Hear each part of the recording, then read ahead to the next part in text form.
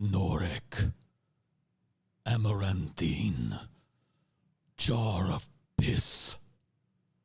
You were warned.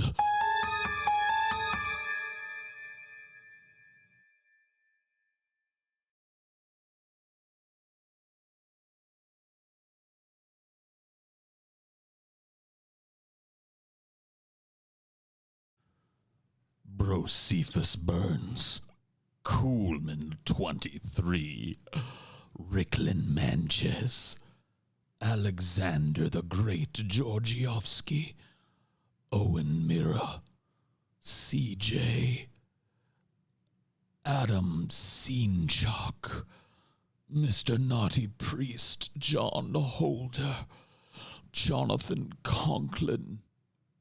All of you were warned.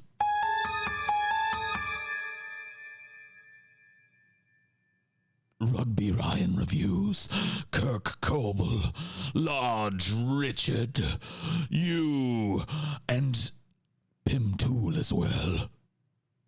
You were warned.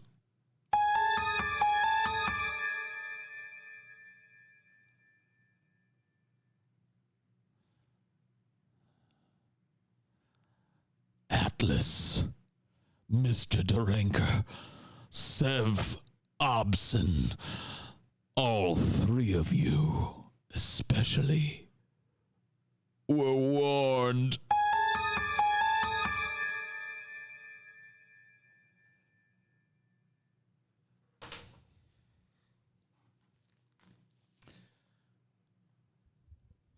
Hello, everyone.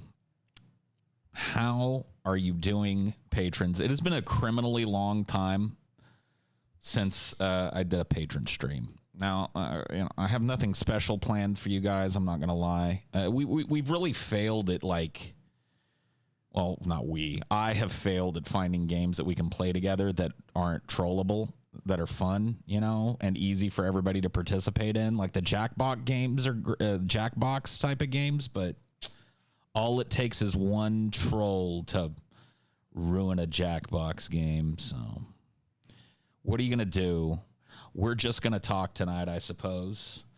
Hope you guys will forgive me doing this in the dark as well, but it is my day off technically. And I try and spend my day off not bathed in the ridiculous light shit that I have to normally. So you'll have to stare at my pale ass in the glow of my monitor. By the way, this is what my porn sees when I jerk off to it, by the way. This is how my if my porn had eyes to look back at me, this is how I would look. So there you go.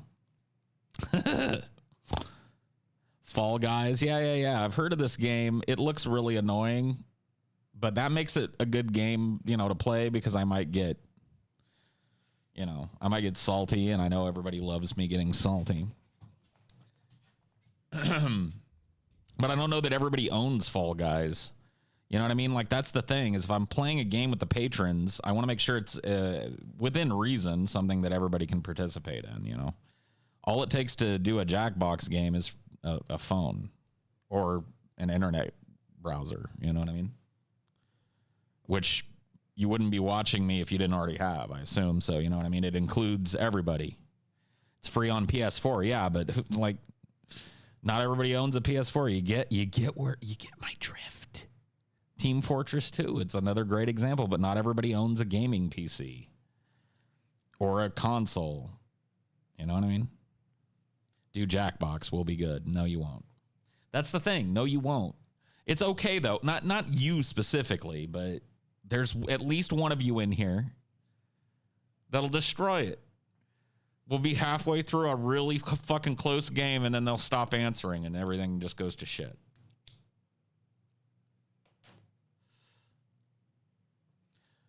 Plus, if I'm going to do the Jackbox thing, I want to buy that, like one of the newer ones for you guys, because the one I have is like super fucking old. It's got Quiplash on it or whatever. I know they've got newer versions of Quiplash and shit.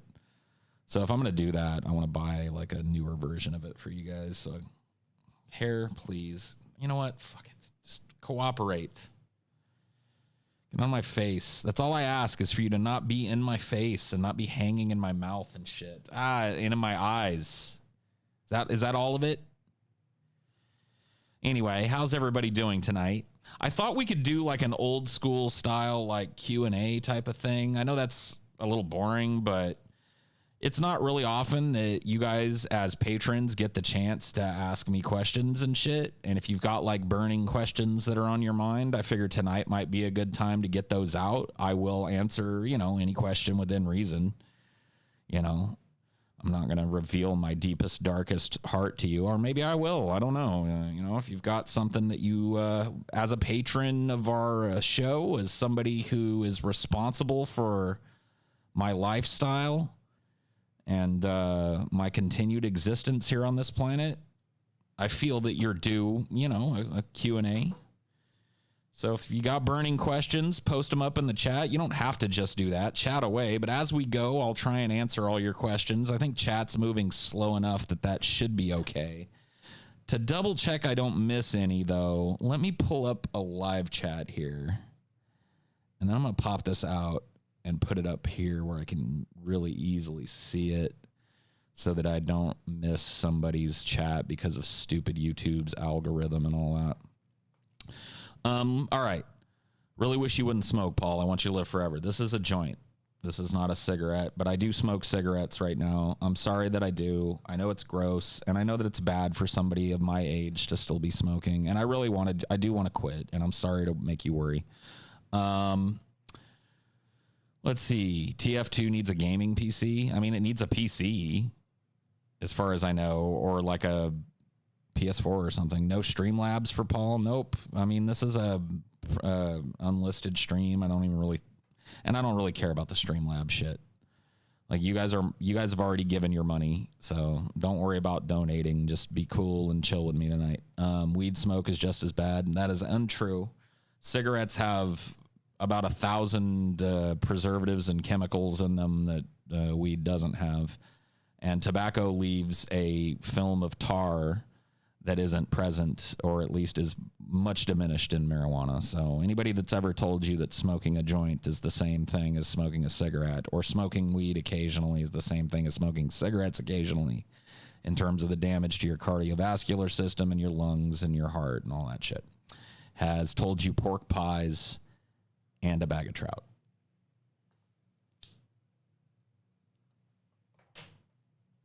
That's lies. What about blunts? What about blunts? You got one? Pass it this way.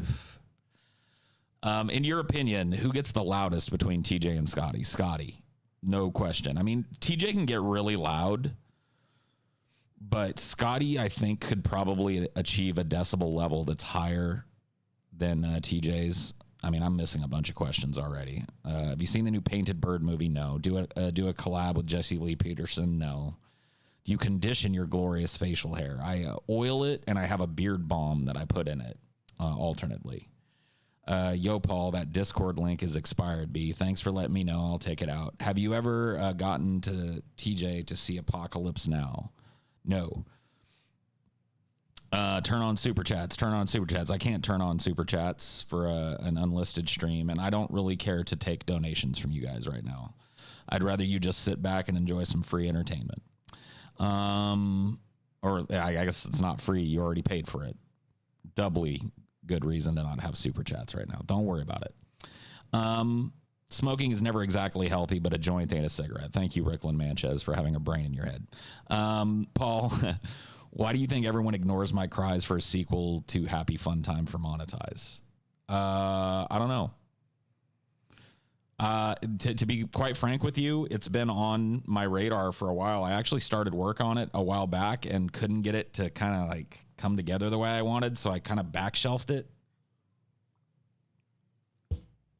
But suffice to say that there will be a Happy Fun Time for Monetize too. It's just it's in the blender, man. It's being worked on, I never heard the full story of how TJ crashed his car because Gurgi. Could you tell the story now? I'll give you the abridged version. So we started trolling TJ back when we were on Drunken Peasants. TJ hates the animated film The Black Cauldron, as do a lot of people. And Scotty found out that the Black Cauldron came out the same day that TJ was born in the same year. And so he decided that he was going to start trolling TJ with it. Scotty ordered a Black Cauldron poster and hung it behind TJ on the show. And we started talking all the time on the show about how it was TJ's favorite movie. And you know how TJ gets. He's like, no, it isn't. No, it isn't. You guys are full of shit. Oh, yeah. It's my favorite movie. Whatever. Yeah, you know, he did that whole, like, it's not bothering me TJ thing. No, it isn't. You guys are ridiculous. This is boring. No, it isn't. Nope. Don't like it. Don't like the movie. Don't like the movie. Not interested in the movie. Blah, blah, blah. But we just kept at it, you know, because all three of us on the show knew TJ, and we knew that that's like phase one. And once you crack through phase one, then you get to the salty TJ. And so we we kept going and going. And then I figured out that very similar to my Gollum voice, I could do a Gurgi voice. I went and like watched a little bit of the movie, and there's this little character in the movie named Gurgi, who's this little woodland creature, you know, that they meet. He has this voice that's very high-pitched and very cutesy-wootsy. And so I started talking to TJ like this on the show. I would say, TJ, why won't you be my friend, TJ? The only thing that Gurgi ever wanted was TJ to be his friend. You know, and he would just sit there like... You know, and it went on for like a good solid like couple weeks to a month. I can't remember. And one night, at this point, I was staying with TJ and Scotty. I stayed with TJ and Scotty for about a month when I moved to Washington while I got my place in order and got my shit shipped. And so I was staying with TJ and Scotty, and we'd all ridden over there together. Well, Scotty and I, this particular night, had been drinking, which was a pretty regular occurrence for the both of us on the Drunken Peasants. Pretty regular occurrence for everybody. But he and I particularly had been tossing it back that night. And we had been particularly, like, vicious with TJ on that night. I don't remember what episode it was. But we were vicious with him that night. We were, like, you know, just nonstop getting drunker and more insistent on the Gurgi shit with me. And then Scotty talking to Gurgi about what an asshole TJ was. It was just like an all-night troll job, right? And TJ's doing this thing. Like, when TJ's mad, he moves faster. Like, that's the first way that you can know. Like, and it's why it's always hard for you guys to know whether TJ's really mad or not, because he's typically, like, planted. But one of the ways you know that TJ is mad is when TJ is just normal TJ, he's usually lagging, like, I don't know, like 15 to 20 feet behind the pack to get to the car or to get to the restaurant or whatever. And he's usually got his phone and he's like, blah, blah, blah, and just barely kind of making his way, you know. That's like normal TJ. That's TJ that's totally not mad, right? Mad TJ, he's getting there first. So he's all like bowed up, you know. When TJ gets mad, his shoulders, like, you know, they like, and his arms bow out, and he starts doing this like walk, you know. And he's like, you know, 10 feet ahead of us, and me and Scotty are drunk, right? And we all have to ride back home together. You know, he's the ride home because he had to stay sober that night. See, that's the thing is, like, we always worked out if there was going to be a, you know, I mean, we could get a fucking Uber if we all drank, but that night TJ had not drunk. TJ had remained sober. You know, he's doing his TJ thing, and he's getting there all fast and shit. And the whole way there, drunk Scotty and drunk Paul are just like, you know, merciless with the trolling. I'm just like, TJ, wait up. My little legs cannot keep up. and he's just like pretending like he's not hearing it. He's just like, this is the abridged version. I know. I can't tell the abridged version of a story. I'm sorry. TJ, please. My little legs. You know, and he's like, boom, boom, boom, boom, boom, boom, not even reading his phone. So anyway, we get to the car, and he like, boop, boop, you know, opens it, and I jump in, and Scotty jumps in, and he jumps into the driver's seat and slams the door, and then everything happens really fast from here on out. So we were parked in an underground parking garage right next to a concrete support pillar. So that's all you have to imagine. It's TJ's SUV parked right next in a parking space that is right next to a concrete support pillar. So in order for him to pull backwards out and then drive, he needs to turn his wheel this way so that the front end of his car swings away and the back end of his car swings around that pillar. TJ, and I'm not really even paying attention. I'm just laughing and I'm drunk and I'm sitting in the back seat and I watch TJ. He starts the car all mad. He sticks the key in the ignition, starts the car, and then he just starts like immediately cranking the wheel the wrong way. So like, once again, if you imagine car, pillar, if he cranks it one way, he's just going to back out. But if he cranks it the other way, the front end of his fucking car is going to go into the goddamn pillar. And he's cranking it that way. And I'm like, he's like, he gets it all the way over there, and then he just like slams it in reverse and lays on the gas. Well, the result was he like totaled his car basically. Like it wasn't totaled, but he did a significant amount of damage to his car.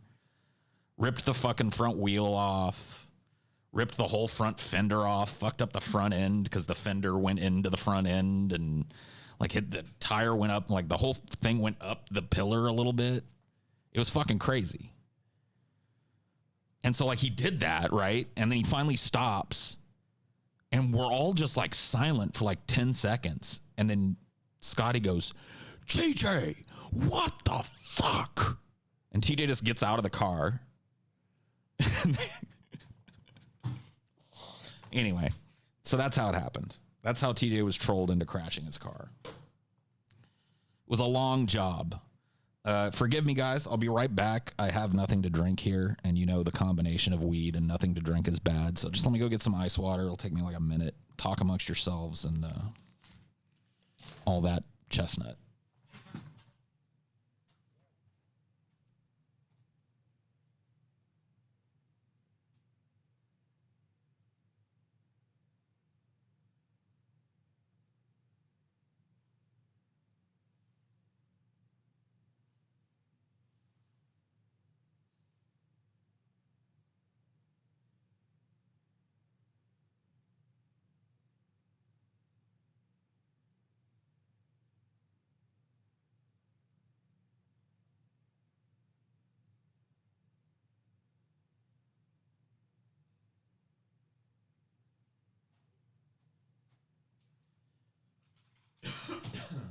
I've had 1,000 bad times. What's another time to me?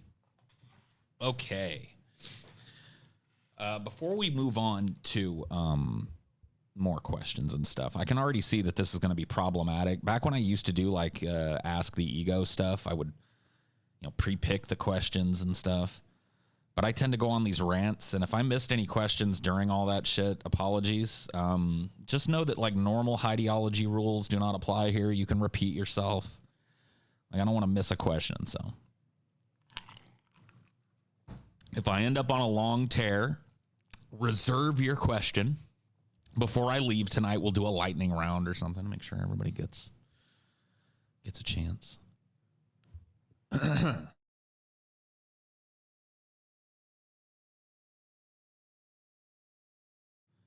What do I think of Tool? I like them. I got to see Tool in the Selland Arena in Fresno on the Lateralis tour, which was really fucking like amazing. I was 6 rows back in the pit. So dope ass fucking seats.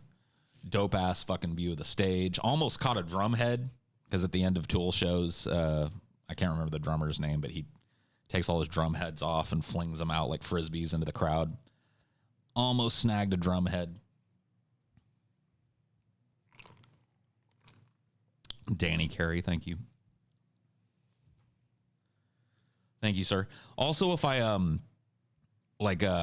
do a lot of snorting and sniffing tonight, I really do apologize. My allergies are fucking crazy.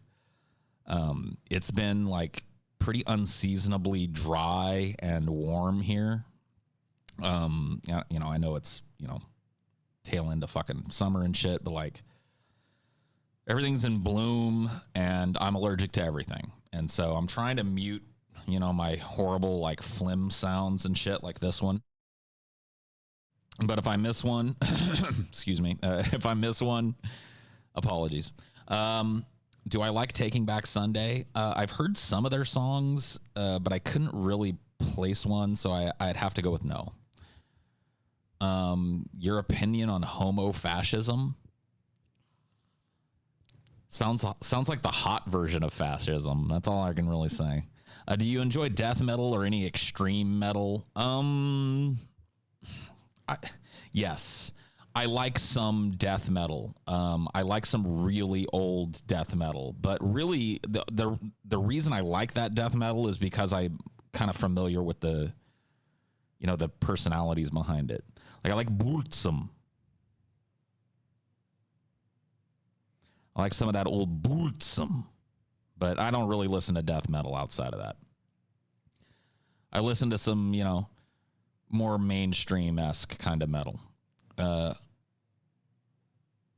Did you enjoy the latest Tool album? It seemed to have, I kind of feel the way about the latest Tool album as I felt about 10,000 Days, honestly. Like, I'm a first 3 Tool albums type of guy, and I guess that's just the way it is,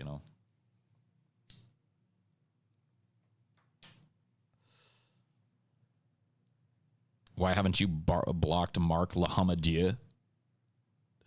I don't know, because he seems pretty fucking miserable, and I don't want to make him more miserable. What do you think of Alien 3? Underrated, yes. I was actually just talking about this with my girlfriend last night. Because we were going to watch Alien 3. I was going to rent it or whatever the fuck, but it's not for rent for some reason off of Amazon. They want you to buy it for $14.99. I'm like, fuck that.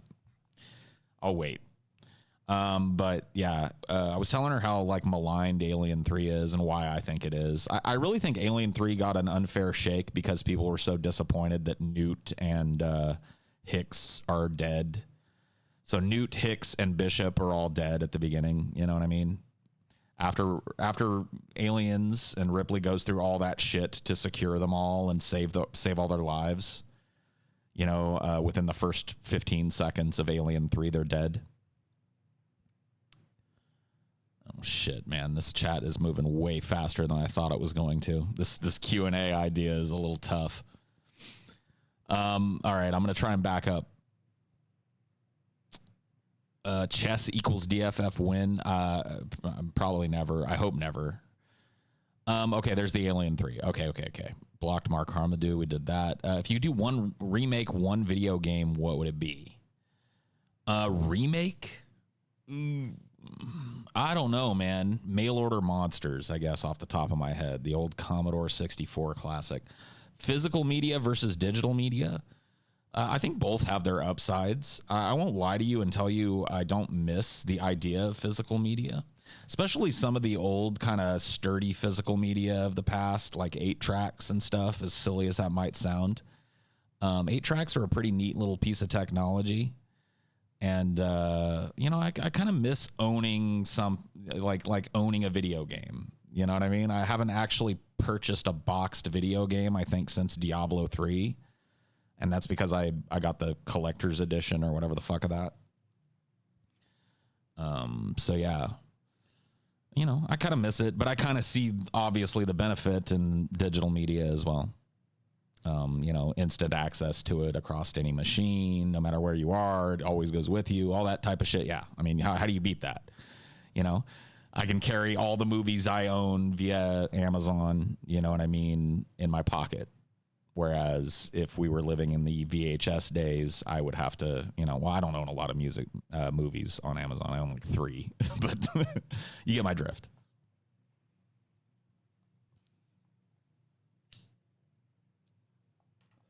Grab your socks, prepare your pooper, for here comes the Hickenlooper. Mustard or ketchup? Yes, please. ¿Por qué no dos? Why must I choose? Why not both? I think her being alone is what made it so powerful. So we're talking about Alien 3 here. Not to get too deep into it, because I know a lot of people don't care or haven't heard of it, but Ripley is a feminist icon, being the lead in both Alien 1, 2, 3, and 4, I guess. But Ellen Ripley is challenged in ways that she couldn't have been challenged in the previous film. So in the first film, her social dynamic is one of being the boss on a mining ship. And so she's got men and women that work for her. In the second movie, we get to see her in the position of an underling and in the position of an advisor who's adjacent to the military. And in the third movie, we get to see her dropped basically naked into the middle of a prison filled with rapists with no guards. It's a starkly different social setting. It's not what Ripley is used to. She's used to being, at the very least, eventually deferred to, and she does get that status back in the movie, but she earns it. You see, Bill Paxton is perfect in that movie. I think pretty much everything about that movie is perfect. We're talking Aliens. Alien is greater than Aliens. Hey, I respect your opinion. I won't get salty about it. I disagree. But I won't get salty about it. If you have played Knights of the Old Republic 1 or 2, thoughts on those games? I've beaten both Knights of the Old Republic 1 or 2. I remember liking them both a whole fucking lot. Knights of the Old Republic 1 was the first game I remember having a romance subplot that felt like a more like what we've come to expect from that type of thing in a role-playing game, right? So in Knights of the Old Republic 2, I think if you played a male character, you were able to romance Bastila, who is the main Jedi kind of good guy character in the game. And I thought that was like pretty crazy, honestly. And it really did help kind of immerse me in it. And, you know, I wanted to tap that Bastila ass, I guess. I don't know what to tell you, but I really like those games. Those games are a lot of fun. I would love to see that. You know, maybe that answers the question from earlier. A remake of a game. Knights of the Old Republic could use a fucking new coat of paint. All right. Would you get into collecting retro games if you had the financial means? Probably not. One of the things that I really would like to do is get an arcade cabinet and get like a Raspberry Pi or whatever the newest version is in there with just like a fuck ton of ROMs on it so that I can sit and play like all kinds of old arcade games. That I think would be dope. But I couldn't see myself being one of those dudes that has like his walls filled with shit. Like, I'm not a materialist like that. I don't hold on to things that are material. And if I were to take you for a tour around my house, you know, like I live pretty sparse. Like I don't have a ton of shit. You know what I mean? I have a desk and a computer in here. I have a bean bag out in the living room that me and my girlfriend sit on, a big bean bag and a TV. I got a shitty little camping table that we use as a dining room table because I don't want to lug a big fucking heavy table. You know what I mean? And it's not out of not being able to afford that shit. It's just I don't care for that shit. Like I don't care to hold on to a lot of material stuff. So I can't see myself being one of those dudes that's got his like whole room filled with old NES carts or whatever. Favorite Tales from the Crypt episode? That's a tough one, man. Especially the early seasons. Like, in my opinion, Tales from the Crypt hit its stride in the second season and remained pretty much in top form till about, I'd say like the fourth or fifth season, and then the quality started to, and then the show went away. But man, asking me to pick my favorite, that's tough for me. I will tell you the one. Here's what I usually do when I can't give a favorite. The one that immediately sprung into my mind is actually kind of a comedically toned one, and I can't remember the name of it. But it's about an old man who falls in love with a young woman, like some chick in her 20s. And he's rich, and he bestows all these gifts on her, and she always accepts them. And then he finally tells her, you know, Laura, I have feelings for you. And she goes, oh, well, I didn't know, but I'm just so sorry. You're just too old for me. I could never be with someone so, quite frankly, decrepit. You know, and so he goes to some crazy doctor who basically like has this hot dude there. I don't want to tell you the whole plot, but that's the switch. Thank you. I really like that episode. I also love the Joe Pesci episode. I think it's called Split Personality. So probably one of those two episodes.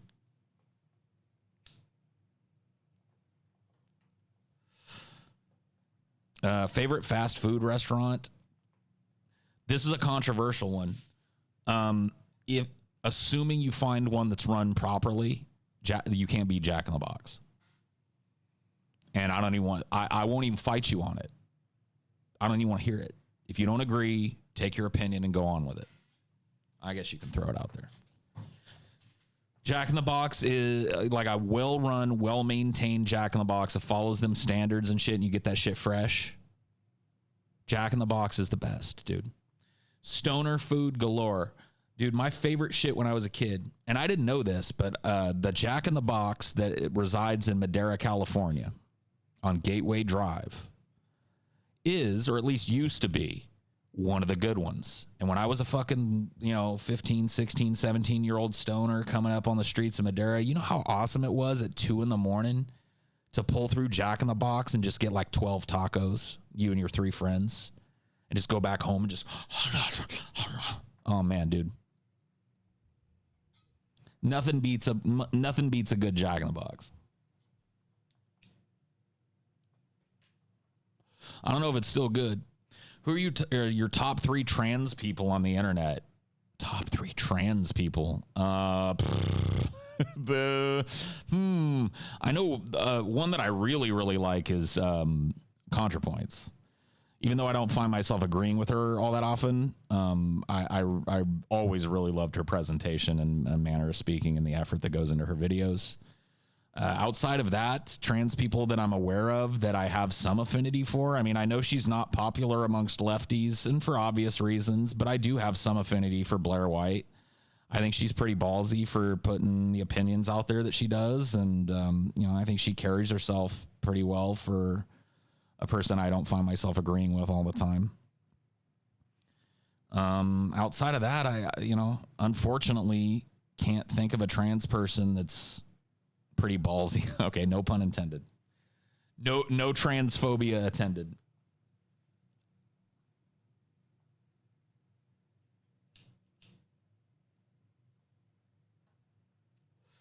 Oh, Hannah. I wish all the best to Hannah. I don't really watch her content. I don't watch Hugo's either. So, and then, I wish all the best to them too. We were good buds back in the day and had some good laughs and good times together. And I wish her the best. There aren't many prominent trans YouTubers. I do kind of enjoy but I don't think he identifies as trans. I do kind of enjoy sometimes the presence of Jeffree Star, even though I kind of hate it too. Does that make sense? Tales from the Crypt episode, The Switch, is directed by Arnold. Yes. Pretty cool. He's in the opening part with the Crypt Keeper. And the closing part with the Crypt Keeper, yes. It always sticks out in my mind. It was one of my favorites when I was a kid. And it remains one of my favorites now. I wish that the old seasons of Tales from the Crypt were more accessible in a streaming capacity, because they just don't exist anywhere as far as I'm concerned. Like, you got to buy, the physical DVDs and shit. And it's like, why? Or, I guess, episode by episode, you got to pay, $10 an episode or some shit. It's like, come on. I'll pay 30, 40 bucks a fucking season here. Come on. Or pirate it. I don't really pirate shit. That's not necessarily true. I do take advantage of the occasional shady Czechoslovakian streaming site when there's some movie I can't find. I'm not going to lie to you and pretend I'm above that. I have done so. I have been like, oh, fuck, man. I pay for Netflix. I have Amazon Prime and shit. If I can't find the movie, then I'm going to I'm going to fucking, movie4u.cx or whatever the fuck. Yeah. Yeah, good old 1, 2, 3 movies, yeah.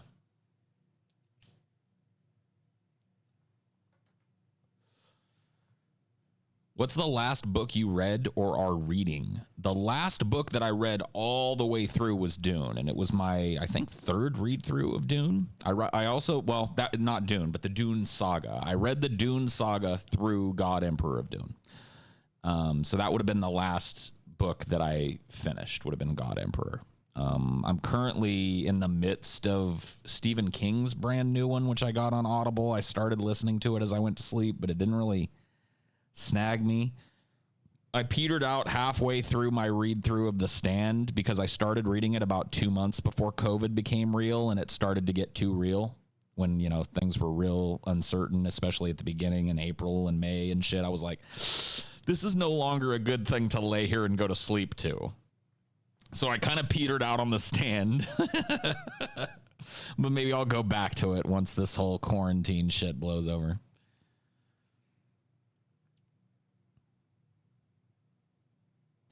What kind of books do you usually read? I love character examinations. It's the same way with movies. I love books that are examinations of characters or a family. I love books that have kind of a historical perspective and that they're kind of grand and showing you multiple generations. That sort of thing drives me in. And it tends to be that way in film as well. Not exclusively, but I'm very attracted to that kind of thing in movies. Dune is really comfy. There's a nice audiobook of it as well. Yes, I would recommend that you get the Dune audiobook. Faux show. You're looking forward to the Netflix adaptation of Sandman. Who is your dream cast for Morpheus? I don't really have one, honestly. I'm kind of done with like superhero movies, if I can be quite frank with you. I think that Infinity War was a good send-off for me, and I'm kind of done with the superhero genre. Now, since Infinity War, I have enjoyed Joker, but I looked at that as a very different type of movie. It's definitely a superhero movie. What's not a superhero? Sandman? Oh, okay. I thought this was like the Sandman comic book character or some shit. And there's also Morpheus, a comic book character who is a vampire. That's who I thought it was. So I have not heard of Sandman. Sorry, my apologies. Sandman. Oh, it's a thing on Audible. Yeah, dude, I haven't checked it out.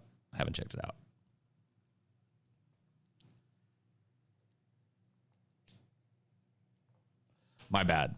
My brain, like, I'm so used to like the plebs asking me about superhero shit and giving them the boilerplate answer that I kind of fell into it there. My bad. What do you think of Tekashi 6ix9ine? His music is controversy. Good question. Don't really care for his music much. I've heard a couple of Tekashi tracks that I was like, okay, this is okay. Can't remember the name of them because I don't really care for his music. Like his personality. I mean, he's a master troll. You got to respect a dude who started a bunch of beef with a bunch of gang members in a bunch of different cities and then like pulled up into their city and did Instagram shots in their neighborhoods and stuff while he was a millionaire. Like, I don't really understand it, but he managed to troll a lot of fucking gangsters, and then he got gaffled up. I know there was a controversy too about him engaging in some kind of sexual acts with a young girl and shit and getting busted for it. I don't know what, once again, he's not some dude that I'm going to defend till the end or whatever, but he's certainly interesting. That fire's getting close to town. Yeah, dude, it's still a ways out, but yeah, no, it's up in the foothills. I mean, it's like I was looking at it today with my girlfriend because she was scared. She knows where Madera is. She sees Madera County and she's like, oh fuck. But a lot of the places that are burning right now are places I spent a lot of time in when I was a kid. Dinky Creek, I heard Fish Camp went up. Shaver Lake is about to go up or has gone up by now. It's like, these are all places that I camped multiple fucking times when I was a child that are going to be scorched for another 100 years. So they just don't exist anymore. And I'm sitting here looking at all these places. It's going to hit North Fork. That's fucking crazy. My dentist, when I was a kid, when he retired, he moved to North Fork and started seeing a few patients, of which my family was one of them in his retirement. And we used to drive up to North Fork for like every 6-month checkup or whatever it is. That's fucking crazy, dude. And then like after North Fork, what's next in line? Oakhurst, right? And then after that, nothing's going to burn. You hit the valley floor at that point.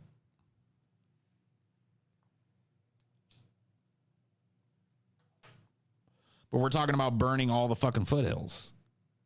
We're talking about going just west out of fucking, or going just east out of fucking Madera out into the country where the roller coaster hills are.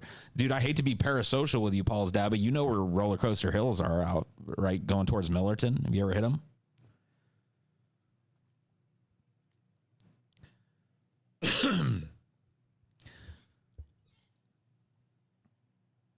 There's like a place we used to tool around as kids. Out towards Millerton Lake. If you head east out towards the foothills, or southeast or whatever it is, or northeast towards the foothills towards Millerton. Yeah, over there by the ranch. Yeah, Rancho. Where you hit these, like, you can catch air off of them if you're stupid, which you shouldn't be. But it's like a very hilly area because you're starting to get close to the foothills of the Sierra Nevada mountain range. And so what Paul's dad and I and a couple other people in the channel are talking about right now is all of those places, all of those foothill places that I grew up in are looking like they're going to disappear and be scorched to the ground, which is insane to me. Yeah, Rancho Madera or whatever. Not the Ranchos, but yeah. The Ranchos are a different story. But yeah, I know. I mean, you know who I do worry about, honestly? What about fucking Clovis, dude?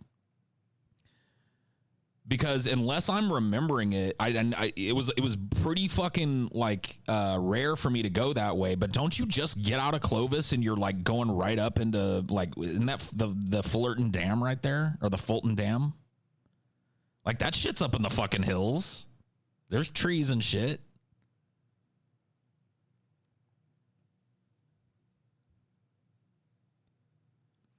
It's like you just got friends over there, yeah.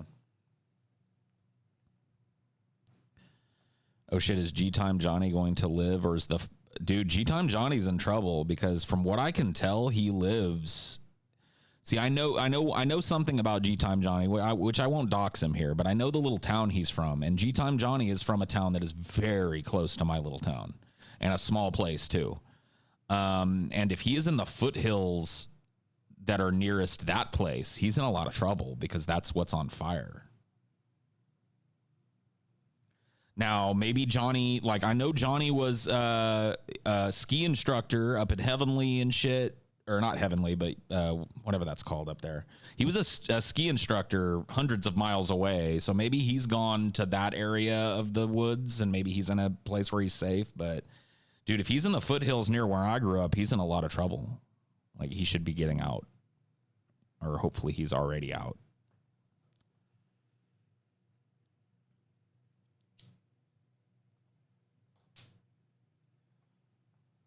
Imagine learning how to ski from G-Time. I'd rather learn how to ski from G-Time than some boring fuck. Should you DM him? I mean, I've seen tweets from him recently, so I assume he's okay. If he'd been like dark for days or whatever, I'd be like a little spooked. But I'm pretty sure I saw G-Time Johnny tweet today or yesterday, so I'm pretty sure he's all right.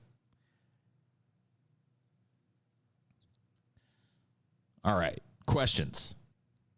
Any that I missed? Any that I have not answered yet? Any that are burning in your mind as patrons? Yes. Ask about the content. Ask about the future. Ask about plans. Opinions on 11/22/63. I haven't read it yet, so I don't have any. I mean to. Paul, I love those creepy pasta readings you did. Would you consider doing more of them? Sure. I really enjoyed doing them, so sure, why not? Did you see the new Dune footage that leaked last week? I'm trying not to watch the leaks because I just want to watch the polished trailer. I do follow a channel on YouTube called Secrets of Dune. They're also on Twitter under the same name, that did a deep dive on a recent like German magazine article, which has a bunch of pictures of Dune and shit. And it looks fucking great, dude. Like, I can't tell you that I've been disappointed in a single thing that I've seen from Dune, from casting choices to, to fucking costuming, to world building, to sets and CG shots and all that shit. The worms look scary and awesome as shit. Yeah, they look very different from the Lynch Dune, which I'm actually glad about. I think David Lynch tamed the sandworm. The sandworm is like a god. You know what I mean? Like they're supposed to be terrible to look upon, not just giant.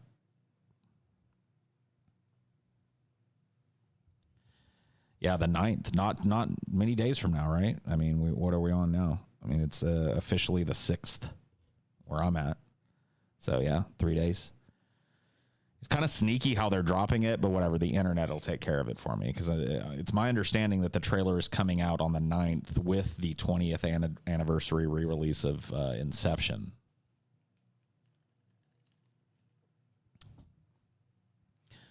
I have enjoyed Queens of the Stone Age, but I'd be a liar if I told you I was a huge fan. Should I read the Dune books before the movie or just watch the movie? Up to you, dude. I don't know if the movie's going to suck or what. So it's up to you.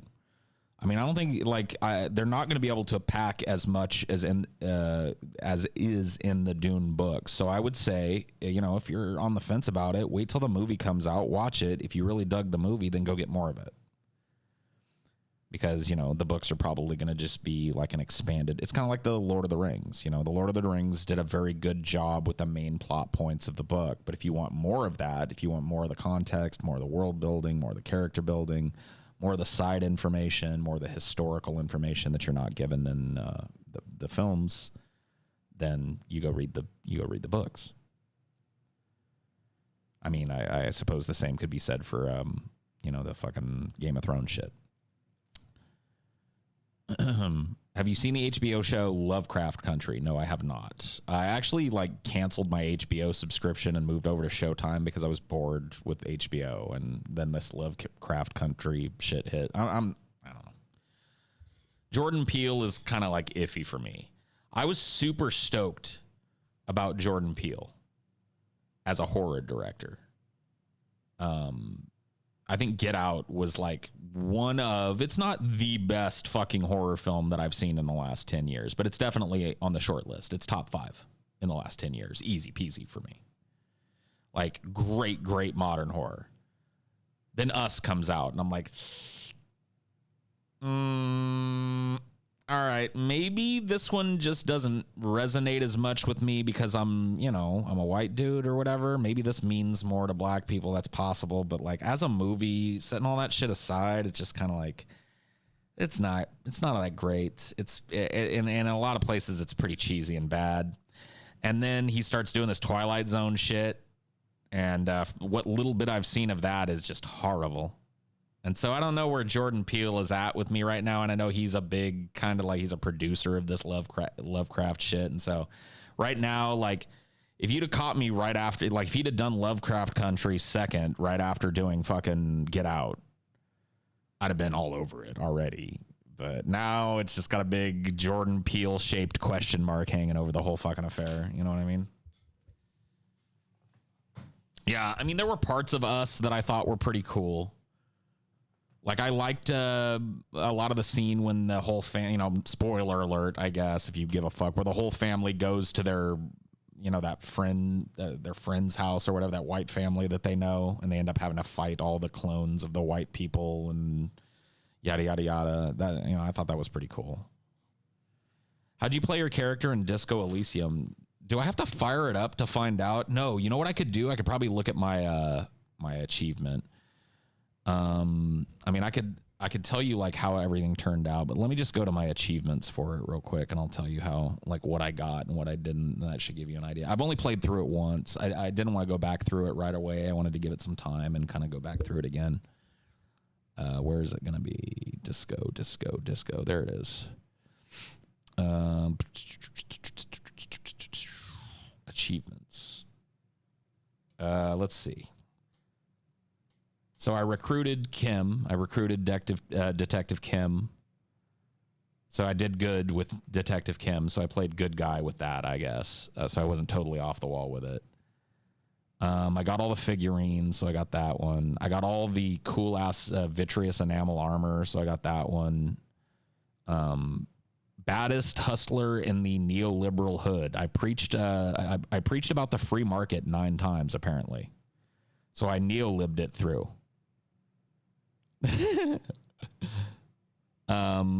I also got Hyperstellar Law Official, which is say 7 deranged superstar line. So I was kind of it looks like I kind of played my character like Kyle Kalinske, but maybe like Kyle Kalinske went off the fucking deep end and actually sold out to Big Seltzer and then became an alcoholic. I also got Il Capo del Arte, which says 5 art cop lines. So, you know, I had a little art cop in there. I got biggest communism builder as well. I employed critical theory 9 times. I was a very confused character in my playthrough. This is what I'm finding out. So I over 9 times I preached for open communism. But I also, over 9 times in my single playthrough, preached for the free market 9 times. So I was a very confused character. And then this is an achievement. This is probably the saddest achievement that I ever got. And I feel like that the game actually picked into my brain and fucked me over by giving me this achievement and like stuck its middle finger up at me. Listen to this achievement. Literally the sorriest cop on earth is what it's called. And here's how you get it. Apologize 10 times. So I apologized in this game 10 times that I didn't have to. And I got literally the sorriest cop on earth. That's why I loved that game. That game was a mind fuck, man. That game was an absolute mind fuck. I would do a let's play of it for you guys in a heartbeat. But it would require you sitting and listening to me reading a lot of dialogue and trying to do voices and stuff. But I would let's play that fucking game in a heartbeat. Yeah, like I love that game.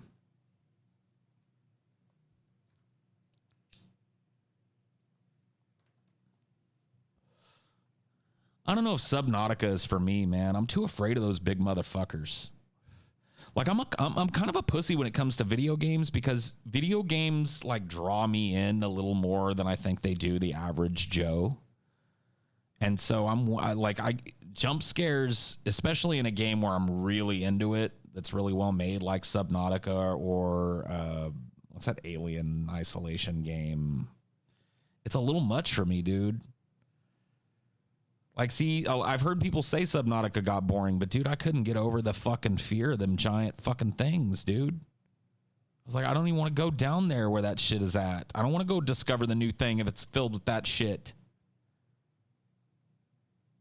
Yeah, I'm afraid of underwater shit and space shit.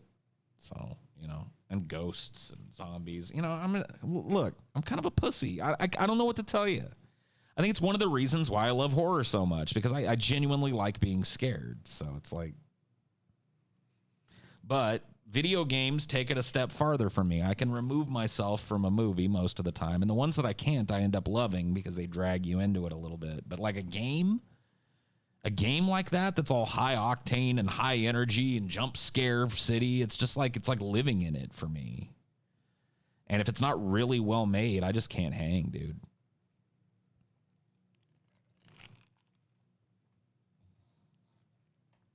You know, I'm fine with other people enjoying them and shit, but I can't hang with it. That's why, like, dude, I have a fucking, I didn't even buy it. I've got a fucking VR setup here. I've had it for like years, like 2 years. I've had a VR setup. I've never plugged it in. I've never tried it because I'm kind of just I don't want to do it. Like, I don't want to go in there. You know what I mean?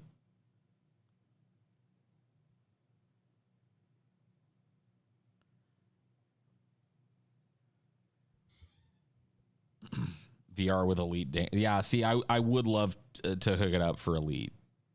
I think it would be awesome for Elite. And I would love to get back into Elite, too. I'd have to set up my joystick and my throttle and all that shit again. It's not a PS4 VR.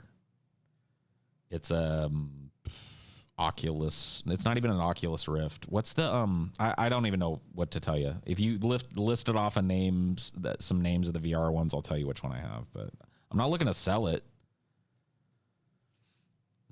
You know, Vive. It is. It's an HTC Vive from 2 years ago.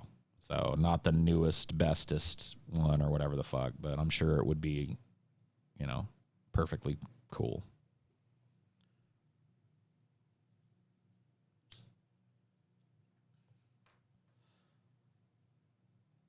But I don't know. I've seen some of these VR games that look like they'd be cool. Like Super Hot looks like it would be a lot of fun to play in VR. I had a lot of fun playing that one outside of VR. So, and like there's this like, I can't remember the name of it, but there's this like medieval game where you can stab people and hit them with big clubs and shoot magic at them and shit. It's like, you know, like a rudimentary medieval action type of game. Yeah, Blade and Sorcery or Mordhau or one of the, I don't know what it was. Blade and Sorcery, you think? Yeah. So some of those look like they'd be pretty fucking cool. You know, I just need to hook it up one of these days. But I'm just in no rush, man. I'm kind of a boomer when it comes to games. I don't want to like immerse myself in a lot of these games that deep, you know.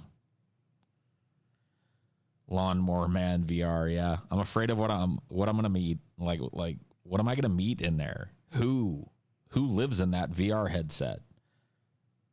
What happens if I plug that in and then I play something with other people in a multiplayer setting? Does like reality start to blur at the lines when you do that shit? Like what happens? I don't know that I want to experience that shit.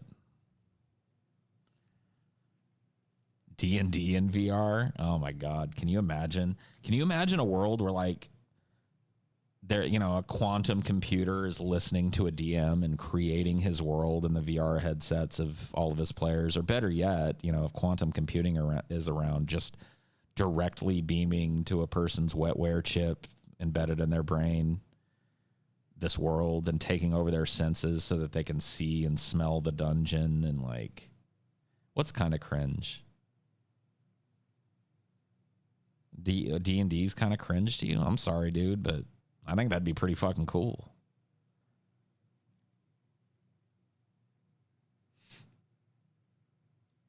I don't play Kenshi, no. I haven't played Kenshi in a long time. I like the game. It's just, you know, like you said, it's a real time spender, so.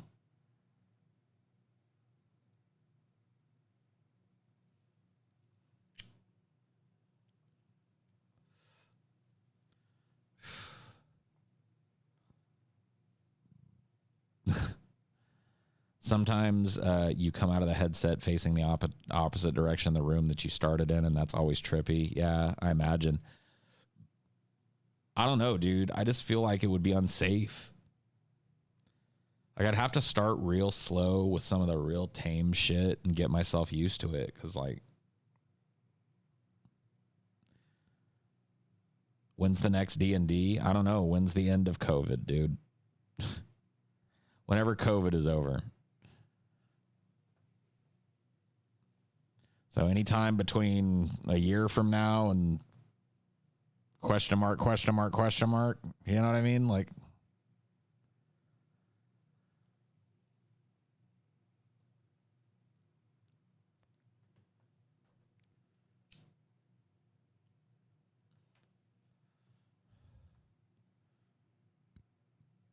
I have bad balance as it is. VR is like a broken hip waiting to happen. Oh yeah, dude, I'm getting old, man. I'm old and crusty now, man. You guys got to take care of me. It's Grandpa Paul. All right, I'm fucking 40. You know how many people just like fall down and they don't have their little necklace medical alert on and they just help and nobody comes for them at 40? A lot, dude. A lot. A lot. A lot of them. I need that and I need a hover round, man. Hover round. Now you're free to see the world.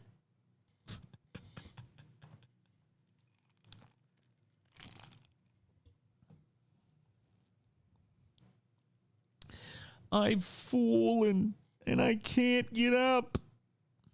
Decade younger than you, but it's in the same boat. Yeah, I hear you, man. 28, where you up late 20s people. Damn. Tanis Armoro out here trying to meet the one. Wouldn't that be funny if you met the one in a patrons only Highdeology?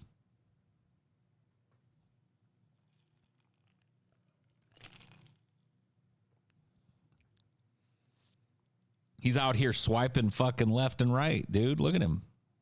You got to respect the hustle, dude. You got to respect the hustle. Good on you, dude. Get you some fucking DFF fan community booty. Get out there and get all up in that booty. He's taking names down. Damn, he might be sending some Patreon DMs and shit. Ooh, spicy. Paul, how do you tell if the acid is working? You won't have to ask that question when it's working. Let's put it that way. What's your favorite JCS video? I don't know who's JCS. Can you tell me what abbreviation that is? Because I don't. Oh yeah, dude, that old school way. You'd be like 18/M, and then your next line would be A/S/L ? You know, and everybody just knew, and you'd get a bunch of like, yeah.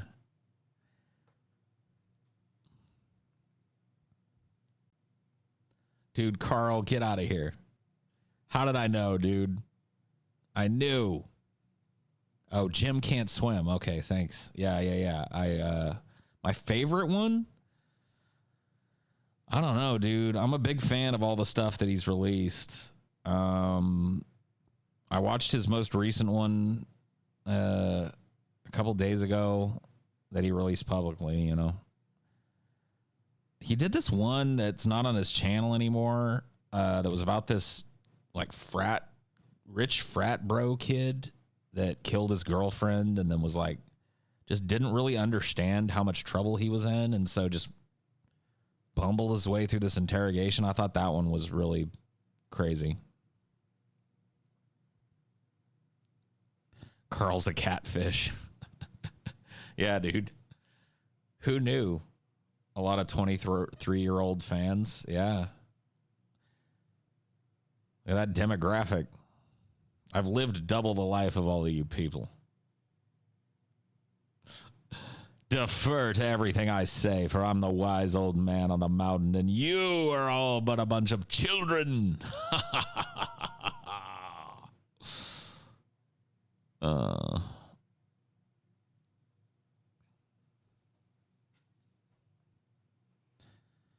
Some old sage advice, dude. I don't know, man. When in doubt, double bag it. I'll give you all the good ones I got, all right? All the old man fucking lessons. When in doubt, double bag it. Now you can't, I can't tell you that one enough. When in doubt, double bag it. Wherever you go, there you are. I'm fond of that one. And if you think about it, it's a lot deeper than it seems. Here's a good old man one. When you look back over the balance of your life as you get old, you will regret the things you did not do, not the things that you did. Take that one to heart. Listen to that one again. When you look back over the balance of your life as you get old, you will regret the things you did not do, not the things that you did. All right, I don't mean actually double bag it. You get my drift. Wear a real safe one. You know what I mean? And put it on correctly. That's what I'm telling you. Like if you're in doubt.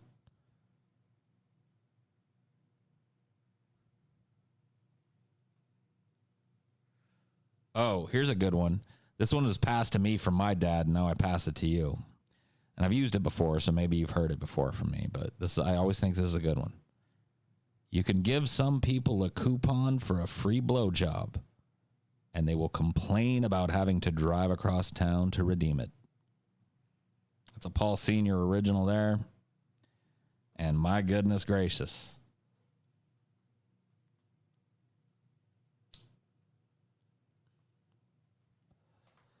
That's something right there, man. That's something to hold on to. No matter how hot she is, she's someone's pain in the ass. Yeah, you did, Paul's dad. You don't know where to start? Go back to the very beginning.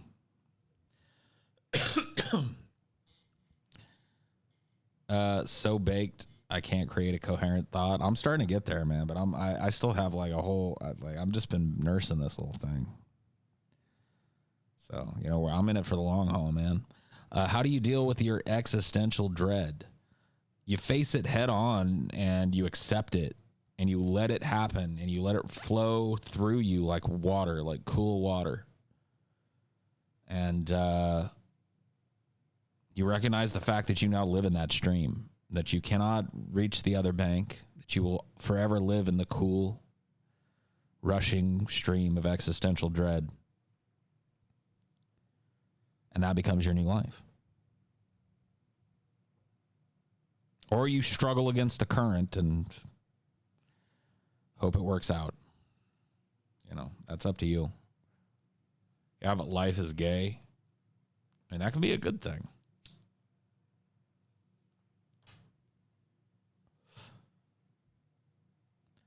I'm still fighting the current. I hope to give up soon. Well, give up. I never said give up. I said accept. And then trudge forward. But with the stream, let the stream carry you. Yes? That's a good one. Don't swim upstream unless you absolutely have to. Another way of putting that is work smarter, not harder. You guys ever heard that one before? I'm sure you have, right? It's a pretty common one. Should be, right? Work smarter, not harder. But it's an important one. If you work the type of jobs that I had to my whole life, dude, I tell you what, if there were some times I could have went back and like slapped myself upside the back of the head and gave myself that advice again, I would have. Because, man, in America, it's work harder, not smarter. Well, I'm not talking about America. I'm talking about your personal philosophy. You do what you have to do, but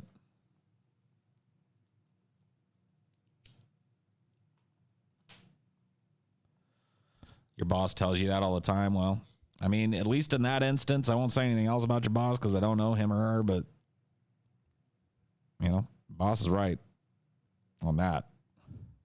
You got to work smarter and harder. No, you don't gotta.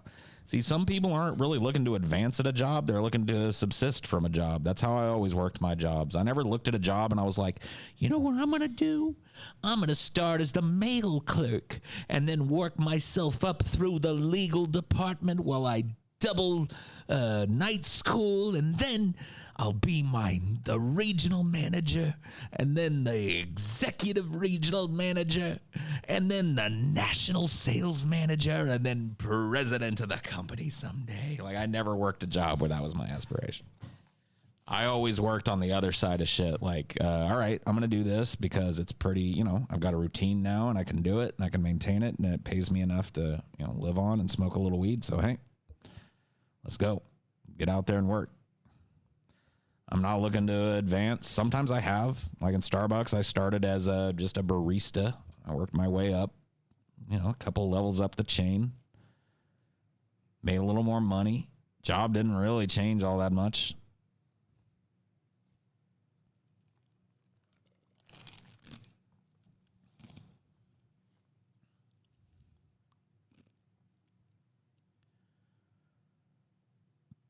I hate when people tell me stupid shit like hard work is its own reward. Yeah. You won't ever hear shit like that come out of me unless I'm joking about it, man.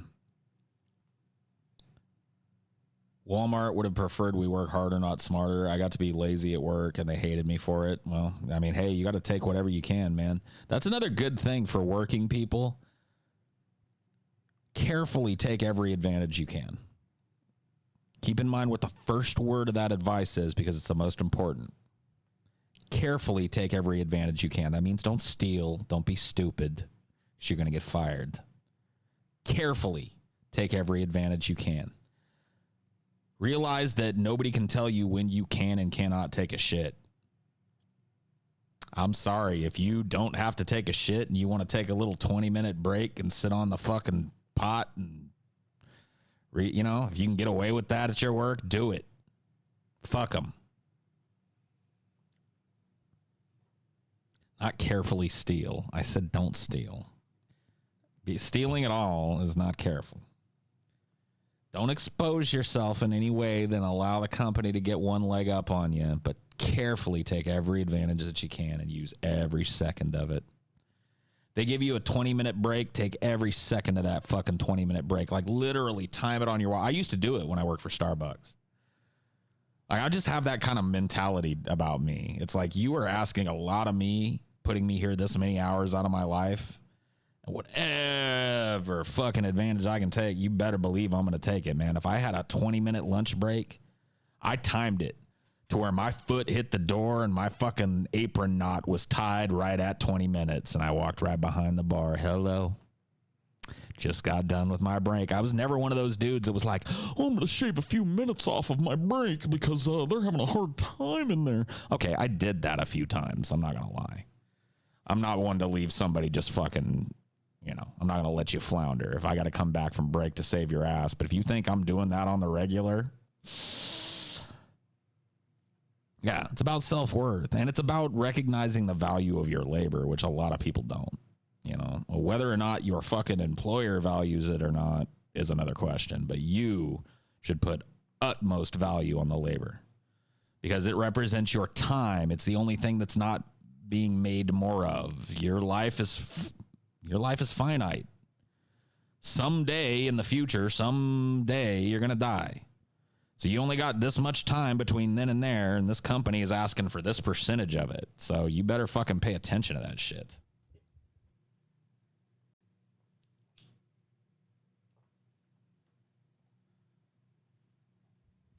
Cherish your free time and really vigorously enforce it too.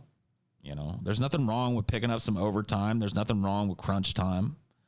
Nothing wrong with working extra hard, but make sure you fucking take a break, dude. People burn out. When people burn out, they tend to lose their jobs. And when you lose your job, you tend to suffer. So I'm just trying to help, My brother stole from his job and got caught. His wife divorced him. I mean, there you go right there. It's just not, don't be stupid. But carefully take every advantage you can. As cliche as it sounds, time really is our most precious asset. Any of us can die. Yeah. It's really the only asset that has any value if you're real about it.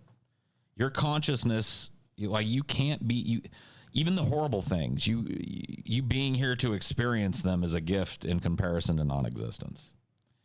And so using every bit of that time to learn as much as you can about yourself and to find your place in the world is an important part of everybody's journey. I don't care what you are or who you are or where you're from or what the particulars of that look like for you. It might be very different than me. It might be very much the same. It might, we might agree, we might disagree, but ultimately you're the only one locked in the meat prison with yourself. And that's why I value that labor so much. It's because this is mine. Like, I've never lost sight of that, even though I live in this society that has heaped all these rules on my shoulders and heaped all these restrictions on my shoulders and forced me to live in a paradigm that I don't agree with. I have never lost sight of the fact that my time is mine. And if you want it from me, well, we can negotiate. But you better believe I know my position.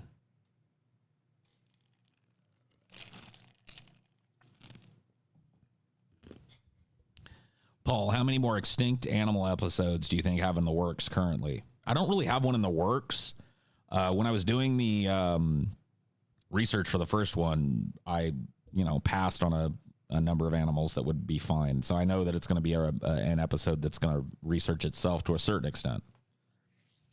It's finding the best of the best, presenting it, and all of that. To be honest with you, I wasn't really proud of that episode. I won't say that I feel like I phoned it in, but I feel like I could have done better. And I'm not really sure what I could have done to do better. I feel like that about a lot of my episodes. I'm not fishing for compliments. It may be true. It's what kind of keeps me like, I'm always dissatisfied with what I put out. So I gotta. It's kind of short. Yeah, the shortness is a weird thing. Can I talk with you guys frankly? You're all plebs. Or sorry, you're not all plebs. My bad. I'm used to saying you're all plebs. You're all patrons here. So let me talk with you guys something a little frankly. I realize a few things. Number one, the average patron never interacts with our content. That's just the truth. The average patron never leaves a like, never leaves a comment, never goes to the video and comments. They vote with their dollar. You know, if they like what we're putting out, they stay a patron. If they don't, they skedaddle and give their $5 to somebody else. That's just the truth. Okay. Within the community of people that is vocal, there is a kind of an expectation that seems to have grown in some of you, not all of you, that shows are going to be like 3 hours long or 2 hours long or 90 minutes long or whatever. So I will be honest with you guys about from the conception of this show, what our idea was. Our idea was to never make a show that was below, like at the most extremely short 45 minutes. And I don't think you guys have ever seen a 45-minute main show from us. So we've never hit that. But that was our extreme low. And then allowing the topic to dictate the length of an episode for the most part. So an hour for some episodes, I feel like when I go through it, and that's why, you know, some of my episodes, I go through it, I do the research for it, and I have that in my mind. You know, this is not an episode I want to drone on and on about for 90 minutes. This is a quick, you know, this is fun to kind of deep dive in on, but it's not really going to hold up for 90 minutes in my opinion. So I'm trying to pull an hour and 10, hour and 12, hour and 15, whatever. I'm happy if it falls in there. And so anyway, to bring it full circle, I go to the Patreon very often. I always read you guys' comments. I very rarely react to them in chat form. But you know, I read them.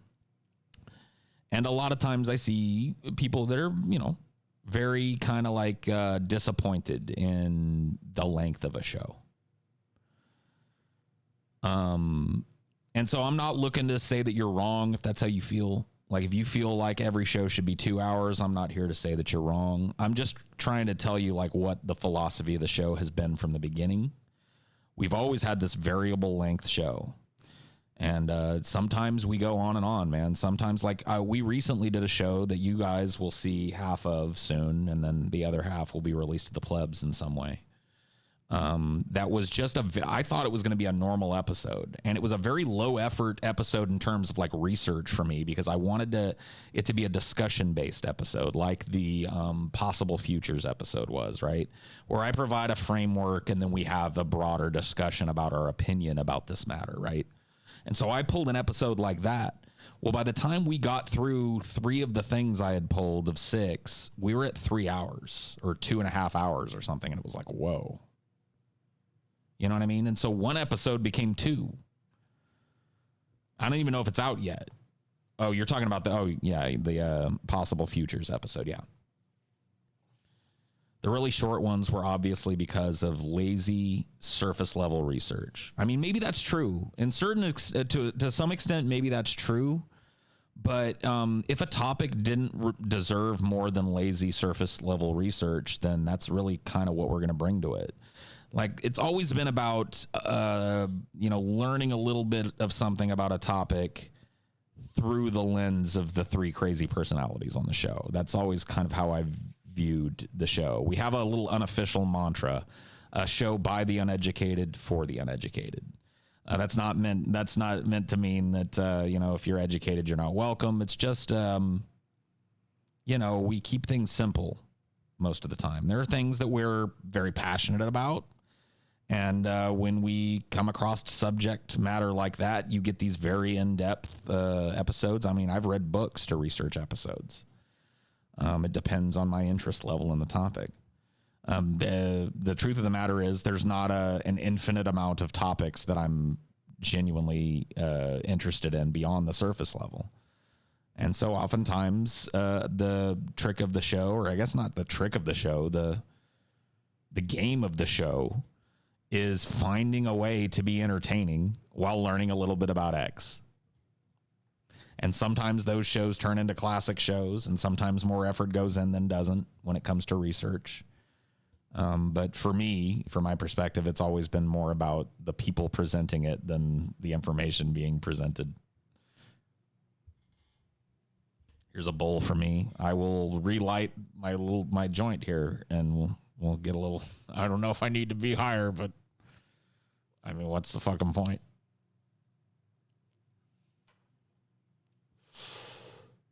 Salud, my friend. Enjoy your bowl. Yeah, smoke them if you got them, boys and ladies, and people of indeterminate gender.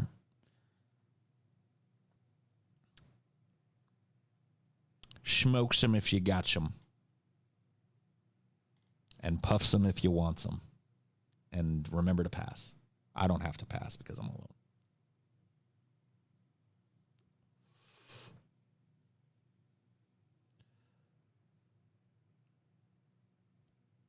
Kind of like the tagline, it shows you don't have to be extremely knowledgeable to discuss things. I mean, we never wanted to present ourselves like we were like fucking college professors or whatever. So yeah, when I learn about the ancient, dinosaurs that we're doing that I'm doing a show on, I'm not fucking like pouring through fucking, paleontology manuals for 28 days, I'm learning some crazy shit about dinosaurs, and I'm bringing it to my crazy friends, and we're running it through the grist of the mill. And that's really what the show's always been. It's not new. Wrestling DFF Part 2. I don't know. Maybe. I mean, Part 2 episodes are something that we talk about. We talked recently about it. Not super recently, like 3-4 months ago. I remember TJ or Scotty, I can't remember which one of them brought it up. They were like, we keep saying we're going to make Part 2s and we never do. I was like, oh, yeah. So I think we've tried to make some Part 2s recently as a result of that conversation. But, I mean, here's the secret, guys. There's this question that was asked in one of my Highdeologies. I don't remember when and where. It doesn't matter. Somebody was like, what happens when you run out of ideas? And I told them that's impossible. And they were like, no, that's impossible. They were in this argument with me. Like, eventually you're going to have covered everything or the show's going to run out of ideas. And it's like, you guys don't understand. It's not about the topic. If it ever gets to that point, we just start fresh. We do Tim Allen too.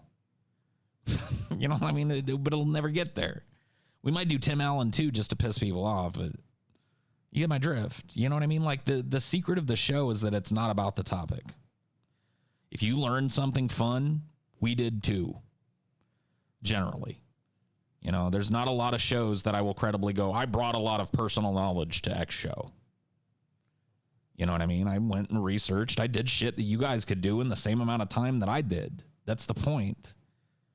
So we both learned something we didn't really think about before, and you laughed a few times, hopefully. Or were informed at the very least. That's the show. Banter-sodes are the worst. I've seen that too in the fan community, and I'm not going to discount it. Once again, keeping in mind, most people don't interact with our content at all. Never leave a like, never leave anything other than a view, and their continued patronage if they're satisfied with what they're getting. That being said, there are vocal people in the fan community saying that we hate banter-sodes, we hate banter-sodes, we hate banter-sodes. So I will explain to you guys something. There was a question that was brought up in the fan community. I didn't want to blow it up in the fan community because I didn't want to add fuel to the fire and make it more argumentative and shit. But once, like for all of us here and like anybody's going to be able to watch this is staying up. So here's what's going on with the banter-sodes. So we're trying to take advantage of this quarantine shit. We want to get ahead of the game. Some of you have already noticed that some episodes that we've done may reference events that have happened weeks ago. This is because we have been we're not pretending that this is a live stream anymore. We're not just recording on the days that we give you guys shows and then giving you guys the shows. We're meeting multiple times a week and recording multiple shows a week. And then Flash Fried is the kind of a live show because Flash Fried is topical and comes out the day we do it. That's the only show that's like that. But like banter-sodes, topical episodes since the quarantine, since we've been apart, you guys have been experiencing that. We're doing more episodes every week. Okay? So here's what we came up with. Bantersodes are fine. I like bantersodes. I don't. We'll get into that in a sec. Just hear me out. I just want to finish for you guys. I'm gonna explain to you what's going on with them. So we came up with a plan. I'm gonna try and give you guys our shooting schedule without giving up too much information and shit.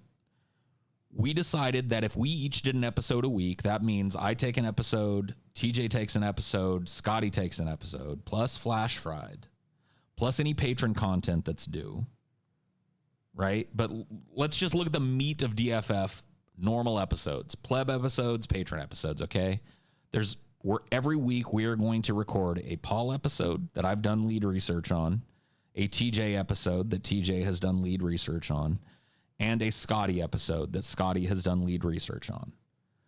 We determined that even with Flash Fried, my streams, TJ's streams, other patron content that you guys get, the Fat Boys Watch Movies stuff, which we can talk about as well, because I know that's been controversial, but let's not go there yet.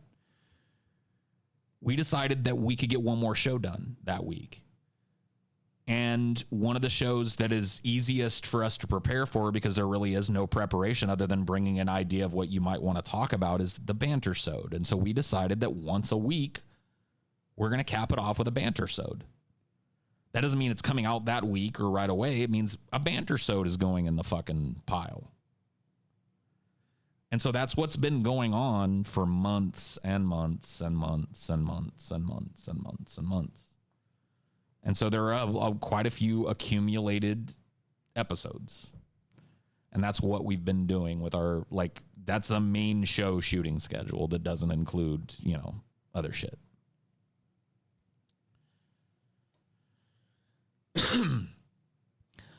Not every banter, but I'll admit to you guys, sometimes we do a Bantersode and I think, damn, that was fucking good. And sometimes we do a Bantersode and I was like, there's some funny moments in that. That's basically where they range for me. You never know, nothing about a Bantersode is prepared other than what we bring, if we bring an article or something we want to show during it or a topic. I just realized I don't need to hear my own fucking voice, so I can take those off. That's nice. That's actually liberating. I'm so used to sitting here at this fucking computer when I'm streaming and shit with those headphones on, but I guess in this case I don't need them. That feels really nice. Bantersodes are lazy as fuck. They are. Not going to deny it. I mean, when it comes to how much work do we have to put into the production of a Bantersode? Absolutely. Some of the easiest content that we do in terms of once again, we're not poring over research for 20 hours for a Bantersode. So yeah, not even going to fucking deny it. I have to give you guys props for your management of the Patreon has improved. It's quite good now. Hey, dude, if you guys want to give real props, most of those props belong to Taylor, who has been kind of our back-end community manager. She's been dealing with that type of stuff and trying to make Patreon more usable for you guys. If you want to thank somebody, go thank Taylor. That's been part of her job for some time now. It's something that neither of the three of us would have been good at. So you got treated way better than you would have under any of the three of our stewardships. So yeah. If you guys, like that, she's the person to talk to. She's so beautiful. She's taken, dude. Sorry to tell you. Paul, what do you use for shampoo, conditioner? Your main is silky and glorious, and mine is a greasy mess. Everybody's hair is different, bro. My girlfriend has hair that needs to be washed more often than mine because it's naturally oilier than mine. Mine tends to get dry. And so I don't wash my hair as much as you might think I do. I wash my hair probably once a week. I would say once every 7 days, once every 6 days, somewhere in that zone. When I do, I don't know exactly what I use, but it's Pantene. I can tell you that's the brand. It's just whatever. Their shampoo. I know it's the hoity-toity brand or whatever, but it actually makes my hair smell nice and stay nice. And like if my hair starts to get kind of dry like halfway through the week and I don't want to wash it, I'll just throw up like conditioner in it. Like when I shower that day, I'll get it wet and throw some conditioner in it and let it sit and soak that in and all that. So that's it. Like it ain't hard, dude. Like I don't spend a fucking ton of time on my hair. I don't do shit to it. I brush it when I wake up. I brush it probably another time during the day because as you lay around with it just down, it gets all fucked up. That's it. I mean, I'm not going to, like, I can't really, like, engage with you guys in the Taylor is hot simping that's going on in the chat, you know? I don't look at Taylor that way. Taylor's like a little sister to me or something. It's gross to even think about it that way. Like, I understand you guys have that kind of access, but I don't, you know, my brain ain't going there. She's a coworker and, like, a friend of mine. It's like, somebody else's fucking wife. It's like, I don't even want to, why would I even go down that road? Taylor is cold. Maybe she is, dude. Maybe that's why she's so good at doing the community stuff. I don't know. Paul, you're in the South. Her being a sister should not be a barrier. Yeah, I'm not from the South. I may be currently living in the South, but I ain't of it.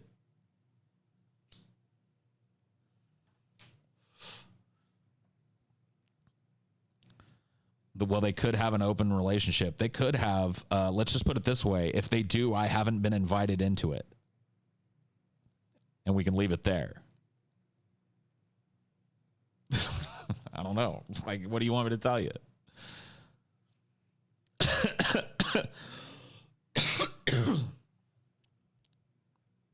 How often are you going to NOLA? Not often. Anything there you'd suggest for a tourist? Redostas. See, I'm a food tourist kind of guy, and when it comes to like art, yeah, there's museums. If you're gonna go down to like Bourbon Street, it's cool to walk around the French Quarter. Try and come here in the winter. Don't come here in the dead of summer because it's gonna be hot and the entire place is gonna smell like piss and shit. Come here in the winter months. If you want to enjoy walking around old historical New Orleans and do that touristy shit, if you're into that, if you do that, there is a candy place down there. And really all you're going to have to do, I'm not going to tell you the name of it because I don't remember. I think it's called New Orleans Candy Company or something. It's right down on the fucking water. It has some really, really good homemade candy. There's no brand name shit in there. You can watch them making all this different shit, and they've got all these toffees and taffies and happy slappy flappies and blips and bloops and hips and hoops and whatever the fucks, you know. And it's all really good shit. When it comes to like non-touristy shit, Redostas, RADOSTA apostrophe S. Like there's a guy named Redosta who owns it. This is a family-owned, what used to be grocery store, is actually still a small convenience store with a deli in the back of it. That deli is not renowned in New Orleans as one of the greatest eateries in New Orleans. It's not one of the big names that you're going to hear from all the people who tell you all the hot spots to go into New Orleans. But you want my fucking advice? For your money, you are going to get the best roast beef po' boy in New Orleans at Redostas. That's free advertising for Redostas. They don't pay me shit. I have worshipped at the altar of a Redostas roast beef po' boy 4 times in my life. I remember each one like it happened yesterday. Each Redostas roast beef po' boy that I have eaten, I remember like it was yesterday. So if you want to experience that, you go to Redostas. And when you walk in, don't be weirded out. Just walk up to the counter and talk to the friendly person behind them. And here's what you do. You tell them, I want a roast beef po' boy dressed. That's all you have to tell them. They're probably going to ask you, you want some fries? If you do, say yes. If you don't, say no. And then you just go sit down and grab whatever drink you want out of the cooler. They'll charge you for it later. And in about fucking 5 to 10 minutes, the best sandwich you've ever eaten will be brought to you. It'll be delivered to you inauspiciously in a red basket that you've seen 1,000,000 times at 1,000,000 lesser restaurants on some of that decorative paper that you've seen 1,000,000 times at 1,000,000 lesser restaurants, but the sandwich within. the sandwich within, the meat, the dressing, the tomatoes, the lettuce, so crisp, everything, the French bread roll that it's on, absorbing all of that juice that's dripping out of that meat that just falls apart.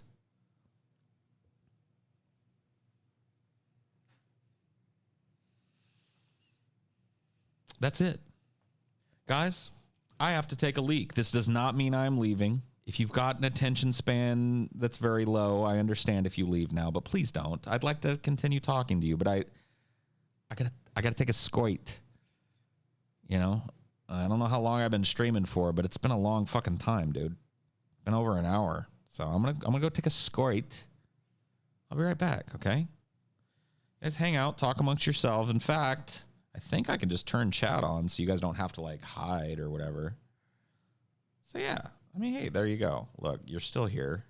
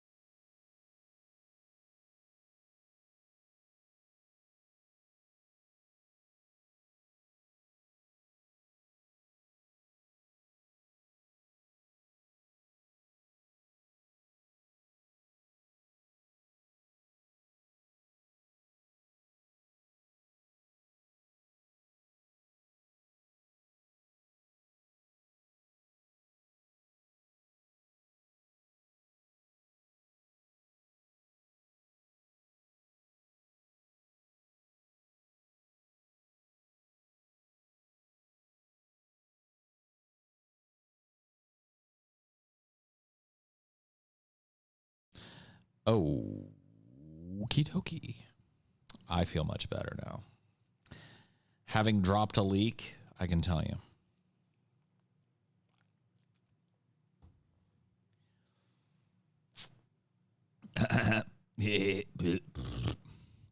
Paul was too busy thinking about pissing when he zoomed in. Yeah, I zoomed in on the wrong part. Sorry.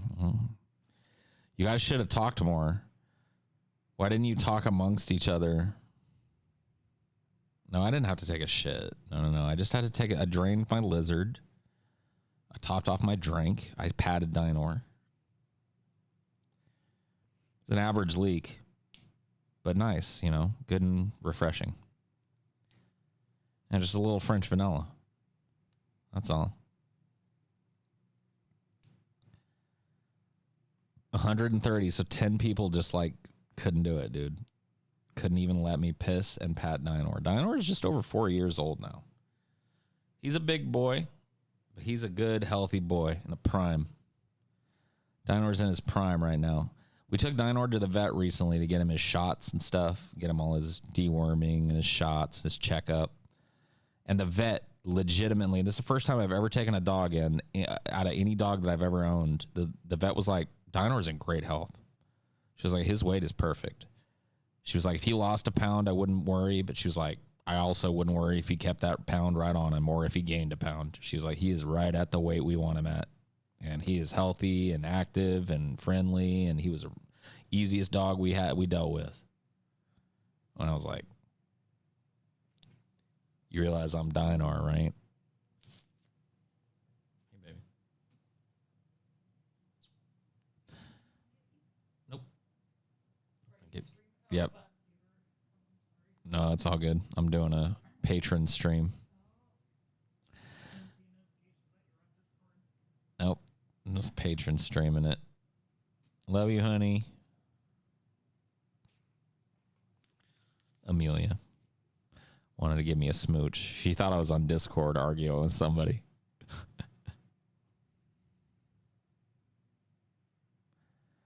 Can't you guys do dank D&D on stream? Yeah, and we may have to figure out how to do it.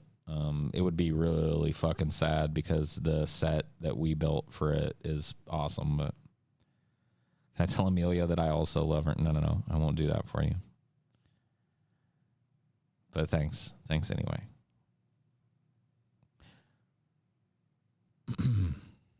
Hold off on D&D. I don't know, dude. I mean, we'll see what happens with it, dude. There's a chance, and I don't want to be fucking crazy with you guys. I don't want to get all pessimistic, Paul. There's a chance this show is never in person again due to nobody's control.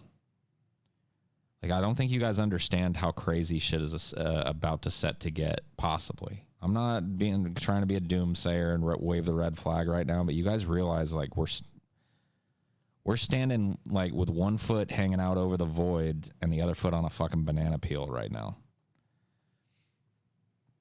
There are a number of ways that shit could go horribly south tomorrow. And it's going to stay that way through, I don't know, the unforeseeable future. So I'm telling you guys right now, like, as just honestly, honest to goodness, there's a chance this show's never in fucking person again. Like, there's never, the three of us are never in the fucking room together again. And I don't want it that way. And I don't think the guys I work with want it that way. But I think they're all on the same goddamn page. They don't fucking know what's going to happen. I mean, you guys don't understand, man. I don't want to go through it because I don't want this to be like a negative experience for any of you guys. Dude, if we're never doing a show together again, you think there ever will be a meetup again? I would love to tell you, dude, there will be a meetup, but dude, the fucking New Orleans meetup might be the last hurrah. That might be the last meetup that ever is. I would be lying to you if I told you any other fucking thing. I don't want to give you the worst of it, dude. You, Glasgow Grin, you might want it, you Scottish piece of shit. But the rest of this chat might have came here to just chill and smoke a fucking joint. I don't want to bring everybody down, but just suffice it to say, dude, I can't fucking tell you, hey, one day we'll all be back. Like, I can't tell you that. Why? Can you explain? I mean, dude, if I do that, it's going to require me to talk about some horrible fucking shit, dude. Say the pandemic worsens or becomes a seasonal thing. Say no vaccine is ever found that works for humanity, so it becomes a seasonal killer that we all have to avoid, which means that social distancing is not just a temporary thing, it's the new norm. Along with PPE, along with getting delivery where you can and not only shopping and standing, keeping your distance in public and not going to these, like, you guys realize right now, just the term COVID-19, right? I could just say that, and that might be the answer to why this show never, ever fucking is done in the same place ever again. You guys understand that, right?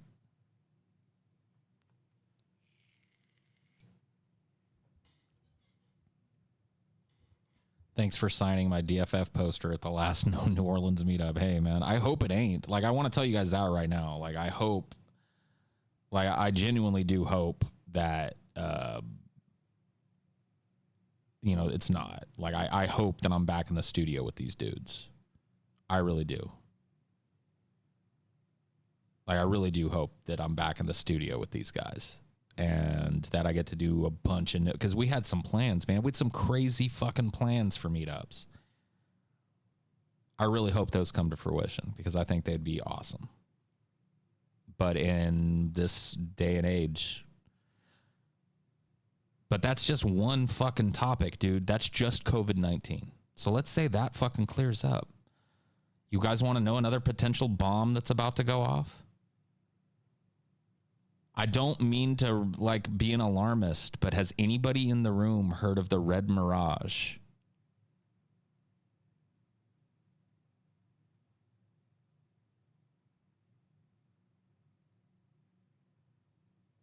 If you have, put a 1 in the chat. If you haven't, put a 2. I want to see if it's even worth talking about.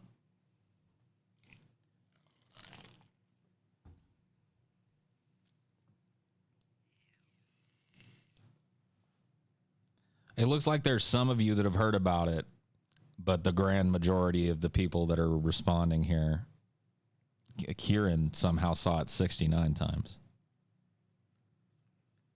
It looks like the grand majority of people in here have not heard about this.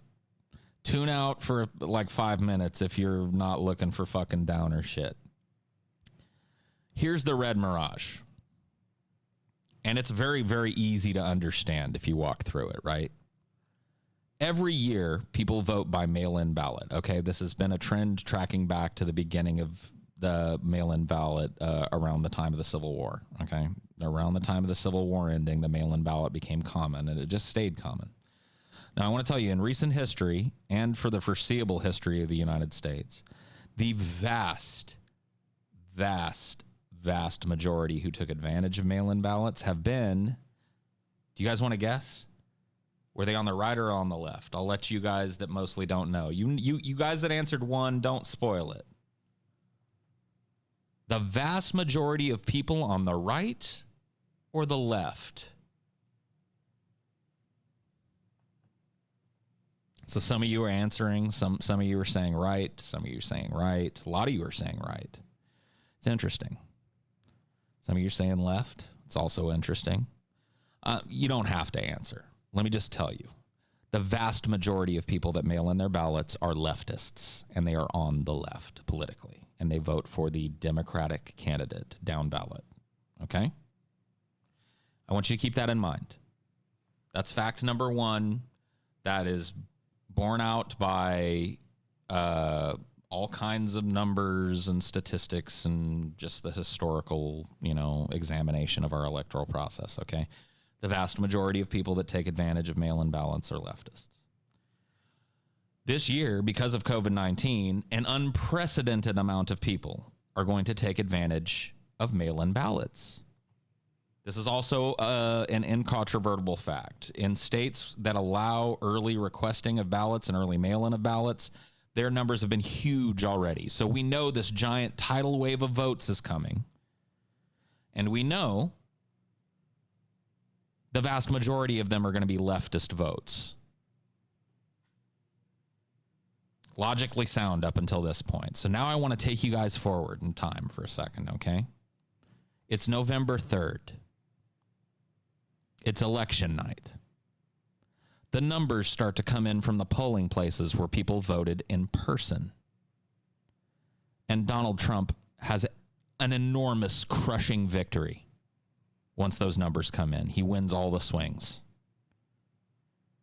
It looks just like Hillary 2.0 and worse. He's got something like 300 electoral votes at the end of the night. It's a dominant victory. This is a possibility. This is not like, I can't tell you this is what's going to happen, but I'm telling you guys, this could happen on November 3rd. What do you think Donald Trump is going to do on that night? On November 3rd, late that night, around midnight, when all those fucking numbers are in and all the fucking news media that's trained to be the first one out with the numbers has released all these election maps that show him having a sweeping victory in this country. What do you think Donald Trump is going to do? I'll wait for you to answer.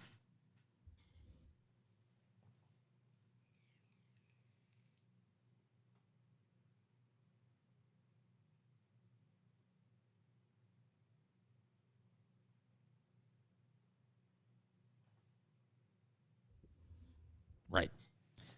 He's going to immediately pop the champagne and drop the balloons at his fucking RNC funded rally. And he's going to start talking about what he's going to do in the next 4 years. And all of the people that follow him are going to watch this happen on Fox and on CNN, on MSNBC. All the people that hate him are going to watch this happen. All of his most loyal fucking followers in this country, of which there are like many, many, many, many, are going to watch this happen.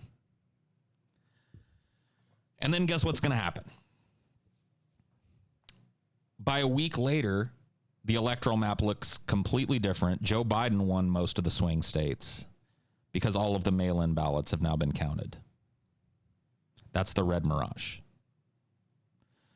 And do I need to infer from there what's possible from there? What's going to happen when the Electoral College goes, wait, and all these states go, hold the phone, we counted all these ballots, and we went blue. And slowly but surely, that 300 or 280 fucking electoral votes that Donald Trump walked away from whittles down to 175, and Joe Biden is now the president. What do you think is going to happen in the states that are vastly pro-Trump? What do you think is going to happen?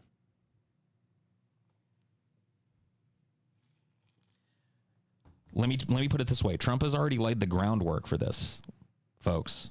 He's already said that this is going to be an election that is ripe with corruption. It's going to be filled with corruption. It's going to be the most corrupt election in history. He's already set the table for this. So his followers are already looking for what they would perceive as fuckery. And what would happen is the accurate counting of votes, showing that the winner of the presidency is Joe Biden and Kamala Harris. And the news media is going to start reporting on it, or half of it, anyway. The other half is going to start reporting the other way. Massive fraud as vote tallies change. Number of states to reverse election night totals is now totals 2, with another third teetering on the brink. And he's going to whip it up. He's going to be given a microphone, and he's going to be allowed to say whatever he wants. And what do you think he's going to say? Let's all wait and make sure that the count is right, and then whatever happens, happens. You ever hear those words coming out of Donald Trump's mouth?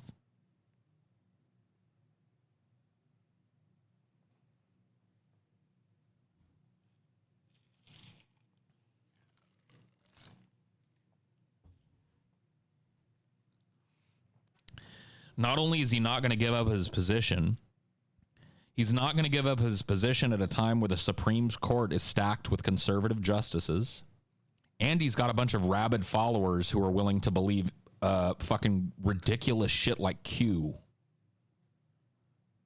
Like he's fighting a secret fucking cabal of international pedophiles or something, and he's like Covfefe is a code, not a fat finger. Like that's Q. He's got people like that.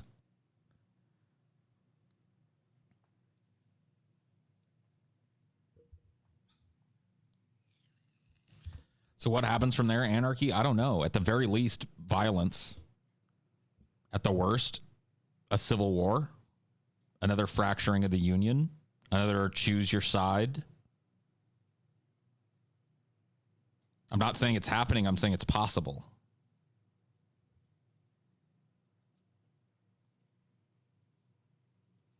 They have the most guns and ammo, and they're in the White House this time. Do you understand what I'm saying? Like, you guys are you picking up what I'm putting down here? It's like the Civil War in terms of fracturing. But they hold the White House during it, and we're the rebels. We're the people saying that the sitting president is not the real president. Do you understand?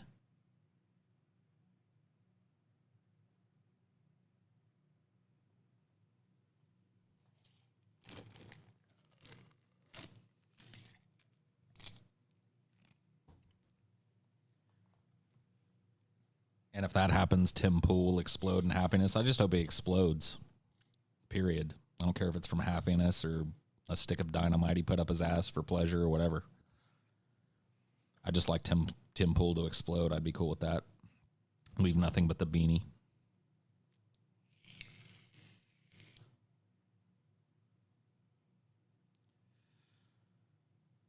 the Civil War would be, it goes without saying that a Civil War now would be much worse than when like the most accurate rifle in the world required 15 seconds to reload a horribly inaccurate metal ball. Like, yeah, the most advanced piece of technology that was employed in the Civil War when it came to guns was a hand-cranked Gatling gun. So yeah, there's no comparison. One side of this has been, not so quietly building up an arsenal over the last fucking 40 years while I've been alive. So what do you guys think? I don't think I'm being fucking... So that's why, once again, to bring it all back home, and then we can move on to a different subject. So that's why I can't fucking sit here and tell you, like, oh, for show, we'll be back in the same room together one day. I don't know what the fuck's going to happen in the next fucking 3 months, 6 months, 8 months, a year. And what happens to the podcast is all reliant on that.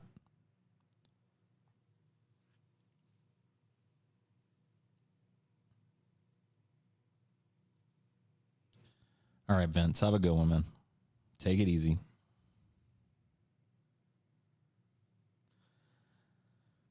Have you listened to the It Could Happen Here podcast? I have not. Imagine the equivalent of 20,000 school shootings in a day. I mean, I don't even want to... We don't need to go any deeper than I went.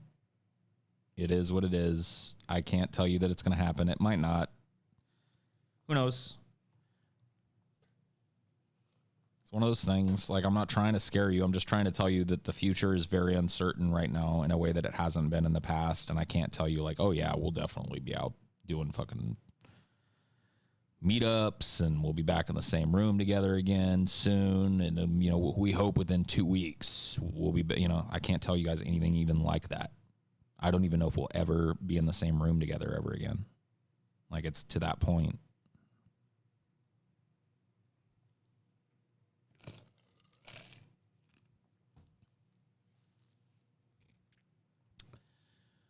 My logic tells me, though, that Americans, especially those who support Trump, don't want to be involved in open warfare. I mean, all right, good luck. I mean, Glasgow grin, I hope you're right, dude. But I don't think you are. Can you guys just move to Colorado? We can move, yes, that's a possibility. But, that doesn't change the fact that things are going to be fucking crazy. That doesn't erase COVID from the map. That doesn't make it suddenly good. I mean, if there's some kind of civil war, there's going to be a mass refugee crisis. It's going to be like people trying to get across the border both ways. What do you do? Think about it.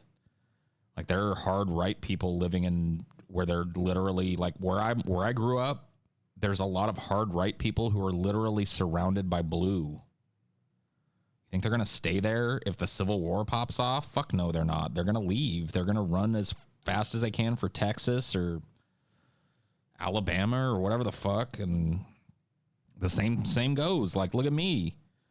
I'm to the left of most of the people on the left, and I'm as deep in the South as you can get into the deep South. It doesn't get deeper than where I am. So what do you think? Where do you think I'm going to do? Just hang out down here? No, I'm going to try and get to somewhere that's, like, not going insane.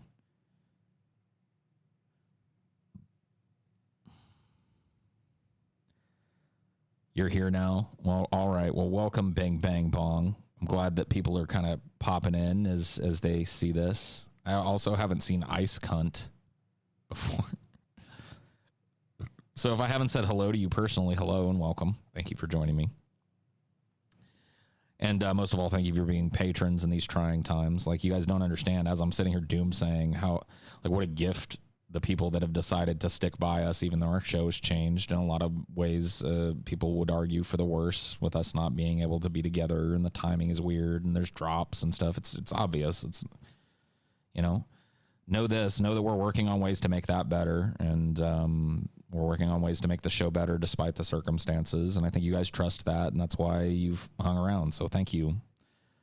That's something I don't say often enough to those of you that really support us. So thank you for, believing in us in these weird times and giving us your money in uncertain times. And I know for a lot of you guys, it's like not just a throwaway. Some of you it is, and you know, I'm happy for that for you. And some of you it ain't. Like some of you it's a consideration, and wherever you are on that fucking scale, just wanted to say thank you. Like honestly, genuinely, thank you from the bottom of my heart. Thank you.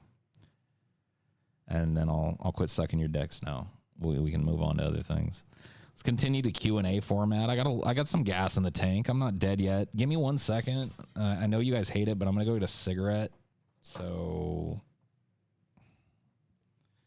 you know, I know it sucks, but it's gonna help me like fucking sit and tell stories and answer questions. So give me a quick sec. I'll put the BRB back up and I'll see if I can fix it so that there we go. That's how it needs to be. There you go, guys. Enjoy. I'll be right back. Yeah.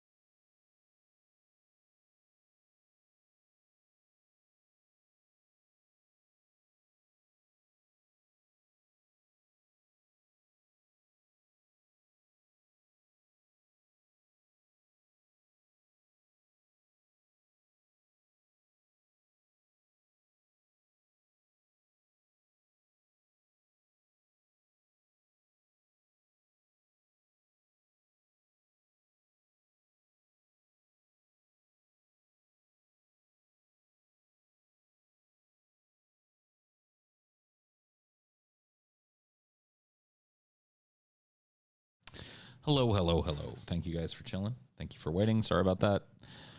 I am back. Let us continue discussions, our questions, our answers.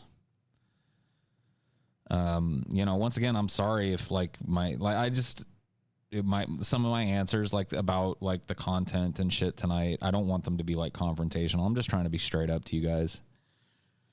Like when you ask a question, I'm going to be honest with you about like what the, you know, what the scope of things is. Would you ever release future DFF dates in advance?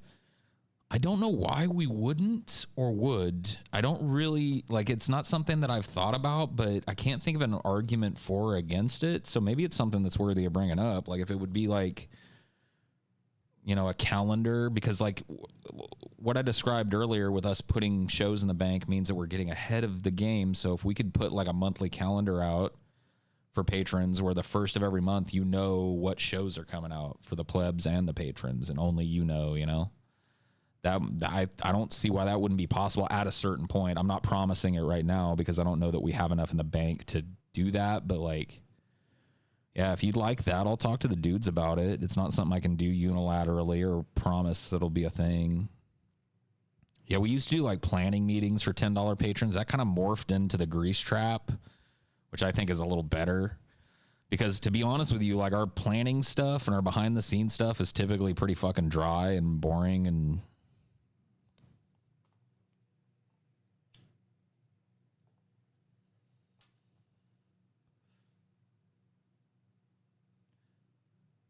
I have seen Machete. I have not seen. I think there's a sequel to it. I've not seen that, but I have seen Machete. It was a while ago though, so I don't remember much. You done a Dune DFF? Yes, we have done a Dune DFF, but it was a very cursory look at the Dune universe. I mean, I'm a big Dune fanatic, so of course, once the movie is out and we've watched that, I would expect at least some kind of more content from us.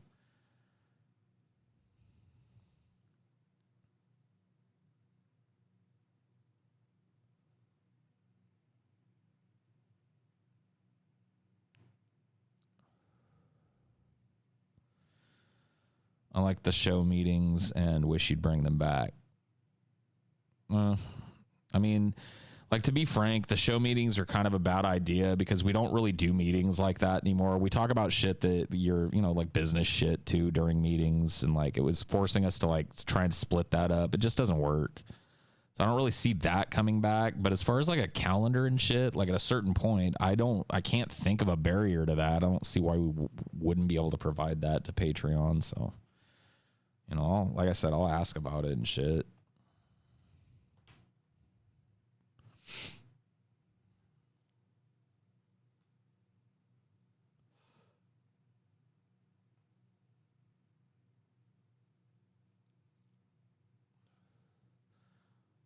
Dune Chapter House was a book I read. I need a dictionary like once for every page. Well, I would start with Dune. Like if you've started with Chapter House, you're literally reading the last book. So I would go and read Dune first, and maybe that would alleviate a lot of your confusion.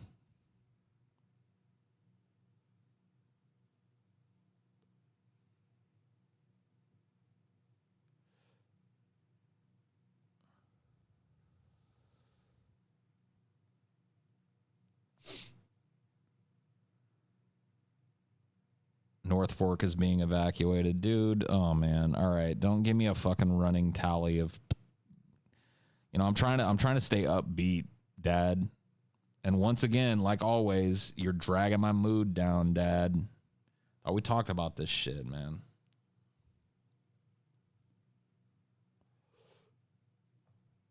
Is it too breezy in here for me to blow a smoke ring? Nope. Do you think the new Batman has a chance of reviving the DC universe? Maybe, if it's good.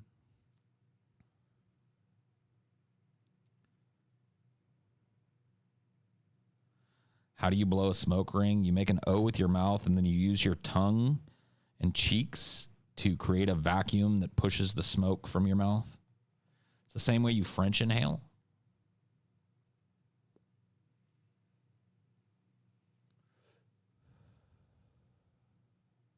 Takes practice. Not necessarily no wind at all, but it must be a relatively still environment. Like I got a fan going that you guys can probably hear when my voice cuts in as like a little bit of artifact noise behind me. You look so cool and sophisticated with you when you smoke. I don't think so, but like, you know what I mean? Like that's one of the things that makes smoking hard is once you've spent so much time with it, like you look like somebody in the movies smoking, you pick up little tricks and shit. And it's like, it becomes like part of the way you present yourself. Smoke rings are easy. I agree. I'm not claiming there's some big fucking trick. What program do you use to stream with? To stream. So we're using OBS, various versions of it. Like right now I'm streaming on just OBS 2110, the 64-bit Windows client. TJ uses the Streamlabs OBS hybrid so that he can put Streamlabs up. So yeah, we're using Streamlabs right now. We've tried several different types of streaming platforms, ranging from ones you've probably heard of to ones you haven't. I can't remember the names of all of them now. In the early, like the first year of the show, we had a lot of problems, man. A lot of technical issues. I know we still do. It's still a struggle, but just in terms of like, how the fuck do we record this? How do we do this? What the fuck? And we went through a ton of fucking different platforms and ways of recording and streaming the show, and OBS is the one that we ended up landing on.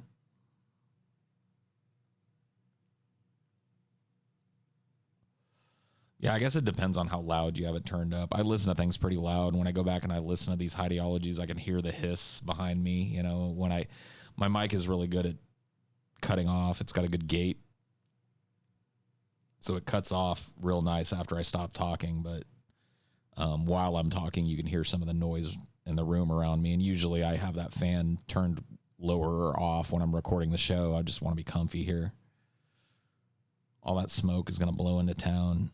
Dude, just stop, Paul's dad. I'm going to, like, seriously, you're bringing me down, dude. I'm going to mute you for 300 seconds. You ain't above the law in here, bitch. I don't want to talk about my fucking childhood burning, okay? Can we move on to a different fucking subject?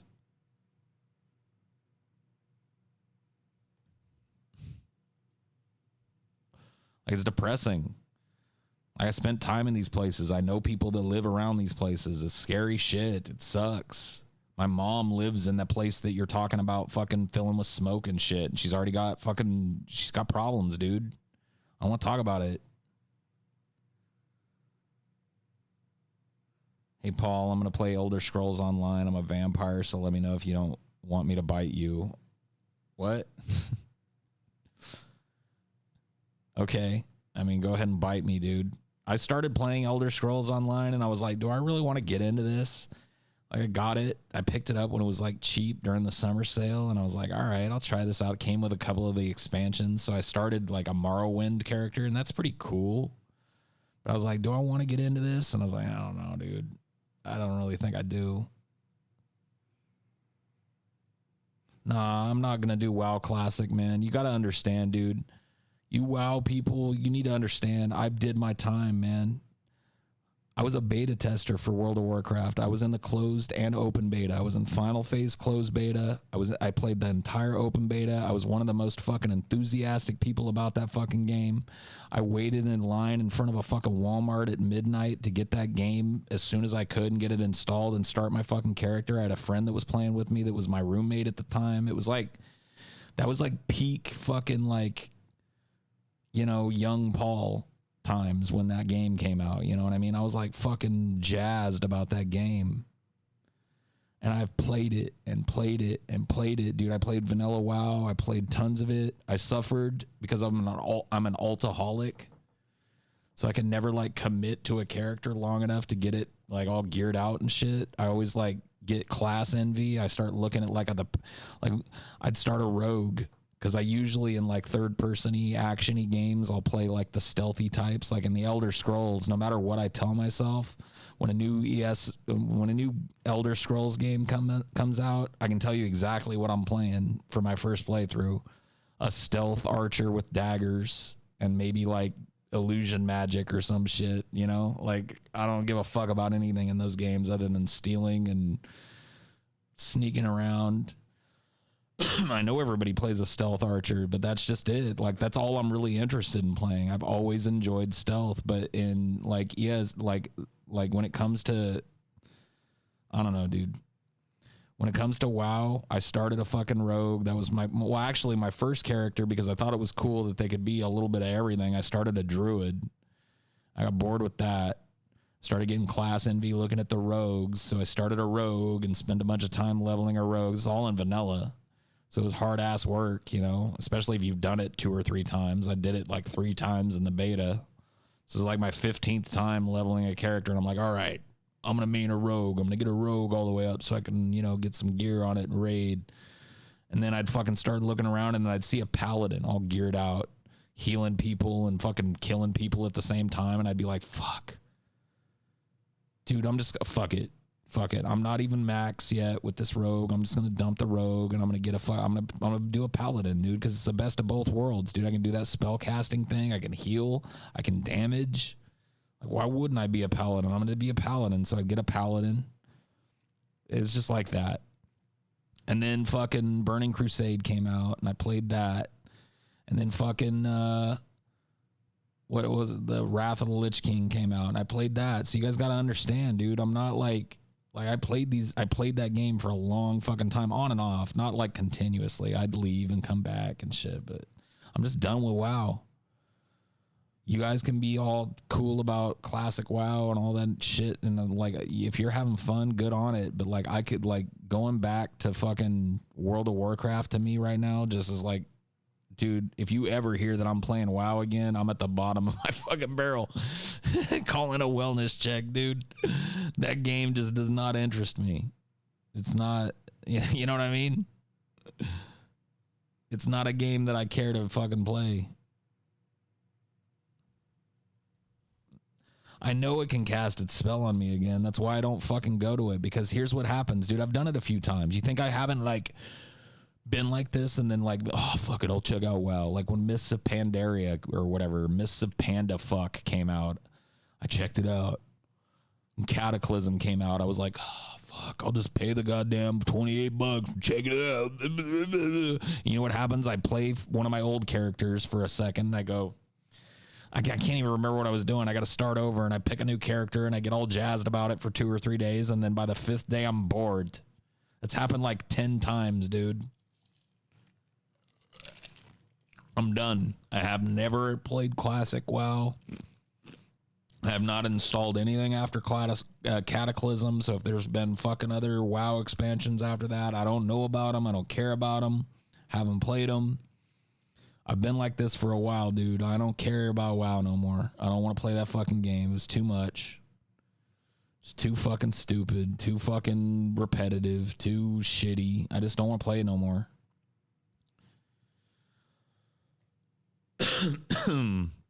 Paul, that bit you did where you're playing WoW and arguing with your dad about getting a job was fucking hilarious. Yeah, I know. I mean, every funny joke has a hint of reality behind it. Let's put it that way. I got harangued like that by my dad, not about WoW, because I was a grown-ass man when WoW came out, but, Ultima and StarCraft. I played a lot of those games, and I got harangued by dad about how I was never going to fucking amount to anything or whatever. And how, like, he would tell me to get off it right now. And I'd have to explain to him that I can't because my character would persist in the world and somebody would kill me and steal all my shit. And he'd fucking look at me like I was a loser and tell me to fucking go fuck myself and threaten to unplug the thing in 15 minutes or whatever if I wasn't off it. And then I'd run as fast as I could to get to a safe place.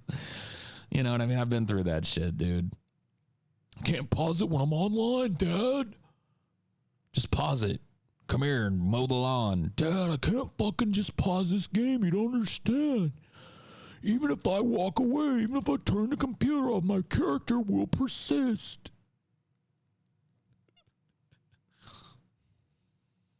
And then he ended up getting hooked on that shit. See, that was the fucked up thing about my dad, is we had enough in common. Like, he became a gamer for a while, and I had to compete with him for gaming time, which sucked.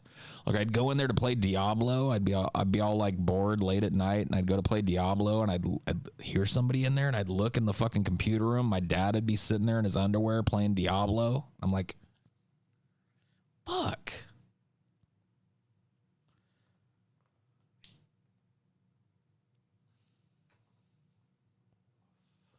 I've never played a more grindy game in my life than what? Diablo or WoW? Yeah, Diablo 1. I'm talking about Diablo 1, dude. I'm talking about the OG. My favorite Diablo, by the way. That's a controversial opinion, but I'll stand by it. That's a great fucking game. Then they kind of turned it into like an amusement park type of game. It wasn't all that scary anymore. Diablo 1 was legit scary. That's what I miss about it. You should just play something like Doom, Paul. So start beating the shit out of demons. Yeah, I mean, I haven't got the new Doom. I've played a little bit of the old, like, 2016 Doom, and I enjoyed it enough. But, like, first-person shooters are another thing, man, that I got to tell you. I've played so many of them that if that's all you're bringing to the table is that I can shoot a gun and other things will die, and I can peek around corners and shoot at something. Like, if that's all the game really is at the core of it, I'm probably not interested in playing it anymore, dude. And that's not to say anything wrong about people that play FPS or whatever, but you got to understand, I've been playing that shit since Wolfenstein. I was in the fucking, like 4th grade or something when I played Wolfenstein on an Apple IIe. All right, I've been down the FPS rabbit hole. I played all those fucking foundational games. I played Halo. I played all that shit. I played Postal. I haven't played fucking 3 or 4 or whatever the fuck, but I've literally played most of the foundation. Quake, Doom. Like, I was huge into Quake 3 Arena, Unreal Tournament. I played all these games, dude. I've been down the fucking, I just can't, I don't know, dude. I just don't get down like that anymore most of the time, unless the game brings something else. Like, if it's a first-person game like Cyberpunk is supposed to be, but with these upgrades and these different ways to tackle things, I'm going to be all into that, right? But if it's just a straight-up, like, hallway shooter / military shooter, fucking, big man run in with grenade launcher, boom, boom, truck blow up, like, trust me, dude, I've experienced that so many goddamn fucking times in my 40 years. I don't need it.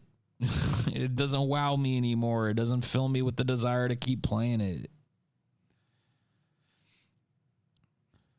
Paul would love the story and villains of Mass Effect 1 and 3. I mean, I love Mass Effect. That is like, I mean, I don't know if I've said that before and you're just being weird and like pretending that you haven't heard it or whatever. It's not something I wear on my sleeve, so maybe you just guessed right. But dude, I've played through the original Mass Effect probably 10 times. Mass Effect 2, great. Mass Effect 3, ultimately a great game. The original Mass Effect trilogy, I'm in love with those games, dude. Genuinely love them. I love them because of how much they reminded me of fucking KOTOR. It was like Knights of the Old Republic, but in a new setting and an interesting one. You know what I mean? That wasn't all tied to Star Wars, which had gone to shit by that point. You feel me? Like that game, I love those games. I would go back right now and play through Mass Effect 1 happily and do all those fucking side quests again happily. And go through the whole fucking story, even though I know what's going to happen, happily. Because that game is just one of those games, dude.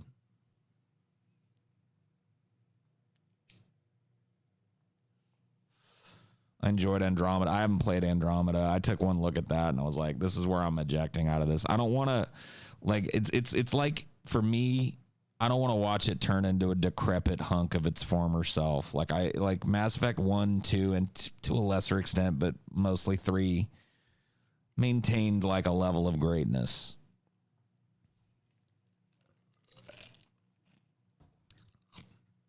Battletoads. Yeah, dude, a Battletoads beat 'em up would be dope. Sorry. Oh, man. I'm getting down to the end of this J, and any smoker will tell you that those are the harsh hits. J starts to get harsher as it starts to shrink. You know what I mean? Okay. So a lot of people will ask you this question, and Coolman, I know, and look, a lot of people might fucking bullshit me. I beat the turbo tunnel when I was a kid. I sat there with my friend, John, my best friend ever when I was growing up. And whatever year fucking, like, I was probably 7 or 8 years old. So I would guess from that fucking Battletoads came out around 86 or 87. We didn't get brand new games back then, but we sat down with that fucking game in the 90s. Okay. So we sat down with that fucking game and we beat that fucking turbo tunnel, dude. It's a memory. Yeah, it's basically a memory game. Like, you have to memorize the different sections of it and then do them enough to where it's like almost automatic, and then start memorizing section 2. And then you get that down, and then you get to section 3. And if you can do all 3 of those, you win. The problem is that even getting through that, you know, even getting through it just once, you lost enough lives by fucking up that the next level is impossible because the difficulty spikes after the fucking turbo tunnel. So it's no longer just a beat 'em up, smash 'em up type of game. Like, really, that game is pretty brutal. Like, the first level, it's like the first game with a tutorial, but it doesn't tell you that it's a tutorial. You know, it just drops you into the game world and you start beating ass on all these little rats and these big machines they're driving, and you're like, fuck yeah. You pick up the machine's leg and start beating rats over the head with it, and you're like, fuck yeah, I get this game. I'm gonna kick this game's ass. You know, I'm just trying to put myself in that kid place again. You know, that's how kids think about it. And then all of a sudden you're on that zip line and you're like, oh fuck, why did I get hit? Fuck, I died. Okay, all right, I got like 3 more lives. It's cool. All right, oh, I turned into a wrecking ball. All right, fuck you, motherfucker. Yeah. Oh, this is still, you know, you go through that, which is in itself, in comparison to that first level, pretty hard. And then you get the turbo tunnel and you're just like, like, what do you want me to do? Like, what are you doing to me, game? Like, Battletoads was really the first Dark Souls game, if you think about it. It was the first Souls game. Like, why has that never been said in the gaming community? There's a spicy gaming take that I'll defend to the death, dude. Fucking Battletoads, the original Battletoads for the NES was the first Souls-like in existence. Talk about just like throwing you into the blender and never letting you escape from it, dude. It's the same shit.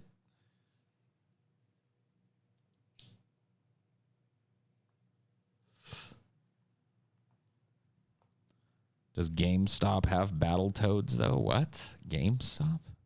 Hey, Paul, this will be off topic, but how would you feel about reading my writing, trying to get out of my bullshit job and follow my dream? And I played Diablo 2 as the Necromancer. Oh, okay.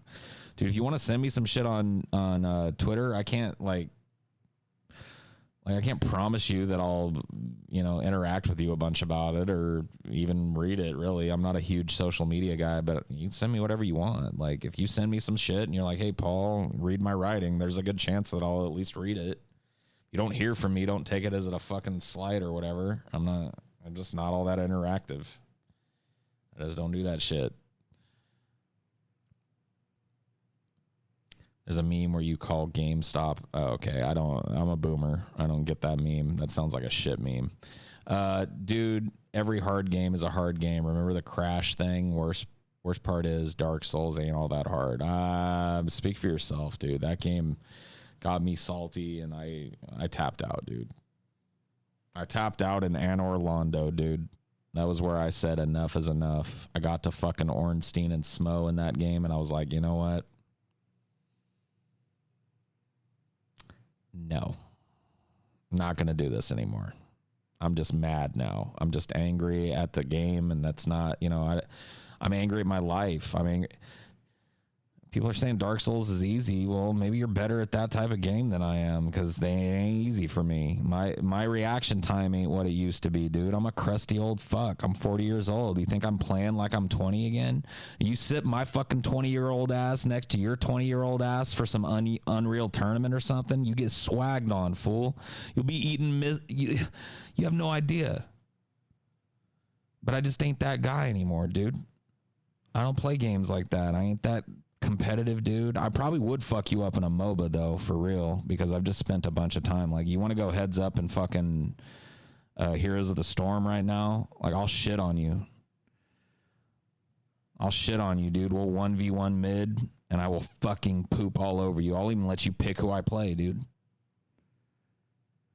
I will talk shit about that.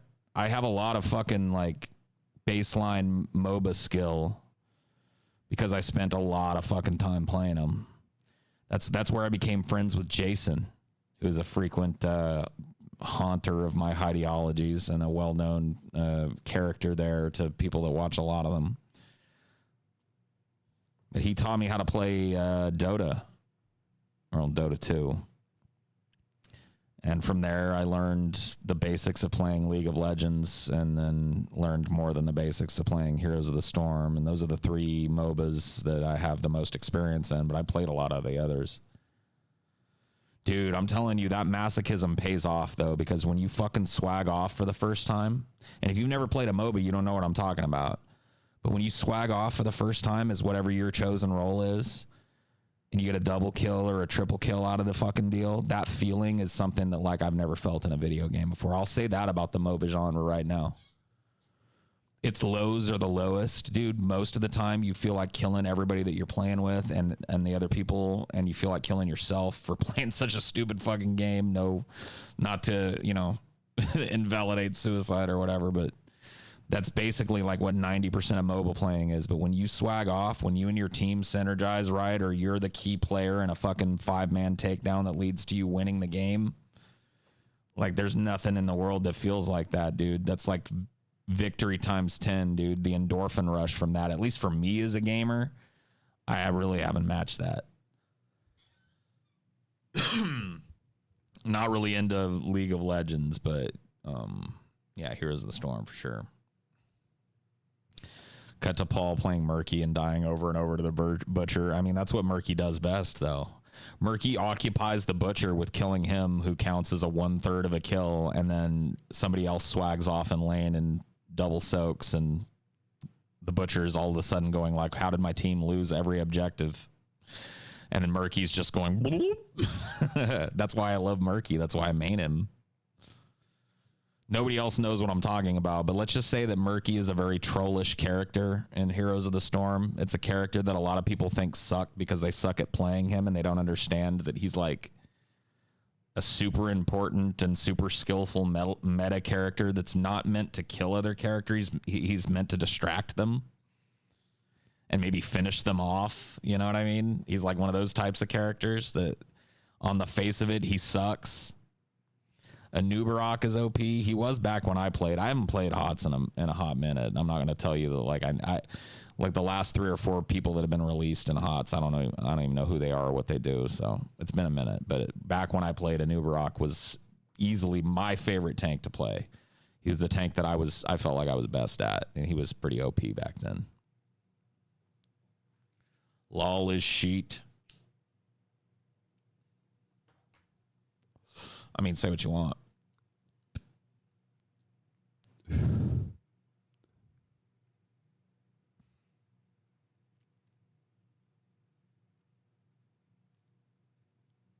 I'm playing Imperious. Oh, okay, so he's like the big Fire Angel tank guy. Like I've watched some people, like I watch like certain people that play hot, so I've seen the new characters, but as far as playing them, I haven't. Fortnite, not my type of game. Like I told you guys, this shooter shit doesn't fucking enthrall me the way it does some of you. That not saying it's bad, not saying it's good. I don't want to start the Fortnite wars up in here, but let's just, well, you know, while the topic is on video games, like, you know what I mean? For the record, Fortnite ain't my shit. It's totally true, though. I can beat every Souls game level 1 without dying, but never beat Super Mario Brothers. Yeah. And I've beaten Super Mario Brothers so many times I've lost count. I beat the first 3 Super Mario Brothers games so many times I've lost count. Like, those types of games are very easy for me to play because they have a certain style that I grew up doing a lot of playing. Like, that type of play is imprinted on my brain, whereas the type of play in a Fortnite might be imprinted on the brain of somebody who spent their formative years playing Counter-Strike, right?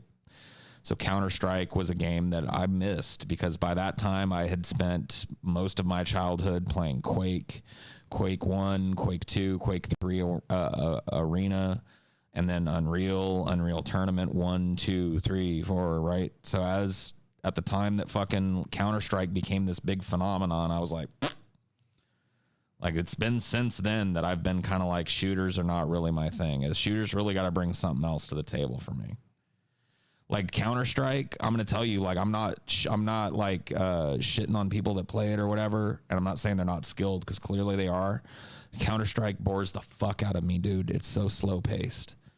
And knowing that my home base is in the fucking Quake 3 Arena / Unreal Tournament zone, you should know a lot about what kind of fucking first person shooter I was good at playing.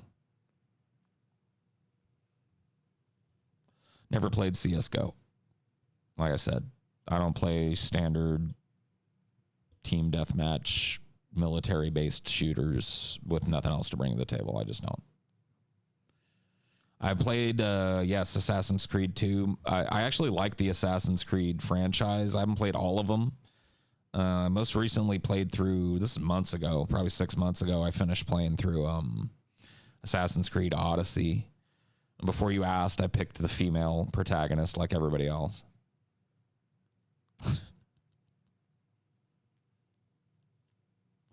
Odyssey was good, but it really was my own play style that fucked me on Odyssey. I have a play style in open world games that includes being very anal about checking every little place and every little nook and cranny and doing every available side quest and checking out every little map marker and all that shit. And Assassin's Creed Odyssey took me an insane amount of time to finish. And I literally finished that game out of spite. And started skipping shit too.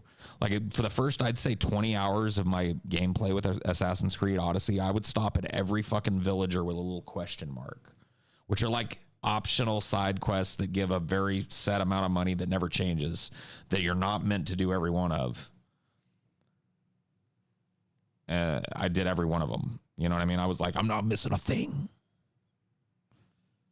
And by the time I was done playing Assassin's Creed Odyssey, I was so sick of the fucking game. I was sick of playing it. I did it literally out of spite. I was like, I'm finishing this fucking game. But once it's done, it's done. I'm never going to play it again. And then it had the balls to like to throw me directly into my New Game Plus without even a pause screen. And I was like, fuck you. I'm not New Game Plus. Are you fucking kidding me? I literally spent like 70 or 80 hours in this fucking game of my free time getting every fucking possible thing that I could. And you think I'm going to jump like not come back and do a New Game Plus, but literally like after I finish it, I'm going to go, oh yeah, let's start New Game Plus. It's like, well, what kind of sociopath made this fucking game? I hammered the fucking quit button as fast as I could and I haven't touched it since.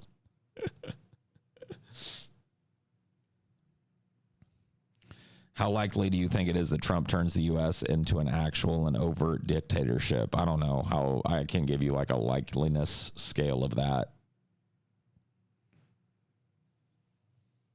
Sorry, I probably alienated 90% of the people that were in here with all this video game shit. I forget that like video games are like anime. Like basically gamers are basically weebs. And I know there's crossover, but like gamers think that they're like somehow in this hierarchy above weebs. But when it comes to like average people, they don't want to sit and hear us talk shit about stupid video games they don't play. Just as much as I'm not trying to sit and hear about some anime I'm never going to watch. You know what I mean? So I probably chased away most of our fucking patrons with that bullshit.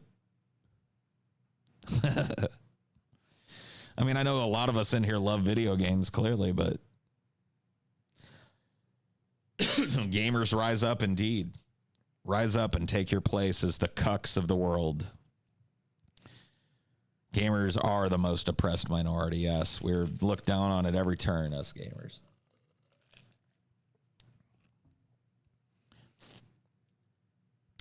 We live in unprecedented times. You can't predict anything at this point.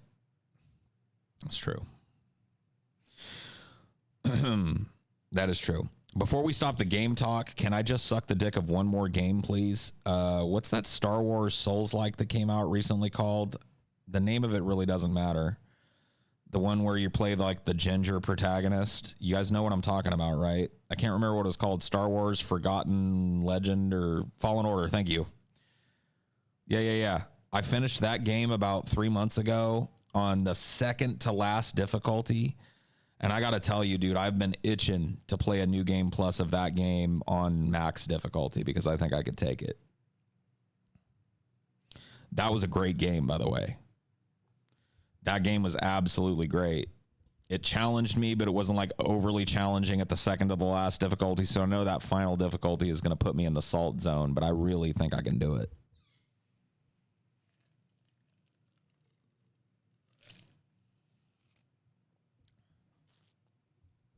Yeah, I didn't buy it at full price, dude. It went on like a pretty deep sale on the Steam summer sale or whatever. It was like, I can't remember what I paid for it. It was probably like $14 or $15 or something. I'm also a very patient guy. Like when it comes to games, like I'm not one of these dudes, unless it's a very few franchises. I'm not one of these dudes that needs to play a game on day one.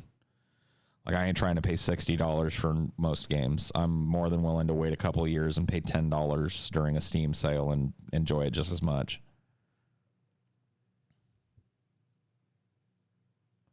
Your Hellraiser video was really fucking good, dude. Well, I'm glad because I spent a really fucking long time preparing, researching, writing, and editing and shooting for it. So I'm glad it was really fucking good. That was easily the most time I've spent on a single thing in my internet career. So I'm glad that the effort paid off.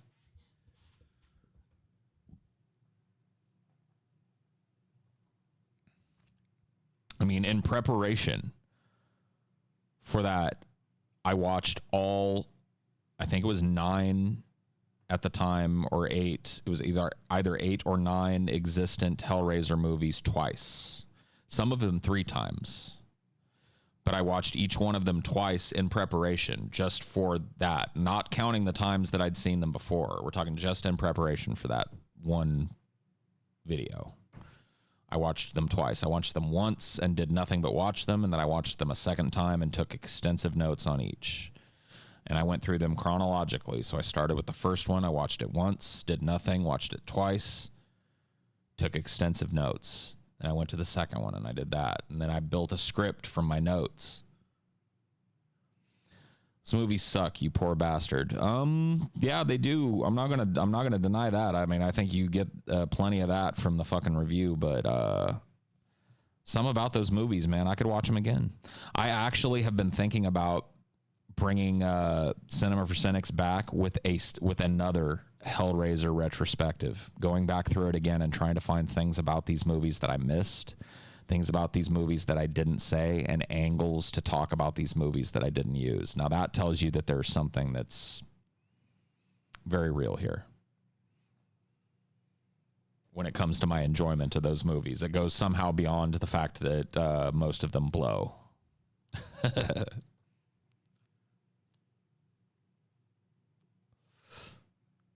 But it would be the same shit. I would have to watch them all again. Watch them all again. And then watch some of them again. And incorporate the new one that's come out. And possibly by the time I do this, the new one that's coming out. So yeah, it's, you're talking about a project right there. Do you get discouraged by not getting enough views? You'll have to suffice it to say that like Cinema for Cynics may come back. In fact, I'd be willing to tell you that it's probably likely that it will come back. Why I stopped doing it has a lot to do with why there's so much content otherwise. It was something that I knew that to operate on the level that I needed it to, I would have to spend most of my time dedicated to. And I believed more in Deep Fat Fried and its kind of spin-off subsidiaries than I did the channel. And so I made the choice to devote my time where I felt it was needed most.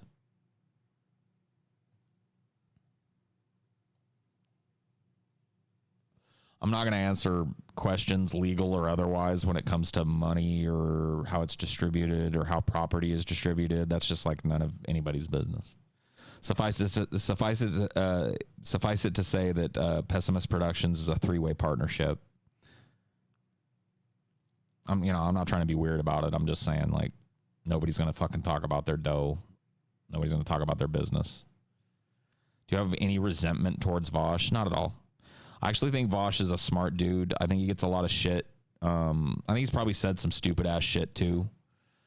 But who hasn't? Like, I've said some stupid ass shit, so I'd be pretty hypocritical standing in judgment of it. I think he's a pretty smart guy. I think he gets a lot of shit he doesn't deserve. I also think he gives a lot of shit that other people don't deserve. I've got my bones to pick with his ideology and his personality and his modus operandi and, all that. But when it comes down to it, I think he's a pretty smart guy. Like, I enjoyed the conversation I had with him, at least most of it, until when I think it became very wearisome for both of us. And I think that led to just more kind of like sniping and bickering than actual conversation. And I kind of wish that we'd been able to avoid that and continue going down some different kind of path. Like, I really enjoyed how we started the conversation talking about transhumanism, talking about far future possibilities for, capitalistic free societies and how things would be distributed and what would be possible in those societies, etc. I thought that our talk on that was way more fruitful and way more interesting than us bickering about whether or not I should spend my Louisiana vote on Joe Biden. You know what I mean? Or whether I should pretend I'm doing so for my fucking fans or whatever it was he was trying to get across from me. Like, I'm just not willing to take that step, dude. I'm not going to sit in front of you guys and be like, whatever, I'm going to do Biden. I'm riding with Biden, whatever. I hate him. TJ's chosen to do that, and that's cool. That's his choice. I'm not saying it's good, bad, or otherwise. Maybe I'm wrong. Maybe I'm wrong. Maybe I'm the one being stubborn and stupid about it, but I just can't. Like, I got principles, and when it comes to politics, especially, I got principles that I just can't step on it, dude. Not personally and not privately and not publicly. I just won't. You came off a little aggressive. I'm sure I did. I think it's fair to say that so did he. Maybe you don't feel that way. But I feel like that right around the same time when we got to that subject, it became wearisome for both of us because I think he's heard a lot of people say the same shit that I'm saying, and I've heard a lot of people say the same shit he's saying, and I just don't think we were going to agree on that topic. So my interpretation of events is, and I'm not trying to claim I did great. I don't think I did. I think he probably did better on his turf than I did when it came down to it. But I think that at a certain point, once it reached this riding with Biden, harm reduction, blah, blah, blah, blah, blah, I feel like it became wearisome really quick for both of us. I feel like we both got aggressive, and I feel like the talk just didn't have the same quality as it had. I'd be willing to talk to the dude again, although I wouldn't consider it an occasion, you know what I mean? Like I did the first time. I'd want to try and just have a talk with the dude and hope that we don't get mired in this stupid shit. So I'm thinking that maybe after this election, presuming that transitions smoothly one way or another. Maybe we can get together without that looming and have some fucking fruitful leftist conversation. I mean, he's claimed on his Twitter, he made a tweet the other night, fruitful conversations only. I'm tired of arguing with leftists and shit. And then, hey, if he felt that way, I'd be cool with talking with him now. Because, I think that really the only thing that we'd have to avoid politically talking about that would lead me to an argumentative state, and probably him too, would be this riding with Biden shit. So we could talk about any other aspect of leftism or organized labor or whatever the fuck he wants to talk about. If we stick away from this riding with Biden bull honky, I don't think we'll have anything. I don't think the chances of us going at each other like we did is very high. I've never studied George Orwell. I've read his book 1984 several times, including for the first and probably most consequential time in high school. It was on the AP English reading list in my high school days, and so I was exposed to it through that.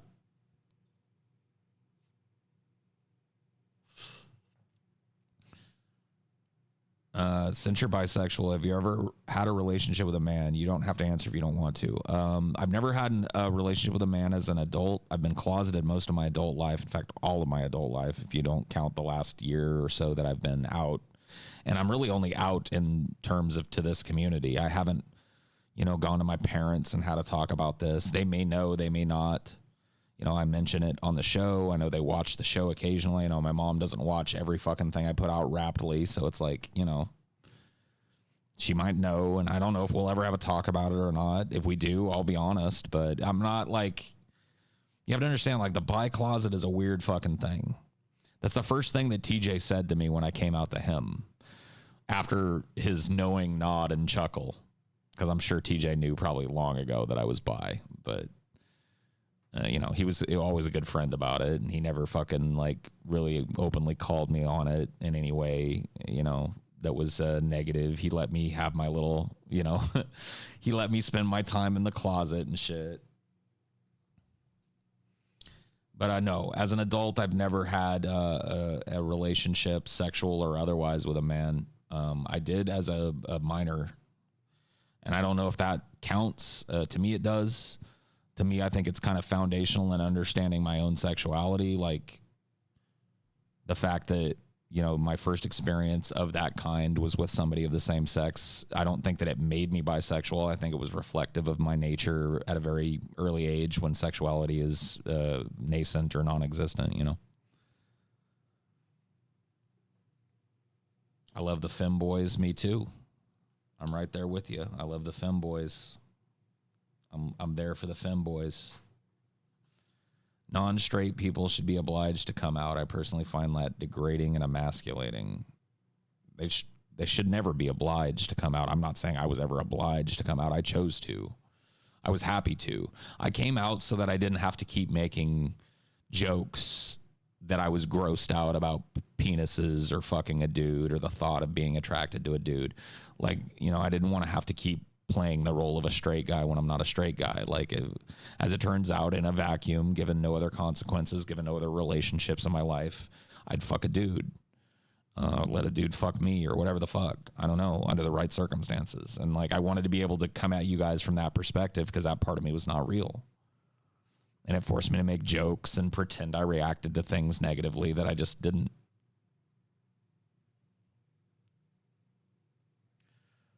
There's a good chance I'll live my whole life and never have an experience with a dude in my adulthood. And I'd be fine with that. Like, I'm not burning up inside with this desire that's unfulfilled for dudes. That's the weirdness of bisexuality, I think. It's like, if the opportunity knocked and the timing in my life was right, like I said, given the other circumstances and shit, I was single or whatever the fuck, and a dude who I was attracted to fucking came on to me, I'd probably fuck him. Just hasn't happened. And that's largely my fault. I've spent most of my last, let me do the math on this shit, 22 years, give or take. Well, no, it's got to be more than that. Let me think about it for a second. No, it's about 22 years in long-term relationships with females, women. So, monogamous relationships. So it's like, what are you going to do? or at least theoretically monogamous relationships. I won't claim that every one of them was, but there was theoretical monogamy involved in each one of them. Broads, dames.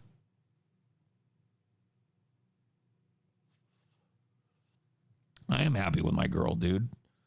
Thank you for being happy for me. I feel very lucky. Very fucking lucky.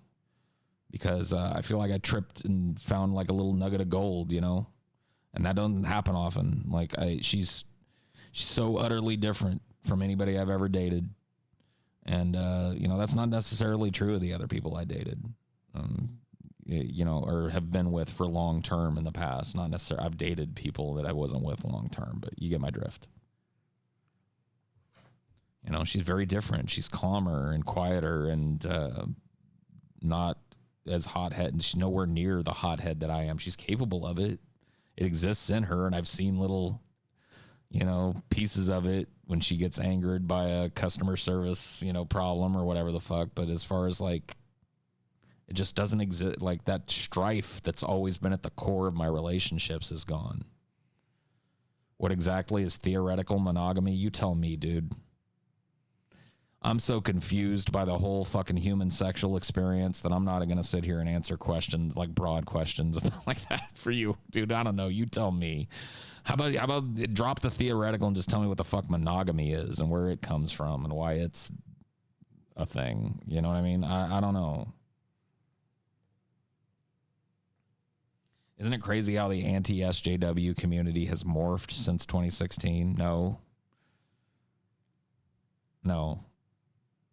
I mean, I'm not going to, like, I don't want to call people out because there's a lot of people in that, including TJ, you know, that have changed. And some of them do it for, you know, I'm not saying that every single one of them, but like, there's a lot of grifters, dude. A lot of the people that have quote unquote changed. And I exempt TJ from this, and maybe in a flawed way because I'm his friend and his coworker. But I think that bears out in his fucking content. I think that he's explained exactly why he's changed. But I think there's a lot of people that, like, if back in 2015, if they'd licked their finger and put it up in the wind and the wind was blowing harder towards the SJW side of things, they'd have been right on the SJW train then. That ended up being alt-right people. Names like Worski and Garapay and all this shit. People that rode the red wave, you know what I mean? That have some have stuck to their guns and some have, you know, decided they're going to reinvent themselves as a more woke version or come to the middle or whatever the fuck in response to the changing social climate and shit. And like,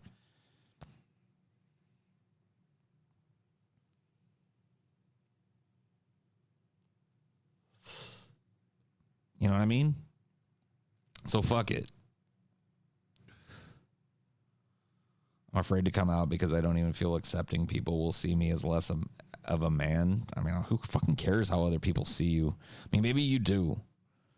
If I, you know, like to a certain extent, I guess so do I. But like when it comes to them having shitty opinions that are just like something you don't have control over, like, oh, Paul's a fucking faggot, Paul, blah, blah, blah, blah. Why would you give a fuck about that, dude?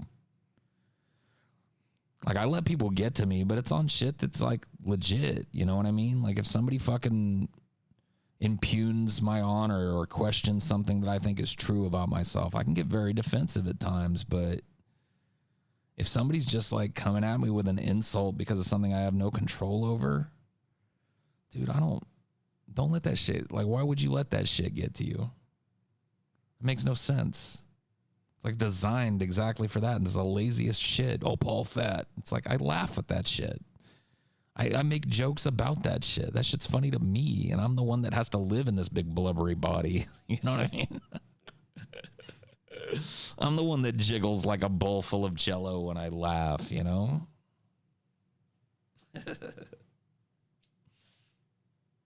What am I supposed to do? What do you want from me? Oh man, dude, this Jay has been an experiential experience.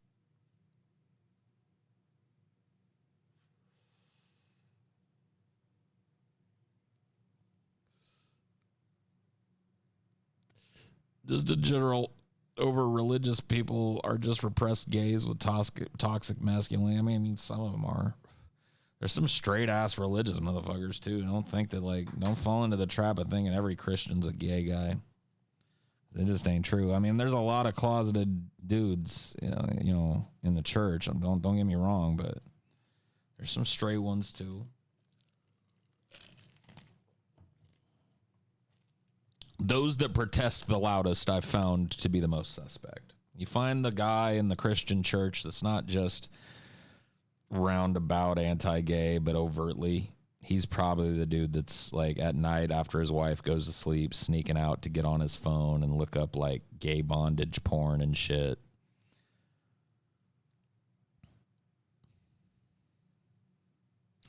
Paul, I'm so happy for TJ. I've seen him lose this much weight in a while. Yeah, dude, he's I think he's really committed, dude. It's hard to tell with TJ. I haven't been in the room with him in a while, and I think that if I were, he could tell. I think both he and I are doing a good job. I've lost a lot of weight. I'm wearing a shirt right now, this LV 426 shirt that I didn't wear for the longest time because my big fat titties and gut and shit made it like right up. It's like now, like, look, dude, I still got like big fat titties and I've still got a gut and shit. I'm not claiming that I'm fucking skinny, but I've lost enough weight to where like the clothes that I own now fit me and are kind of like loose. Like, look at this shirt. Like, this was a shirt I couldn't wear because it was so like this 3 months ago or 2 months ago. It was like this, and I would just be like, just move past that in the closet. And now I've got it on, and I'm just sitting here, and here it is, So, like, we're both making good progress. And I'm happy for both of us, dude.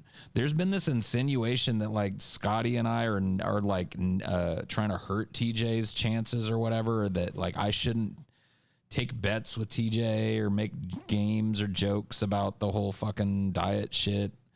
And like, really honestly, like behind the scenes, we don't. Like, I tend to be pretty fucking supportive of TJ. Now, if TJ lies and I know he's cheated or something and he's lying about it, I'm going to call him out in private and in public, but that's that's what a friend's for.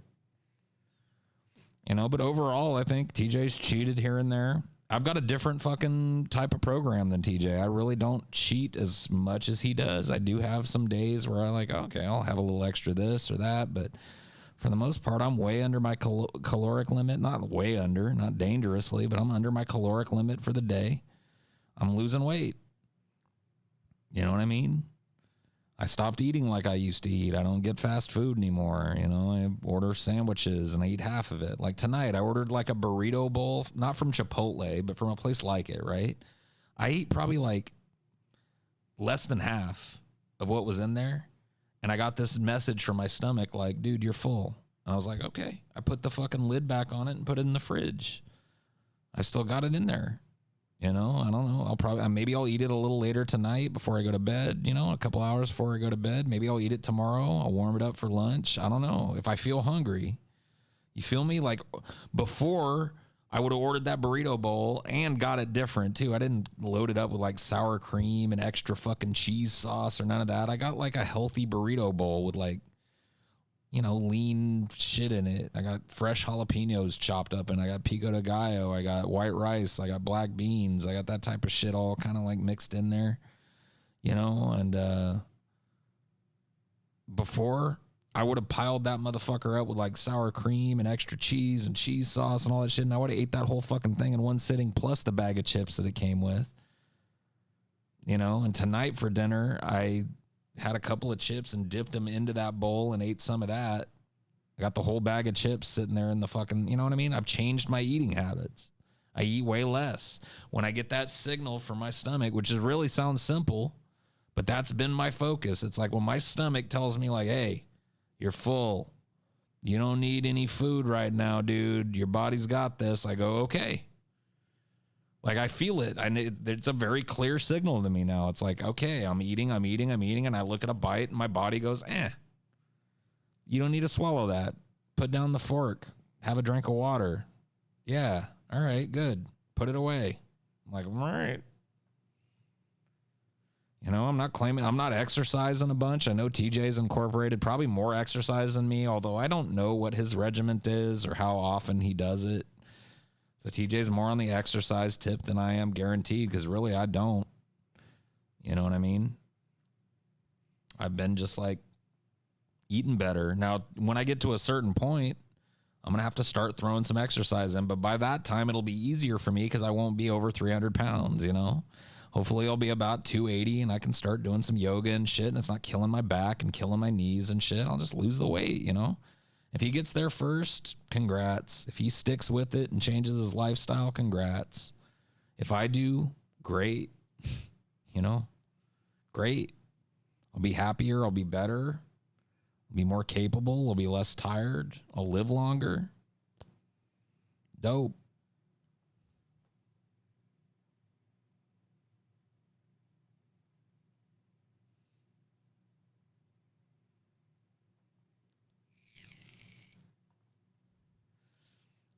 Well, I mean, I appreciate the well wishes and shit, but just know that I got it. Just know, like, look, if I show back up and I blimp back up, don't judge me for it. It's just a fucking thing. I'm doing my best. Maybe I'll, get down to a healthier weight this time and be able to maintain it and find like a happy medium. Maybe I won't. I don't know, dude. I'm getting old. I'm getting tired of doing it. I know the clock is ticking, the older you get, being fat like I am, the closer you come to like having a fucking stroke or a heart attack or whatever the fuck. I know these things. So it's like, do I think I'll ever stop vaping? I'd like to. I'd like to stop smoking and vaping entirely, except when it comes to things that are herbal in nature. For sure. I'd love to throw my fucking vape right out the window right now and never take a suck on it again. But the truth of the matter is I'm a long-time smoker. You guys watched me smoke a couple of cigarettes during this fucking show. It's a presence in my life. I don't know what to tell you. I'm not going to become rail thin. I can tell you that. I'm just not built that way. I'm 6'1". I'm a pretty broad-shouldered dude, so I'm not going to be like, you know what I mean? If that happens, maybe I got a Chadwick Boseman going on too soon. Is it too soon to make a Chadwick Boseman? Oh, well, who cares? It's just a Patreon show. You guys can deal with it. If it's too soon, it doesn't matter. I'm joking. I want to make light of Chadwick Boseman's death.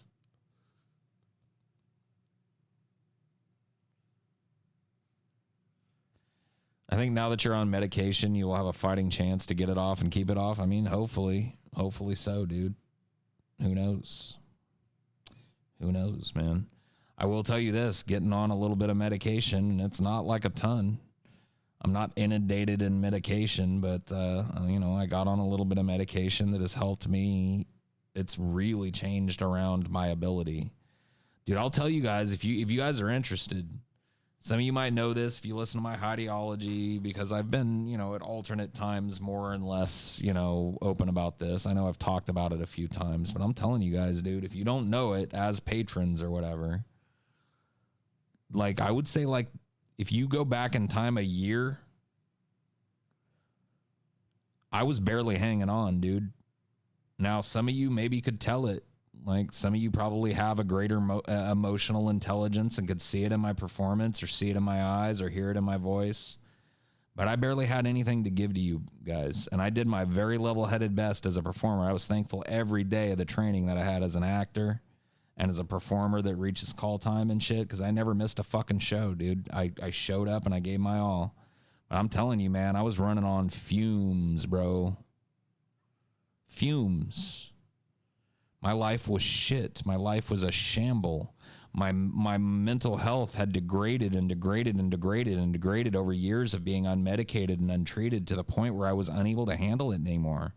And those of you guys that watched that episode that we did on the weird fucking psychological, like the, what are they called? The asylums episode, where we talked about all the weird, like I had a panic attack in the middle of that episode that led to me passing out and falling face first into a door in the studio. And when I woke up and the dudes fanned me off and got me talking lucidly again, I wanted to get back in my chair and do the show. And they were like, whoa, we did an hour and 45 or whatever it was, Paul. Let's just call it and get you home. That was from a panic attack. Well, that was adjacent to a panic attack. I also have syncope. I'm also a dude that has passed out a number of times in his life. It happens to me. It can be triggered by panic attacks. But let me just tell you that there are multiple episodes of the show, and I can't tell you which ones. I could go back and watch and tell you, oh yeah, this episode. There was a period of time of about 8 months where I had to fight off or had a panic attack during the filming of every episode. This is something nobody knows. I don't even know that, like, my co-hosts know this about me. Like, I've talked to them about it, but I don't know that they know the extent. There was about an 8-month period of time where my mental illness had gotten so bad that I was literally fighting a panic attack during a lot of an episode, or would go ahead and start to have one during the middle and end of an episode, or go into an episode already having one and try and fucking muddle my way out of it. And I did my very level-headed best to not let that affect my performance and my ability, but I gotta tell you, it did. And I was very lucky, dude. I was supported in my personal life. My girlfriend, you have no idea what she did for me during that time. She was literally my touchstone with reality while I was just going fucking out of my mind and just doing all of that shit. And I'm not trying to, oh, poor me. My job is cushy when it's compared to somebody that works a construction job or in a fucking restaurant or something. I ain't trying to act like but I'm just telling you guys, dude, entertainer to fucking person that pays for this entertainment. I had a rough go of it over the last fucking year, man. And I worked my way through a lot of that. And, I'm doing better now. And that should make, if you care about me and the show, that should make you guys happy, And now you know. It's not all fucking sunshine and roses over here. I'm trying really hard, guys. I'm giving you guys what I got and then some. I always do and I always will. Now, what that is changes. I can't help that, dude. I'm fucked up. That's the fucking truth, dude. One of the reasons you guys like me so much is connected directly to the reasons I am fucked up. I draw a lot of what you guys find funny and interesting from dark fucking things and places in myself and shit I've been through. And that's just the truth about me, man. And that makes me slightly unpredictable, but take solace in knowing that I'm at least a dude that's got training. I'm a trained fucking actor. I'm not no Broadway superstar. I'm not no movie actor, but I'm a trained fucking actor. I know what a call time is. I know what rehearsal time is. I know what being on time is. I know what deliverables are. And I know the meaning of the show must go on. And if you don't believe that shit, then you just don't know me. So believe me when I say I put what I got here. And I put it out for you guys. And I don't self-censor. I don't go back through episodes and go, hey, can we cut me out because I'm looking real fucking sketchy during this part because I'm having I just let it all hang. Whatever it is. Panic attack, no panic attack, fucked up, medicated, unmedicated, drunk, stoned. Who knows what the fuck you're getting when you get me, but you're getting me. That's what I can promise.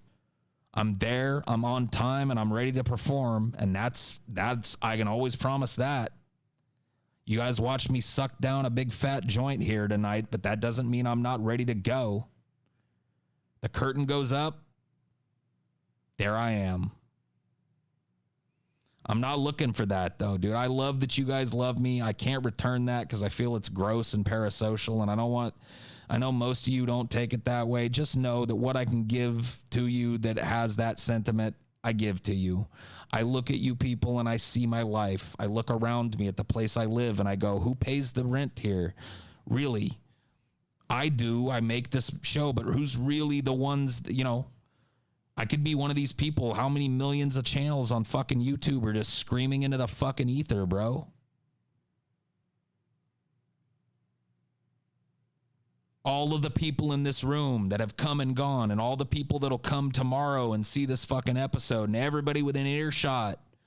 If you're a patron of this fucking show, if you've given a super chat to one of its subsidiaries, you have paid for this. So while I won't sit here and tell you I love you, because I don't, I reserve that for people I know in my personal life. And I'm sorry I draw the line there, but it's just, I have to. I will tell you that you guys you live rent free up here. You may pay $5 or $10 a month to see what you see here, and in some cases more. But you live rent free here.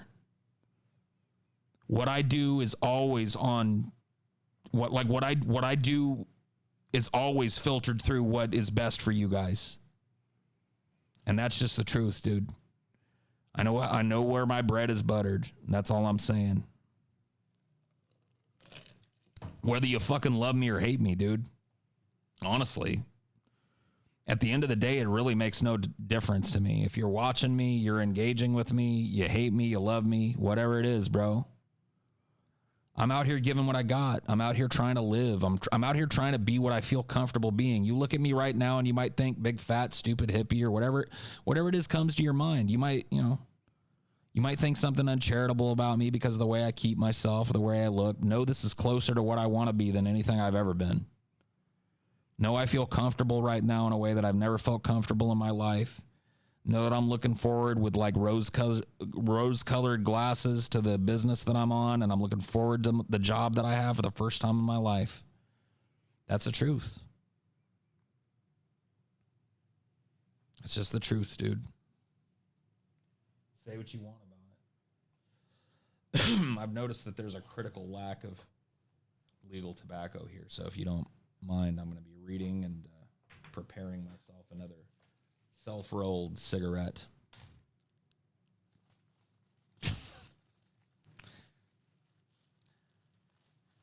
You can't leave it all on the table, bro. I mean, that's a misnomer. That's a good saying to live by, but it's like more of a, it's more of like a guideline than a rule. Not to quote Captain Barbosa. Oh, the pirate code. Those are more guidelines than rules. It's like, oh, okay. You get my drift, though. You have to drink again. You don't have to, but hey, dude, I ain't your daddy. You feeling like having a drink? You got access to that. As long as you're safe, I don't give a fuck. Go drink. I've done way too much drinking to be shitty and like. You guys got to understand, like when it comes to that type of shit, that type of judgment just doesn't live in me.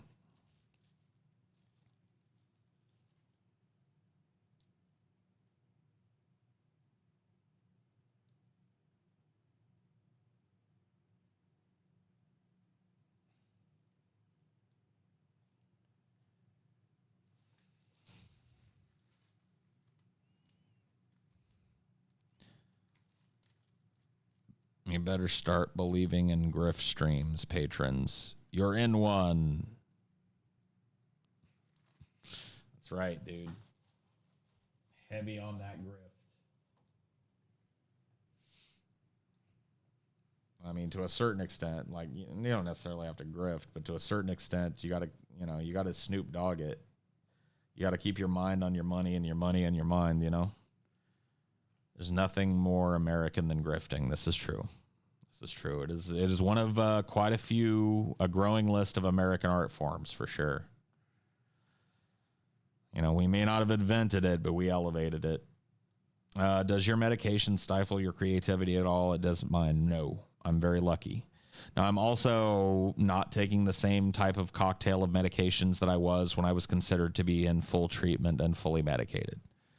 So I really don't like going into what my prescriptions are, and so I hope you'll forgive me for that. But let's just suffice it to say that I feel very lucky that what I'm taking now as a prescription for my mental health problems allows me access to that creative kind of pool, and doesn't hurt that, because I have taken things that really, are the opposite.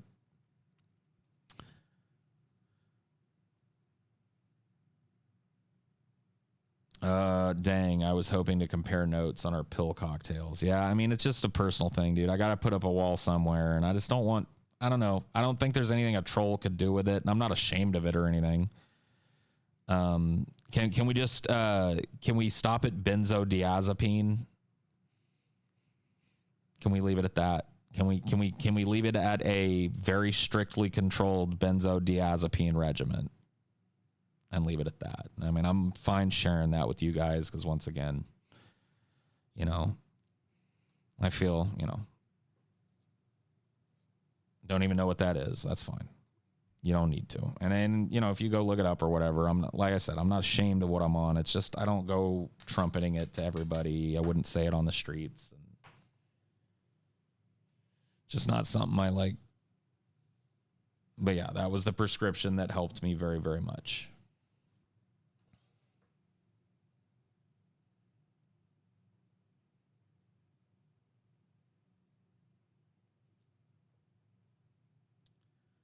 I know how to be safe with them. I've been on them for over 20 years, not on them concurrently, but for 20 years, they have been part of a treatment plan that I've been part of.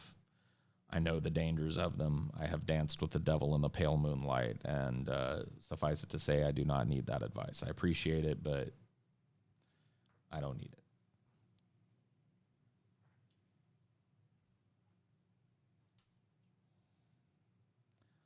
Thoughts on Baldur's Gate? Looking forward to the new one that's coming out. I played 1 and 2, enjoyed them, beat them very leisurely way. I didn't feel super compelled to do every side thing because a lot of it was just hidden. I liked that about the game. It wasn't right in my face how many things I was missing. I didn't have this big overmap with a bunch of question marks on it. It's like I could go here, I could go there. So I kind of, made some characters and made my way through both of the 1 and 2. And so I'm looking forward to the next one that's coming out. You got to get. All right, man. Thanks for chilling, Night Me. Drugs are a fascinating topic, sure. You can't find an acid dealer. I can't help you with that, man.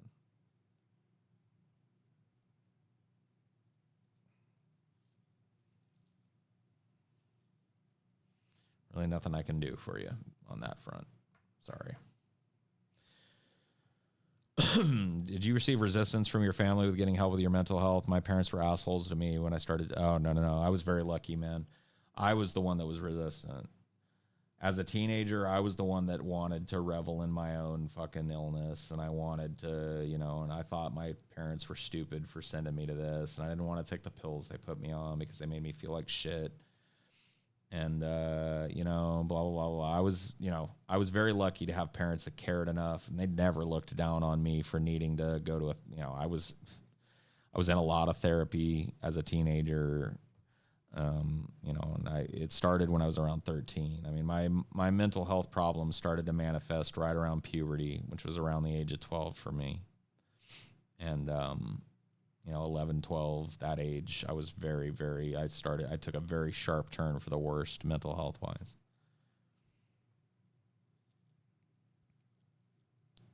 It was at sometimes carefully managed. It is now carefully managed. There have been times where it has been not managed at all.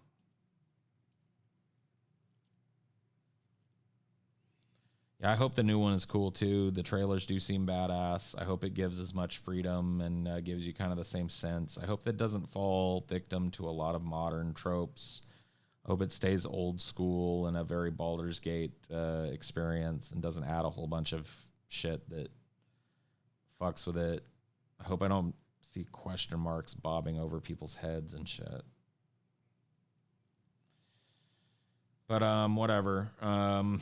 Maybe if they're gonna put that in, there's a switch I can turn it off. Maybe there's like a realism mode that I can play in. Because I'm not looking for a fucking World of Warcraft Baldur's Gate. And if it turns out to be that would suck. I'd be very sad about that.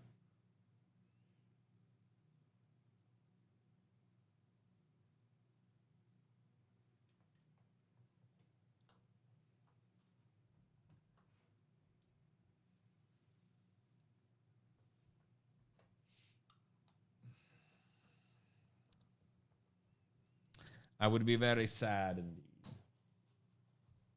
I see the new Batman trailer. I have seen the new Batman trailer, yes. It looks like promising, but I don't know. I don't get excited about superhero movies anymore. Another Batman reboot is about as fucking worrisome as a cloudy day to me, one way or the other. I don't really care. Maybe it'll be good if it's, good and enough people who I trust say it's good. Maybe I'll check it out. If it sucks, it'll be like it never existed to me. I don't really get emotionally invested in that shit anymore. I'm emotionally invested in Dune. And when that movie comes out, whether it's a fucking epic, unforgettable movie that changes movies forever, or whether it's a total fucking flop and a total piece of shit and a forgettable piece of shit, after that, there will be none. There will be no movies that I worship. No movies that I wait for. No movie that I run. You know, I don't play that game. I don't like doing that with movies. The only thing that makes me worried with Dune is the director couldn't be directly involved in the post-production due to COVID. That is true, although there are ways around that for sure. I mean, we live in a technological time, so patching Denis into the editing room should be very fucking simple. It should be very simple to screen share with Denis, you know, exactly what the editor is doing and where he's editing and allow him to take, you know what I mean? So hopefully I would imagine they're throwing every asset at it because it's very cheap to do that.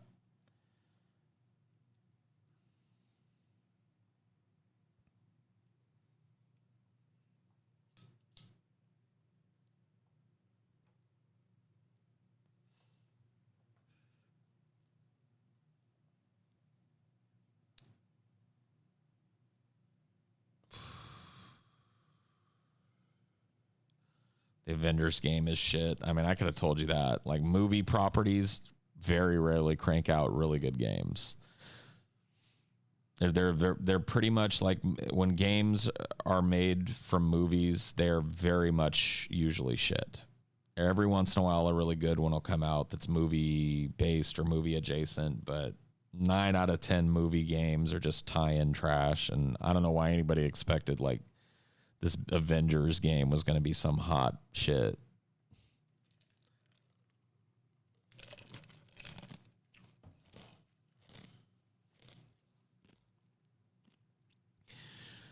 I haven't played it, but that recent open world Spider-Man game looked really good. I have played some of the ones that preceded it, and every once in a while they'll throw a Spider-Man game out there that's fucking pretty decent.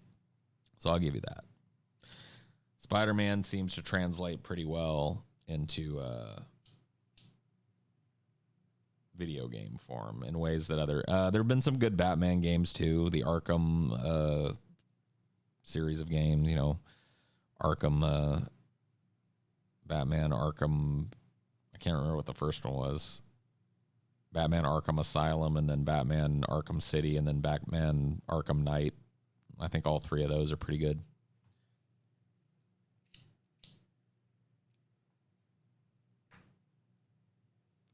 I haven't played Origins yet, so I liked the first one. I liked the second one. The third one was a bit like, okay, it's starting to get old for me, but I think I might enjoy it more if I installed it now. Like I think because it's been so long since I played the second one that I've kind of forgotten most of it, and I just watched a speed run of it that, you know, did it in under an hour or some shit, and I was like, all right, I kind of remember how cool these games were, so maybe I should throw, you know, I own it. Maybe I should throw Arkham Knight on there and try it again.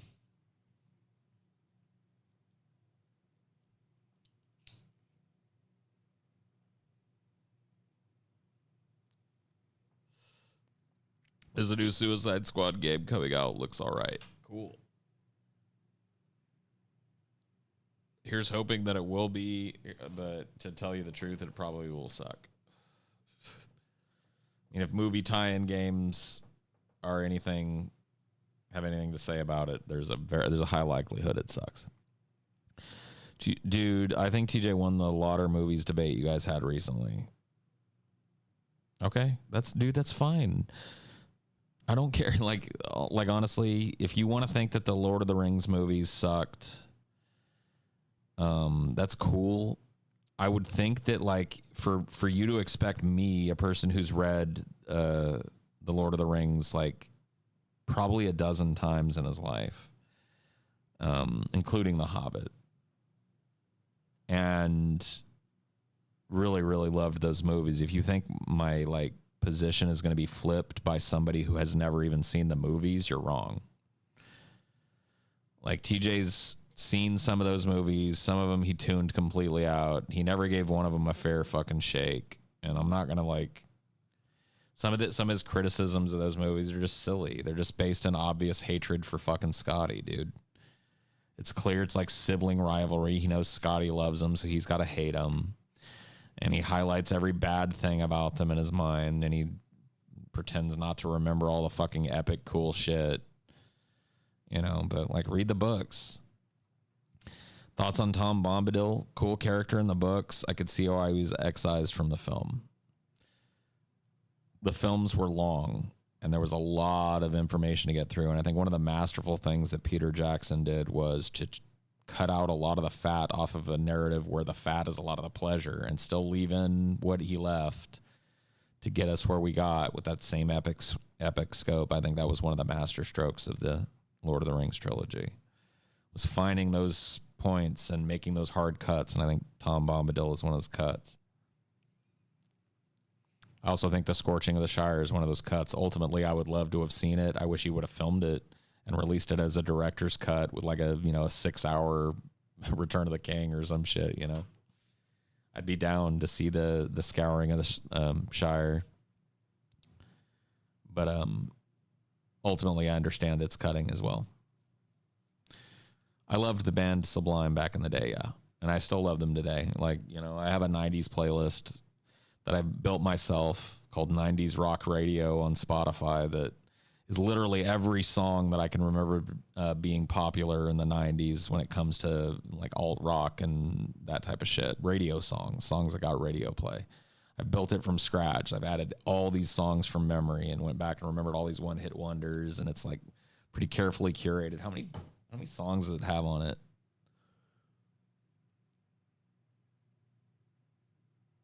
Let me pull it up over here. My 90s rock radio list.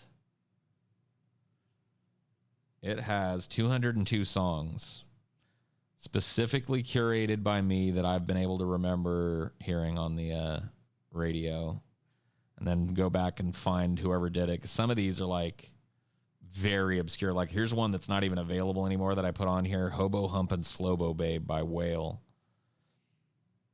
Which is a really that's like, dude, you don't realize how deep I had to dig to pull Hobo Humpin' Slobo Babe out, dude. That's like a trivia thing that I've always wanted to face off with somebody against on the show, but I've never met anybody that would be able to match me. Maybe Ben, but probably not Ben. I think Ben was more into like punk and shit during the 90s. So we grew up around the same time, but I don't know that he would have known the same. Cause like I've got like this encyclopedic alt rock kind of knowledge.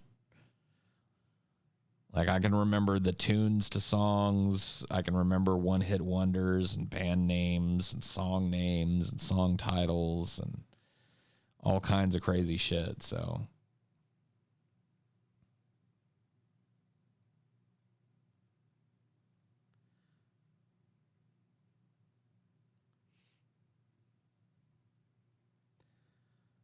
back in the 90s, I was on a very famous TV show. Oh, really? Which one, dude? Tell me which one, ice cunt. I want to know. I believe you, dude. I don't believe that you're trolling. Tell me which one, dude, in the 90s. Of course I like Popular by Nada Surf. You must wash your hair once every 2 weeks. No more than once every 2 weeks. That's a BoJack Horseman reference. Oh, sorry. Didn't know. Don't watch BoJack Horseman. I don't, sorry. Horsing around. Got it. I don't like you and your BoJack Horseman memes, okay? Can I just tell you right off the bat that I'm not a fan?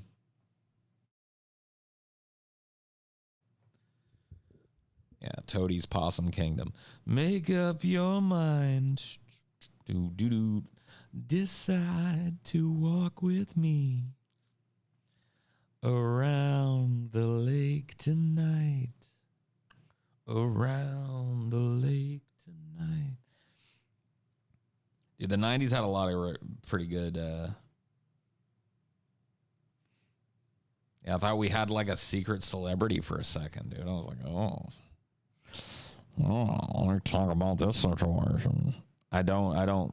Well, here's something about me that maybe you guys didn't know. I guess I thought I was pretty explicit about it. I don't watch really cartoons anymore, and I don't mean to denigrate adult. I don't want to hear it. I know that there are some of you that are revving up your cartoons are made for adults too, and there are tons of very adult themed cartoons that you would really enjoy that cover a lot of the themes that you cover on your Highdeologies and on the show, Paul. And I've heard it, dude. It just I don't like watching them anymore. They don't appeal to me. I'm sorry. But that's the truth about me. I don't watch cartoons really. Every once in a while I will watch an anime if I've heard from somebody I really trust that it's really fucking smoking hot good. I'll watch it. I've watched some anime that I thought was really fucking good. But I have not seen any obscure ones, and I don't care to hear about them, and I don't care to watch them. There's a animated feature that comes out that everybody tells me that, you know, I hear a lot of people that I trust say, dude, you've got to see this. I might check it out. I have a barrier to this type of content. There's a very specific reason that I built that barrier. I think it's completely understandable. I could explain it to you guys if you want. Has nothing to do with like me feeling like I'm too grown up for it or anything. Please don't think I'm like that. I lived in a situation for a while where I had a dude staying with me. He was a roommate. He lived with us, and he got his ex-wife pregnant and had a child while he lived with us, and that child became kind of like part of my household for a while. And he raised the child, as far as I could see, by letting the child watch endless cartoons, like old cartoons, but mostly new shit like Wreck-It Ralph and Bob Goblin, and I'm trying to remember some of the ones they would watch. Wild Kratts and Fairy Tales and Dragon Tales, and it was like this endless fucking cacophony in my life of like Pixar movies and shitty fucking PBS style kids cartoons. And, you know, that's it.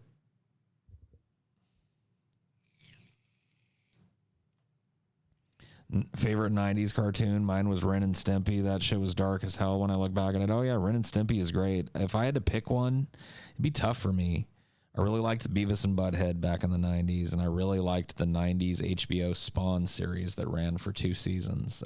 I think those would probably be very close to my tip tops. Did you enjoy the Aqua Teen Hunger Force movie? Yes, I did. I liked Aqua Teen Hunger Force. I watched all of them. I liked them. I enjoyed the show. I saw all the shows while they were making the shows, and then I saw the movie. I know who you're named after. The surly, disgusting neighbor of the Aqua Teens. The one that was always trying to obstruct them, but was always there to help them.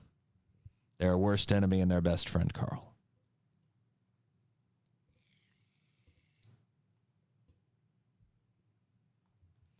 I knew you liked the show, but wasn't sure if you saw the movie. Yeah. I watched Space Ghost Coast to Coast as well. Enjoyed that. Started watching that very early on. Had a good time with it. I don't know what else you want me to say. It's been a long time since I've seen Space Ghost. Might be fun to go back and watch, but I don't know if they're even available. Is there a whole like Space Ghost collection out there for streaming? I'm sure there is.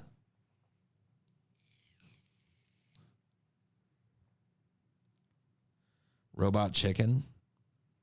It counts as a show that I don't really watch. I'm not into it. So I don't know anything much beyond that. I've seen a couple episodes and maybe got a chuckle here and there.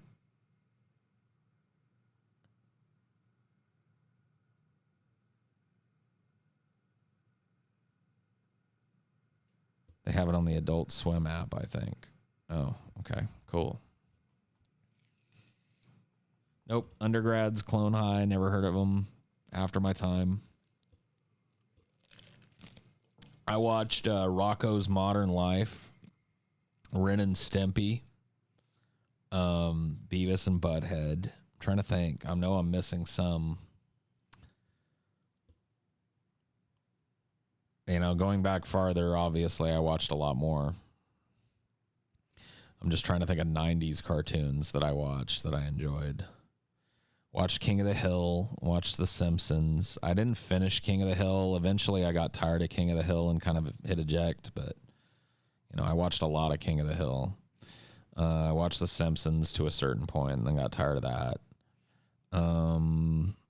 Yeah, I don't know. Aeon Flux. Well, Aeon Flux for me, and as it should be remembered, was part of probably the greatest cartoon / animation show that ever existed, Liquid Television on MTV. It's so sad to me that there's nothing like that. And it's so sad to me that I don't have the resources to put it back together and start a fucking channel based on that concept. It was a collection of eclectic animations and crazy small home movies from young artistic directors who otherwise would have no exposure. One of those cartoons was eventually went on to be called Beavis and Butthead. They were first featured on Liquid Television. Aeon Flux was part of that as well. Aeon Flux was first presented to me as a short, recurring, episodic show on Liquid Television about a woman who has always had a nebulous goal. She was clearly a trained spy, and she always almost got what she was looking for and then died. That was the strange thing about Aeon Flux, is at the end of every episode, or at some point during the episode, she would always die. But Liquid Television also featured a ton of other animations that I can't remember the names of, that were just one-offs by crazy people who had a dream, who made an animation that nobody else would feature. The time seems ripe for that type of content now. I've seen all kinds of crazy animation talent put out there on the internet. And if I had the money, you know, I'd bank on like a Liquid Television type of thing where, you know, a weekly show of internet animation talent where those animators animated directly for that show, you know, in a recurring way so that the good ones were seen again and again and again and again, you know, had episode after episode. I think it'd be huge, but nobody's, you know, I'm not positioned. I don't even got that kind of money, and none of the networks or any of the fucking streaming services or whatever seem to give a fuck about the idea, but I think it'd be huge. Remember watching all the 60s cartoons on the Boomerang channel? It wasn't called Boomerang back then. It was called Nick at Night. But yes, Nick at Night used to be nothing but old 50s and 60s sitcoms like Leave It to Beaver and All in the Family and The Andy Griffith Show and I Love Lucy.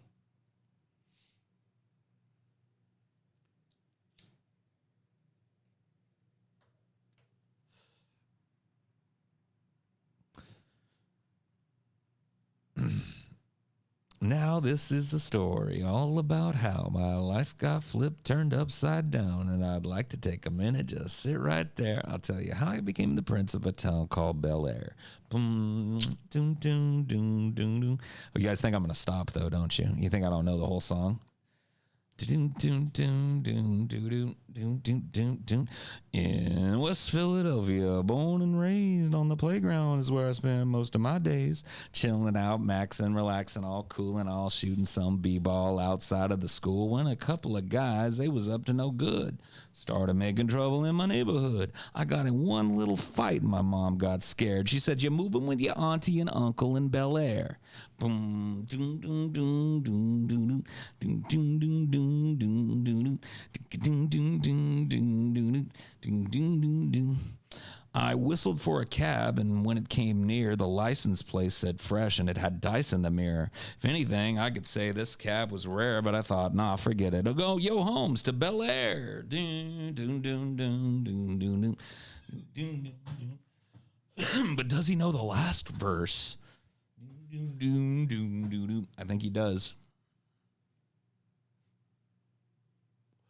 I pulled up to the house about 7 or 8, and I yelled to the cabbie, "Yo, home, smell you later." Looked at my kingdom, I was finally there to sit on my throne as the Prince of Bel Air. Boom.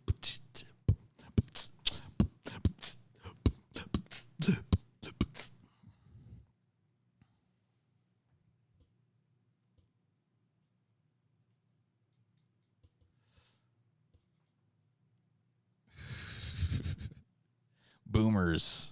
Dude, that was very boomer of me.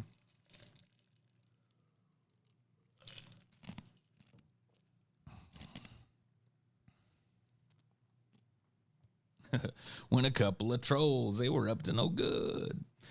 Started making trouble in my YouTube hood.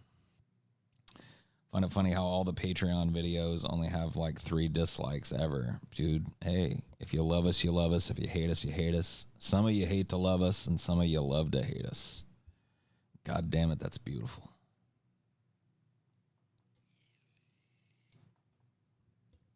If you're of drinking age, you're a boomer. If you're not a zoomer, there's only one other thing you can be. Millennials don't exist. Generation X never happened. You're a boomer.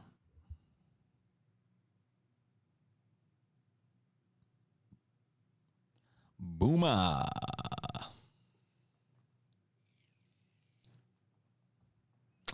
Okay, boomer. Whatever. Wasn't there like a cute little thing that went around Twitter? I know I ended up staring at it on loop. Like some attractive little cat girl or something prancing around going, "Okay, boomer. Whatever you say, boomer." I was just like, oh.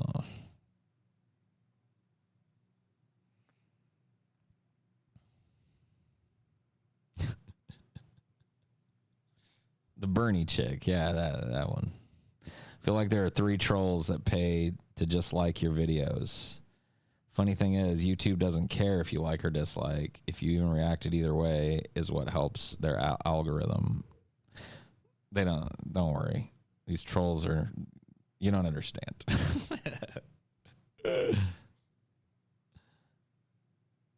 Paul, you ever lived with roaches? Dude, you guys, maybe you've never heard the roach story, dude. You've never heard the roach. I have lived with roaches on 2 occasions. Yes, I've lived with roaches. I know about roaches. I know about hairy legs that turn blonde and the thing.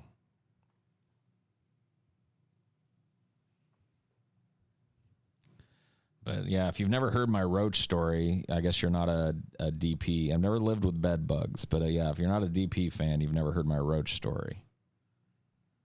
The bag of roaches, yes, the most epic maneuver in all of history. By the way, I can't take credit for it. That was 100% Ashley. You want to give props to somebody for that fucking maneuver, you got to go give props to Ashley. That was her fucking idea. Brilliant. Goddamn fucking brilliant. Nope, never had bed bugs. Thank goodness. Never had bed bugs. Hope to never had bed bugs. I just gotten lucky. Tell the mounds story. There's not really a story behind that. It's just a time when, so me and Ashley went to LA. This is the first time I ever met TJ and Scotty and Ben. Wasn't even really on the show yet. I got hired in LA after the meetup. I was officially made part of the show. So I was there, and I was friends with Beyond Fear, and she needed a place to stay. So I was like, dude, we'll just get a room big enough, and all 3 of us will just bunk up. And so that's what we ended up doing. We ended up getting like a Motel 6 right there on Hollywood Boulevard. We got a room there. We all stayed in the room. Actually, I think she got her own room. Let me correct myself. She got her own room in the same hotel. But something happened with her room. We ended up staying longer than we thought we were going to stay. She ended up staying longer in that room than she thought she was going to stay. She only booked 2 nights or something. And so on the 3rd night, she just came and slept in the other twin bed. And in the morning, I woke up. Ashley was still asleep. And it was like the sun was like, I could feel the sun on my face. And that's not a pleasant feeling to me. So I was like kind of cringed away from it. I don't like waking up with the sun. I go into sleep when the sun starts coming up, and I like waking up when it's going away. That's where I live. But it was all morning time, you know. You could hear the like, and I could feel like cool breeze and everything. And I was like, you know, I'm in bed and I open my eyes. Now I don't know if this happens to you guys, but do you guys get? I don't mean to go too far afield, but you asked me to tell the fucking story, and that's how I tell stories. Can I ask you guys a question? Do you guys get, like, when you wake up in the morning, it's not like your eyeballs, because I've had this thing when I was a kid where your eyeballs are like glued shut because so many crusties, right?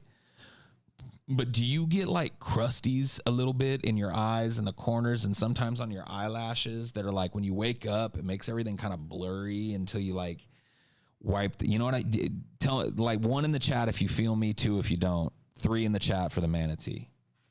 I'm not going on with the story till you give me a poll. 1 in the chat if you feel me, 2 if you don't, 3 for the manatee. Carl, of course. Asbestos fingers, as always, voting for the manatee. Some of you don't feel me. That's okay. I understand that human beings are gross in different ways, but I got to tell you guys right now, I see a lot of 1s going up. I see a lot of respect for the manatee. By the way, it's shocking to me the maturity level of the patrons. I've been sitting here for how many fucking hours we've been doing this, bro? It's got to be like 3 hours, right? And nobody's been like, tell the Brett King, because I'll do it for you guys. You're the fucking patrons. You got me by the choke chain. You ain't even choked me. Oh, did I say that out loud? Anyway, what was I talking about? What were we discussing? Anyway, I woke up, right? So the first thing I felt was that sun on your face. You know that feeling when it comes through your eyelids and it like looks all red and shit, and you're like, ah. And then I heard, like, I felt a breeze, and I was like, oh my fucking God, dude, I can't deal with this. And then I woke up, and I wanted to look where that sun was coming from, and it made me like, you know, and I had the crusties. And at first, all I could see was like a blurry shape, and then just the sun coming through the window, you know, and it was like, you know, and I went like, you know, I probably wasn't making that much noise, but you get my drift. I'm like, fuck. I wiped all the crusties out of my eyes, and I opened my eyes, and my vision started to clear. And this was right at the time, Beyond Fear bent over.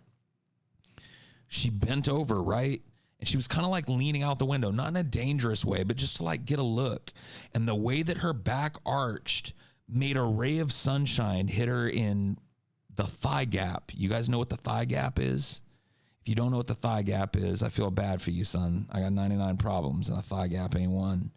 The thigh gap is a thing, right? Right through the thigh gap. And she was wearing like a pair of, okay, dudes in the room, you know those cute ass panties that a chick wears. They're not a G-string, right? Not even claiming that. Those cute ass, like, what are they called? Boy type of, they look almost like tidy whities. Do you feel what I'm saying to you? But they're like hot tidy whities. Do you understand? No, they went the full shorts. They were like tidy whitey kind of like style. Yeah, dude. No thong. Underwear covering the butt and everything. Everything was covered. Her booty wasn't hanging out. Her pussy wasn't hanging out. Nothing like that. Bent over. The sunlight came through, and it just illuminated her mounds. I don't know how else to put it, man. The you know what I'm talking about, man. The thigh. What's at the top of the thigh gap? What would be? You feel me? You guys know what I'm talking about. I don't have to get gross with it. I don't have to get all anatomical, do I? You have to be more high for this? Yes, you do. And you probably being a dude might help too, unless you're a lesbian, and then I don't understand what you're having problems with. Or maybe you're just a dude named Rachel, which is totally possible, and I'm misgendering you. But if you're like a dude that's into chicks or a chick that's into chicks and you don't get what I'm talking about, it was like, yeah. It was like, I just froze, and I stared at it, and she stayed looking out the window. She was all happy to be in California, visiting, you know. So,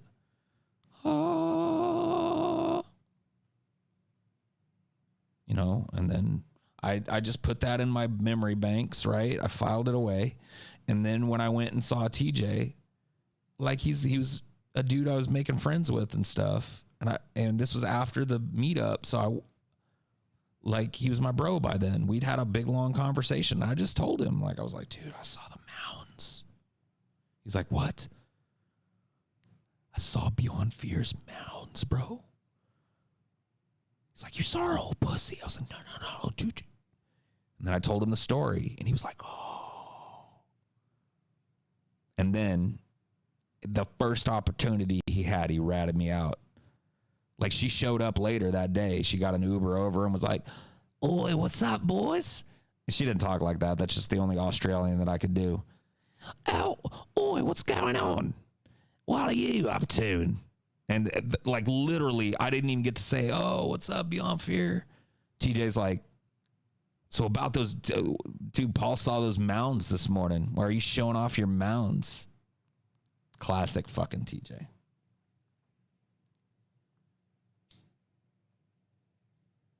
And then it just got worse. It was perfect because she was like, what? What mounds? And TJ was like, Paul saw your pussy. I was like, I did not see her pussy. No, he didn't see your pussy. He saw your pussy through your panties. I was like, oh my God, TJ, shut up. That's not, and she's just standing there looking like, and I was like, oh. In the Mounds of Madness by TJ Lovecraft, dude.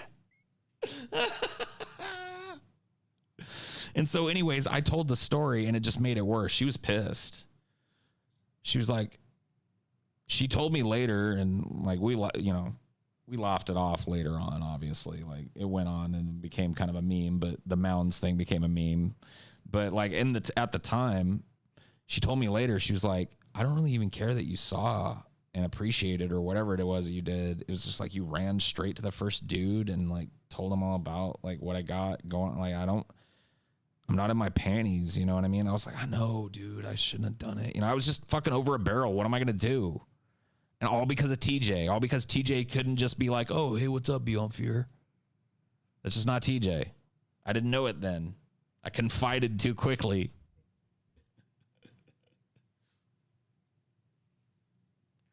I know women do the same damn thing. They usually don't get caught doing it. And even if they do, it's seen differently. You don't understand.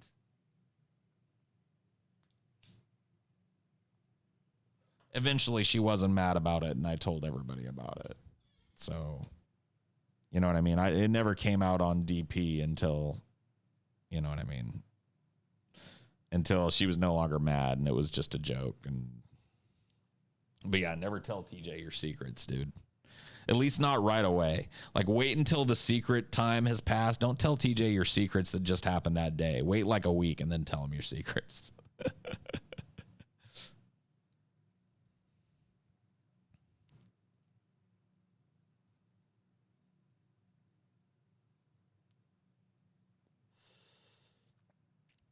Thanks for the epic content and answer questions. I would super. No worries, man. No worry about super chats right now. You guys have already paid your way. This is for you.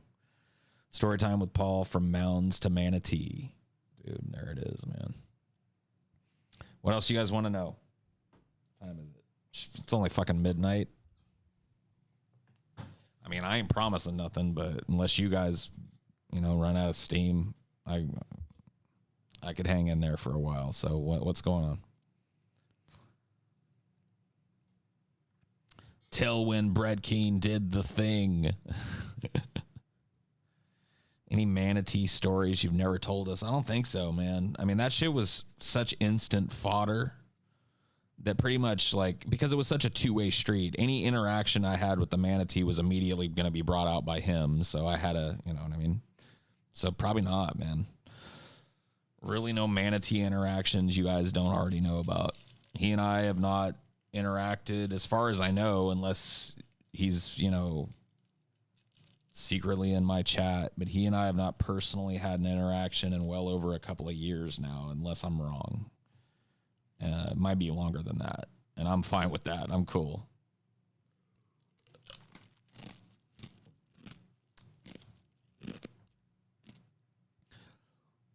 Who's the closest person in your life that's a mortal enemy? Someone who will try and mess with you any chance they get. I mean, I don't have that kind of like person that's looking out for my worst interests around me. Like, that's called like a fake friend or whatever. I try to keep those not around me. I mean, TJ is like more of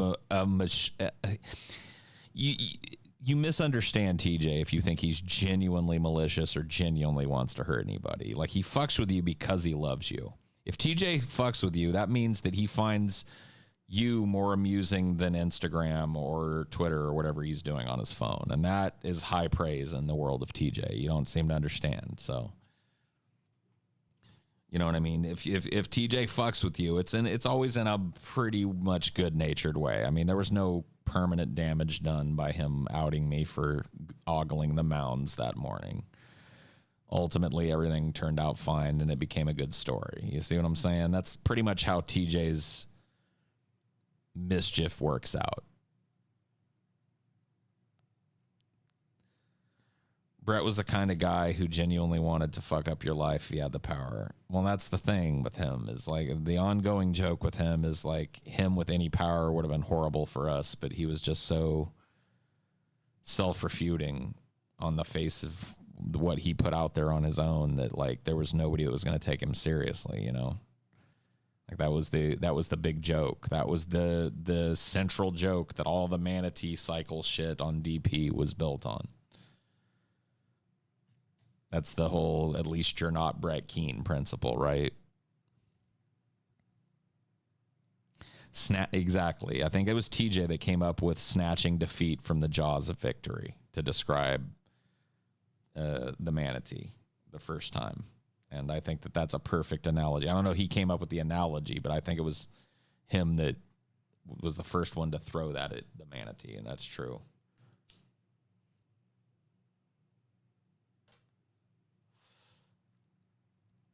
G-Man was recently on your old show. It's not my old show. It's a show that I used to be on. It's not mine. It never was mine, by the way. That's another, I think, misconception that people have. I was an employee of the Drunken Peasant. So when the split happened, I had to make the hard choice of who do I go with. And I chose, TJ and Scotty. And that's how that worked out. But I didn't have any interest in DP. I never owned it. I don't even know. I have no interest in the episodes that I appear in. You know, that's just part of being a performer. But anyway, he was on your old show. He's on DP, and he said he would kill a trans woman with a baseball bat and barbed wire if he was about to fuck them and found out they had a penis. Like, was he, like, what was his tone? Was it serious? Like, was he just being like, or was he making just a really ill-conceived joke? I haven't seen the clip, and I don't want to fuck with the, DP at all. Like, I just don't want, like, there's so much animosity, not between me and the guys or our show and the guys, but between the fan community for some reason that I really don't want to ignite that, but I'll go watch it on my own time. But in the meantime, like, you're saying he was dead ass. Okay. All right. I mean, it's not shocking. I mean, he's G-Man. I mean, I've dealt with G-Man enough to know that like the stupidest shit I've ever heard is going to come out of that man's mouth.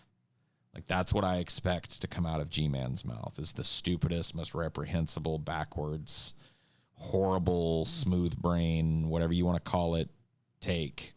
That's G-Man's specialty. He was Mr. like, show me a starving child.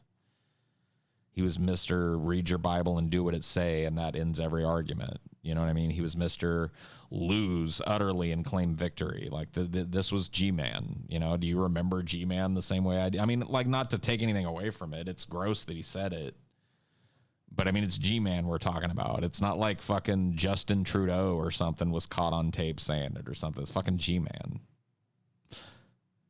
It's one of the reasons why, like, and I think the other guys wanted to move away from the constant obsession, not to do, like, once again, this is not me denigrating DP. This is me talking about why DFF doesn't cover G-Man and doesn't cover Gale and doesn't cover the Manatee and doesn't do all this fucking, it was just, I think all three of us were so fucking sick. So utterly sick and fucking tired of dealing with these people. and nothing ever changed. And it was just, ugh. It's like trying to spin fucking straw into gold all the time. While simultaneously the straw's spitting shit at you all the time. You know what I mean? I was done with it. And I think I don't want to put words in their mouth, but I think the other guys I was with, pretty much, they were done with it too. It's like, we don't want to do that shit anymore.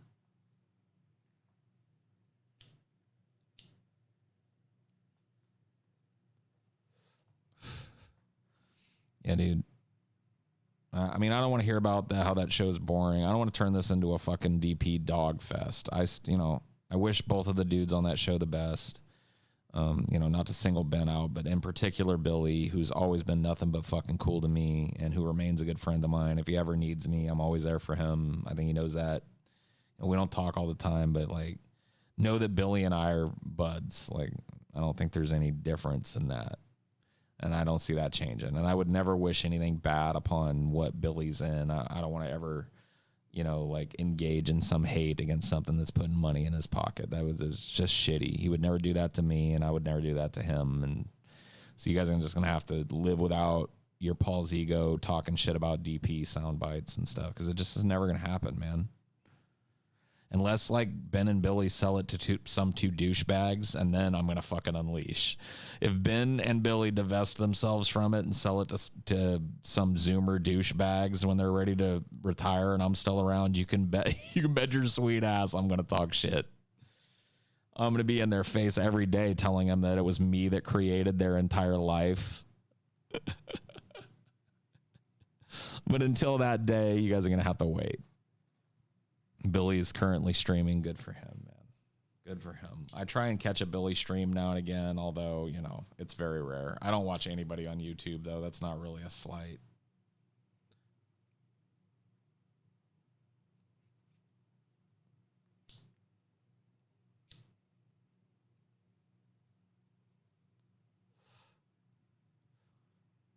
When will the Zoomers be handed DFF? Dude, I don't know. Probably like 2040 or something, I would imagine. Billy and fucking Ben are probably going to be tired.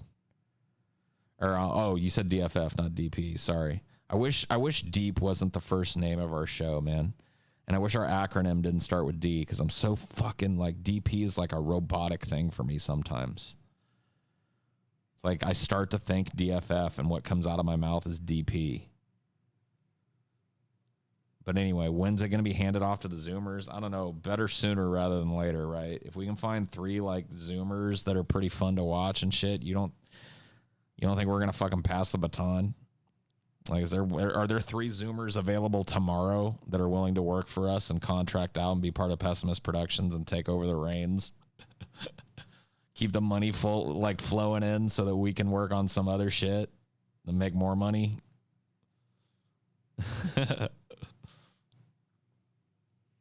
No, I don't really feel that way. That's just a joke. I don't want to ever hand the show off. I'd like to die while doing the show. I think that'd be great. If I get to choose how I go out, croaking while I do the show, there's worse ways, right? Hope I'm 80 and toothless one day, and I'm like, "Welcome to Highdeology, you stupid fucking autistic piece of..." You know what I mean? Way to go. One final round of applause from the audience, some candles, Somebody calls the local authorities and lets them know that there's a body.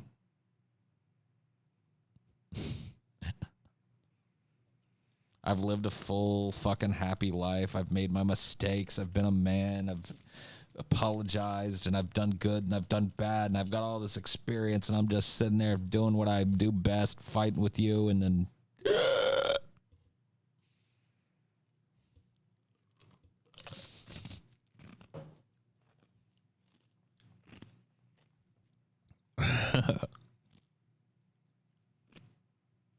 Just let the stream run forever, yeah. Watch me sit there and just fall apart in my chair. Dude, at 2075:58:3922, Paul's fucking jaw falls off, bro. No shit, let me clip it.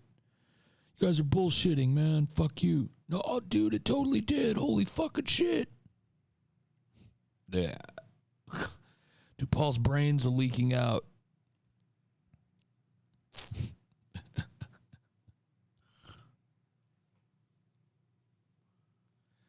Holy shit. All right. Well, let's do a lightning round here because I'm starting to get a little tired and a little bit hungry. The last half of that burrito bowl that I had earlier is starting to call my name from the fridge, and I don't want to eat in front of you guys. So let's do a lightning round.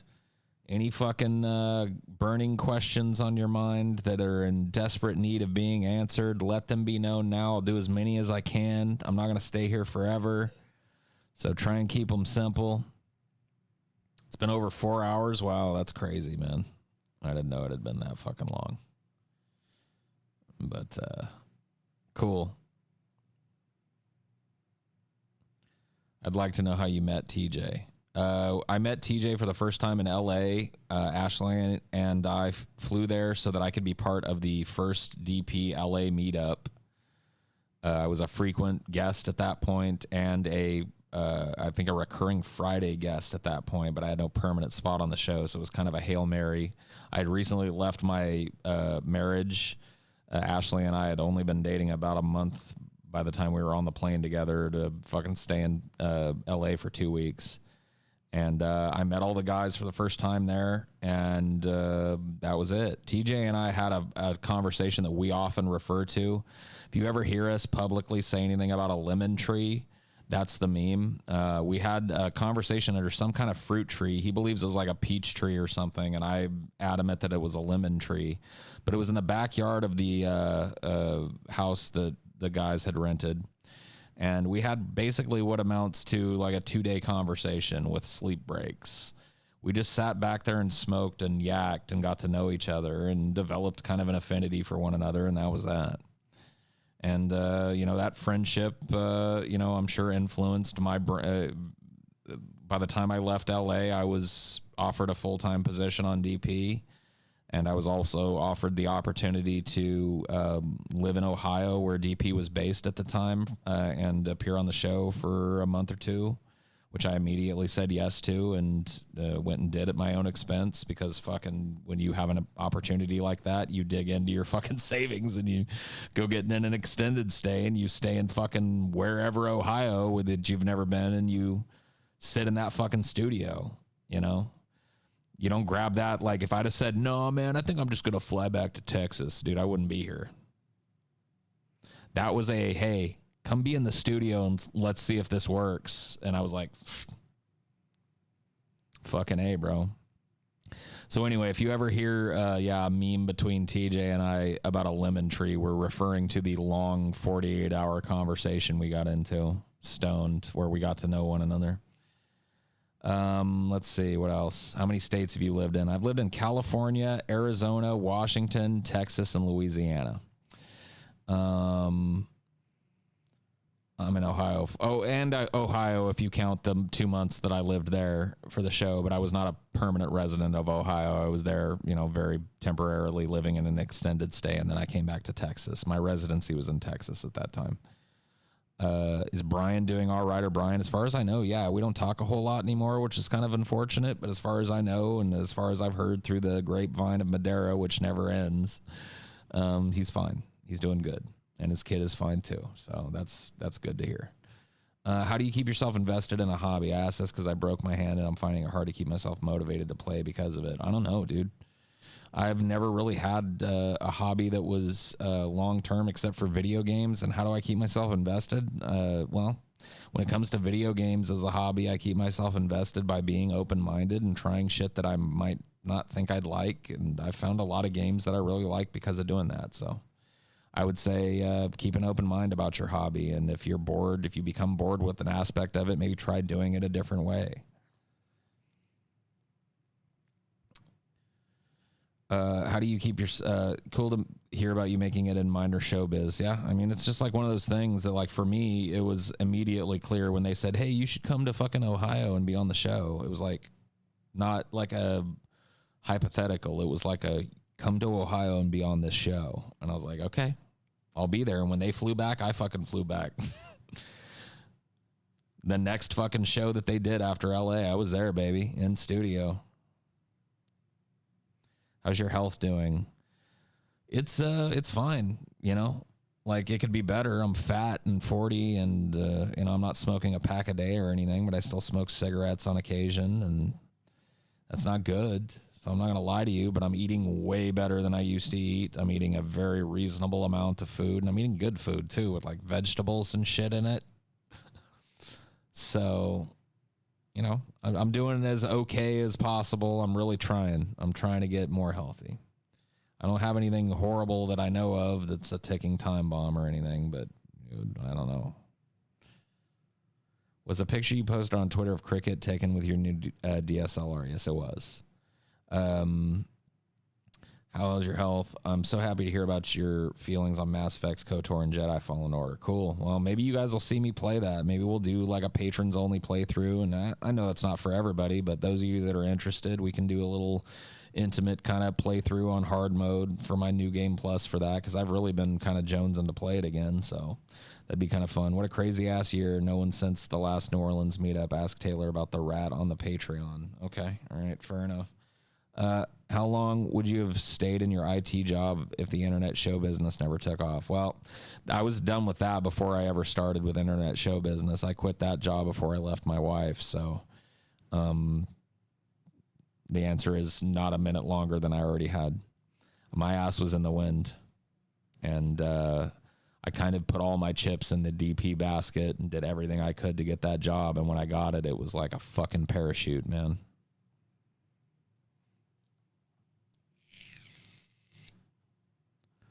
So anything else?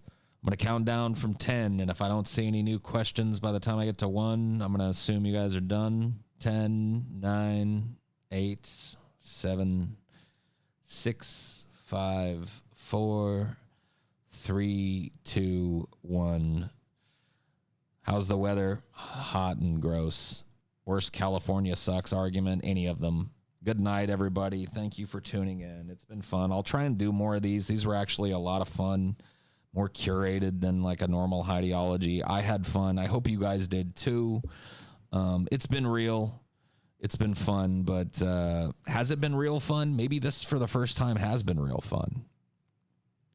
Just kidding. I don't think this is real fun, but it was close. It was close to real fun. Deuces. Thank you for being patrons. Have a good night.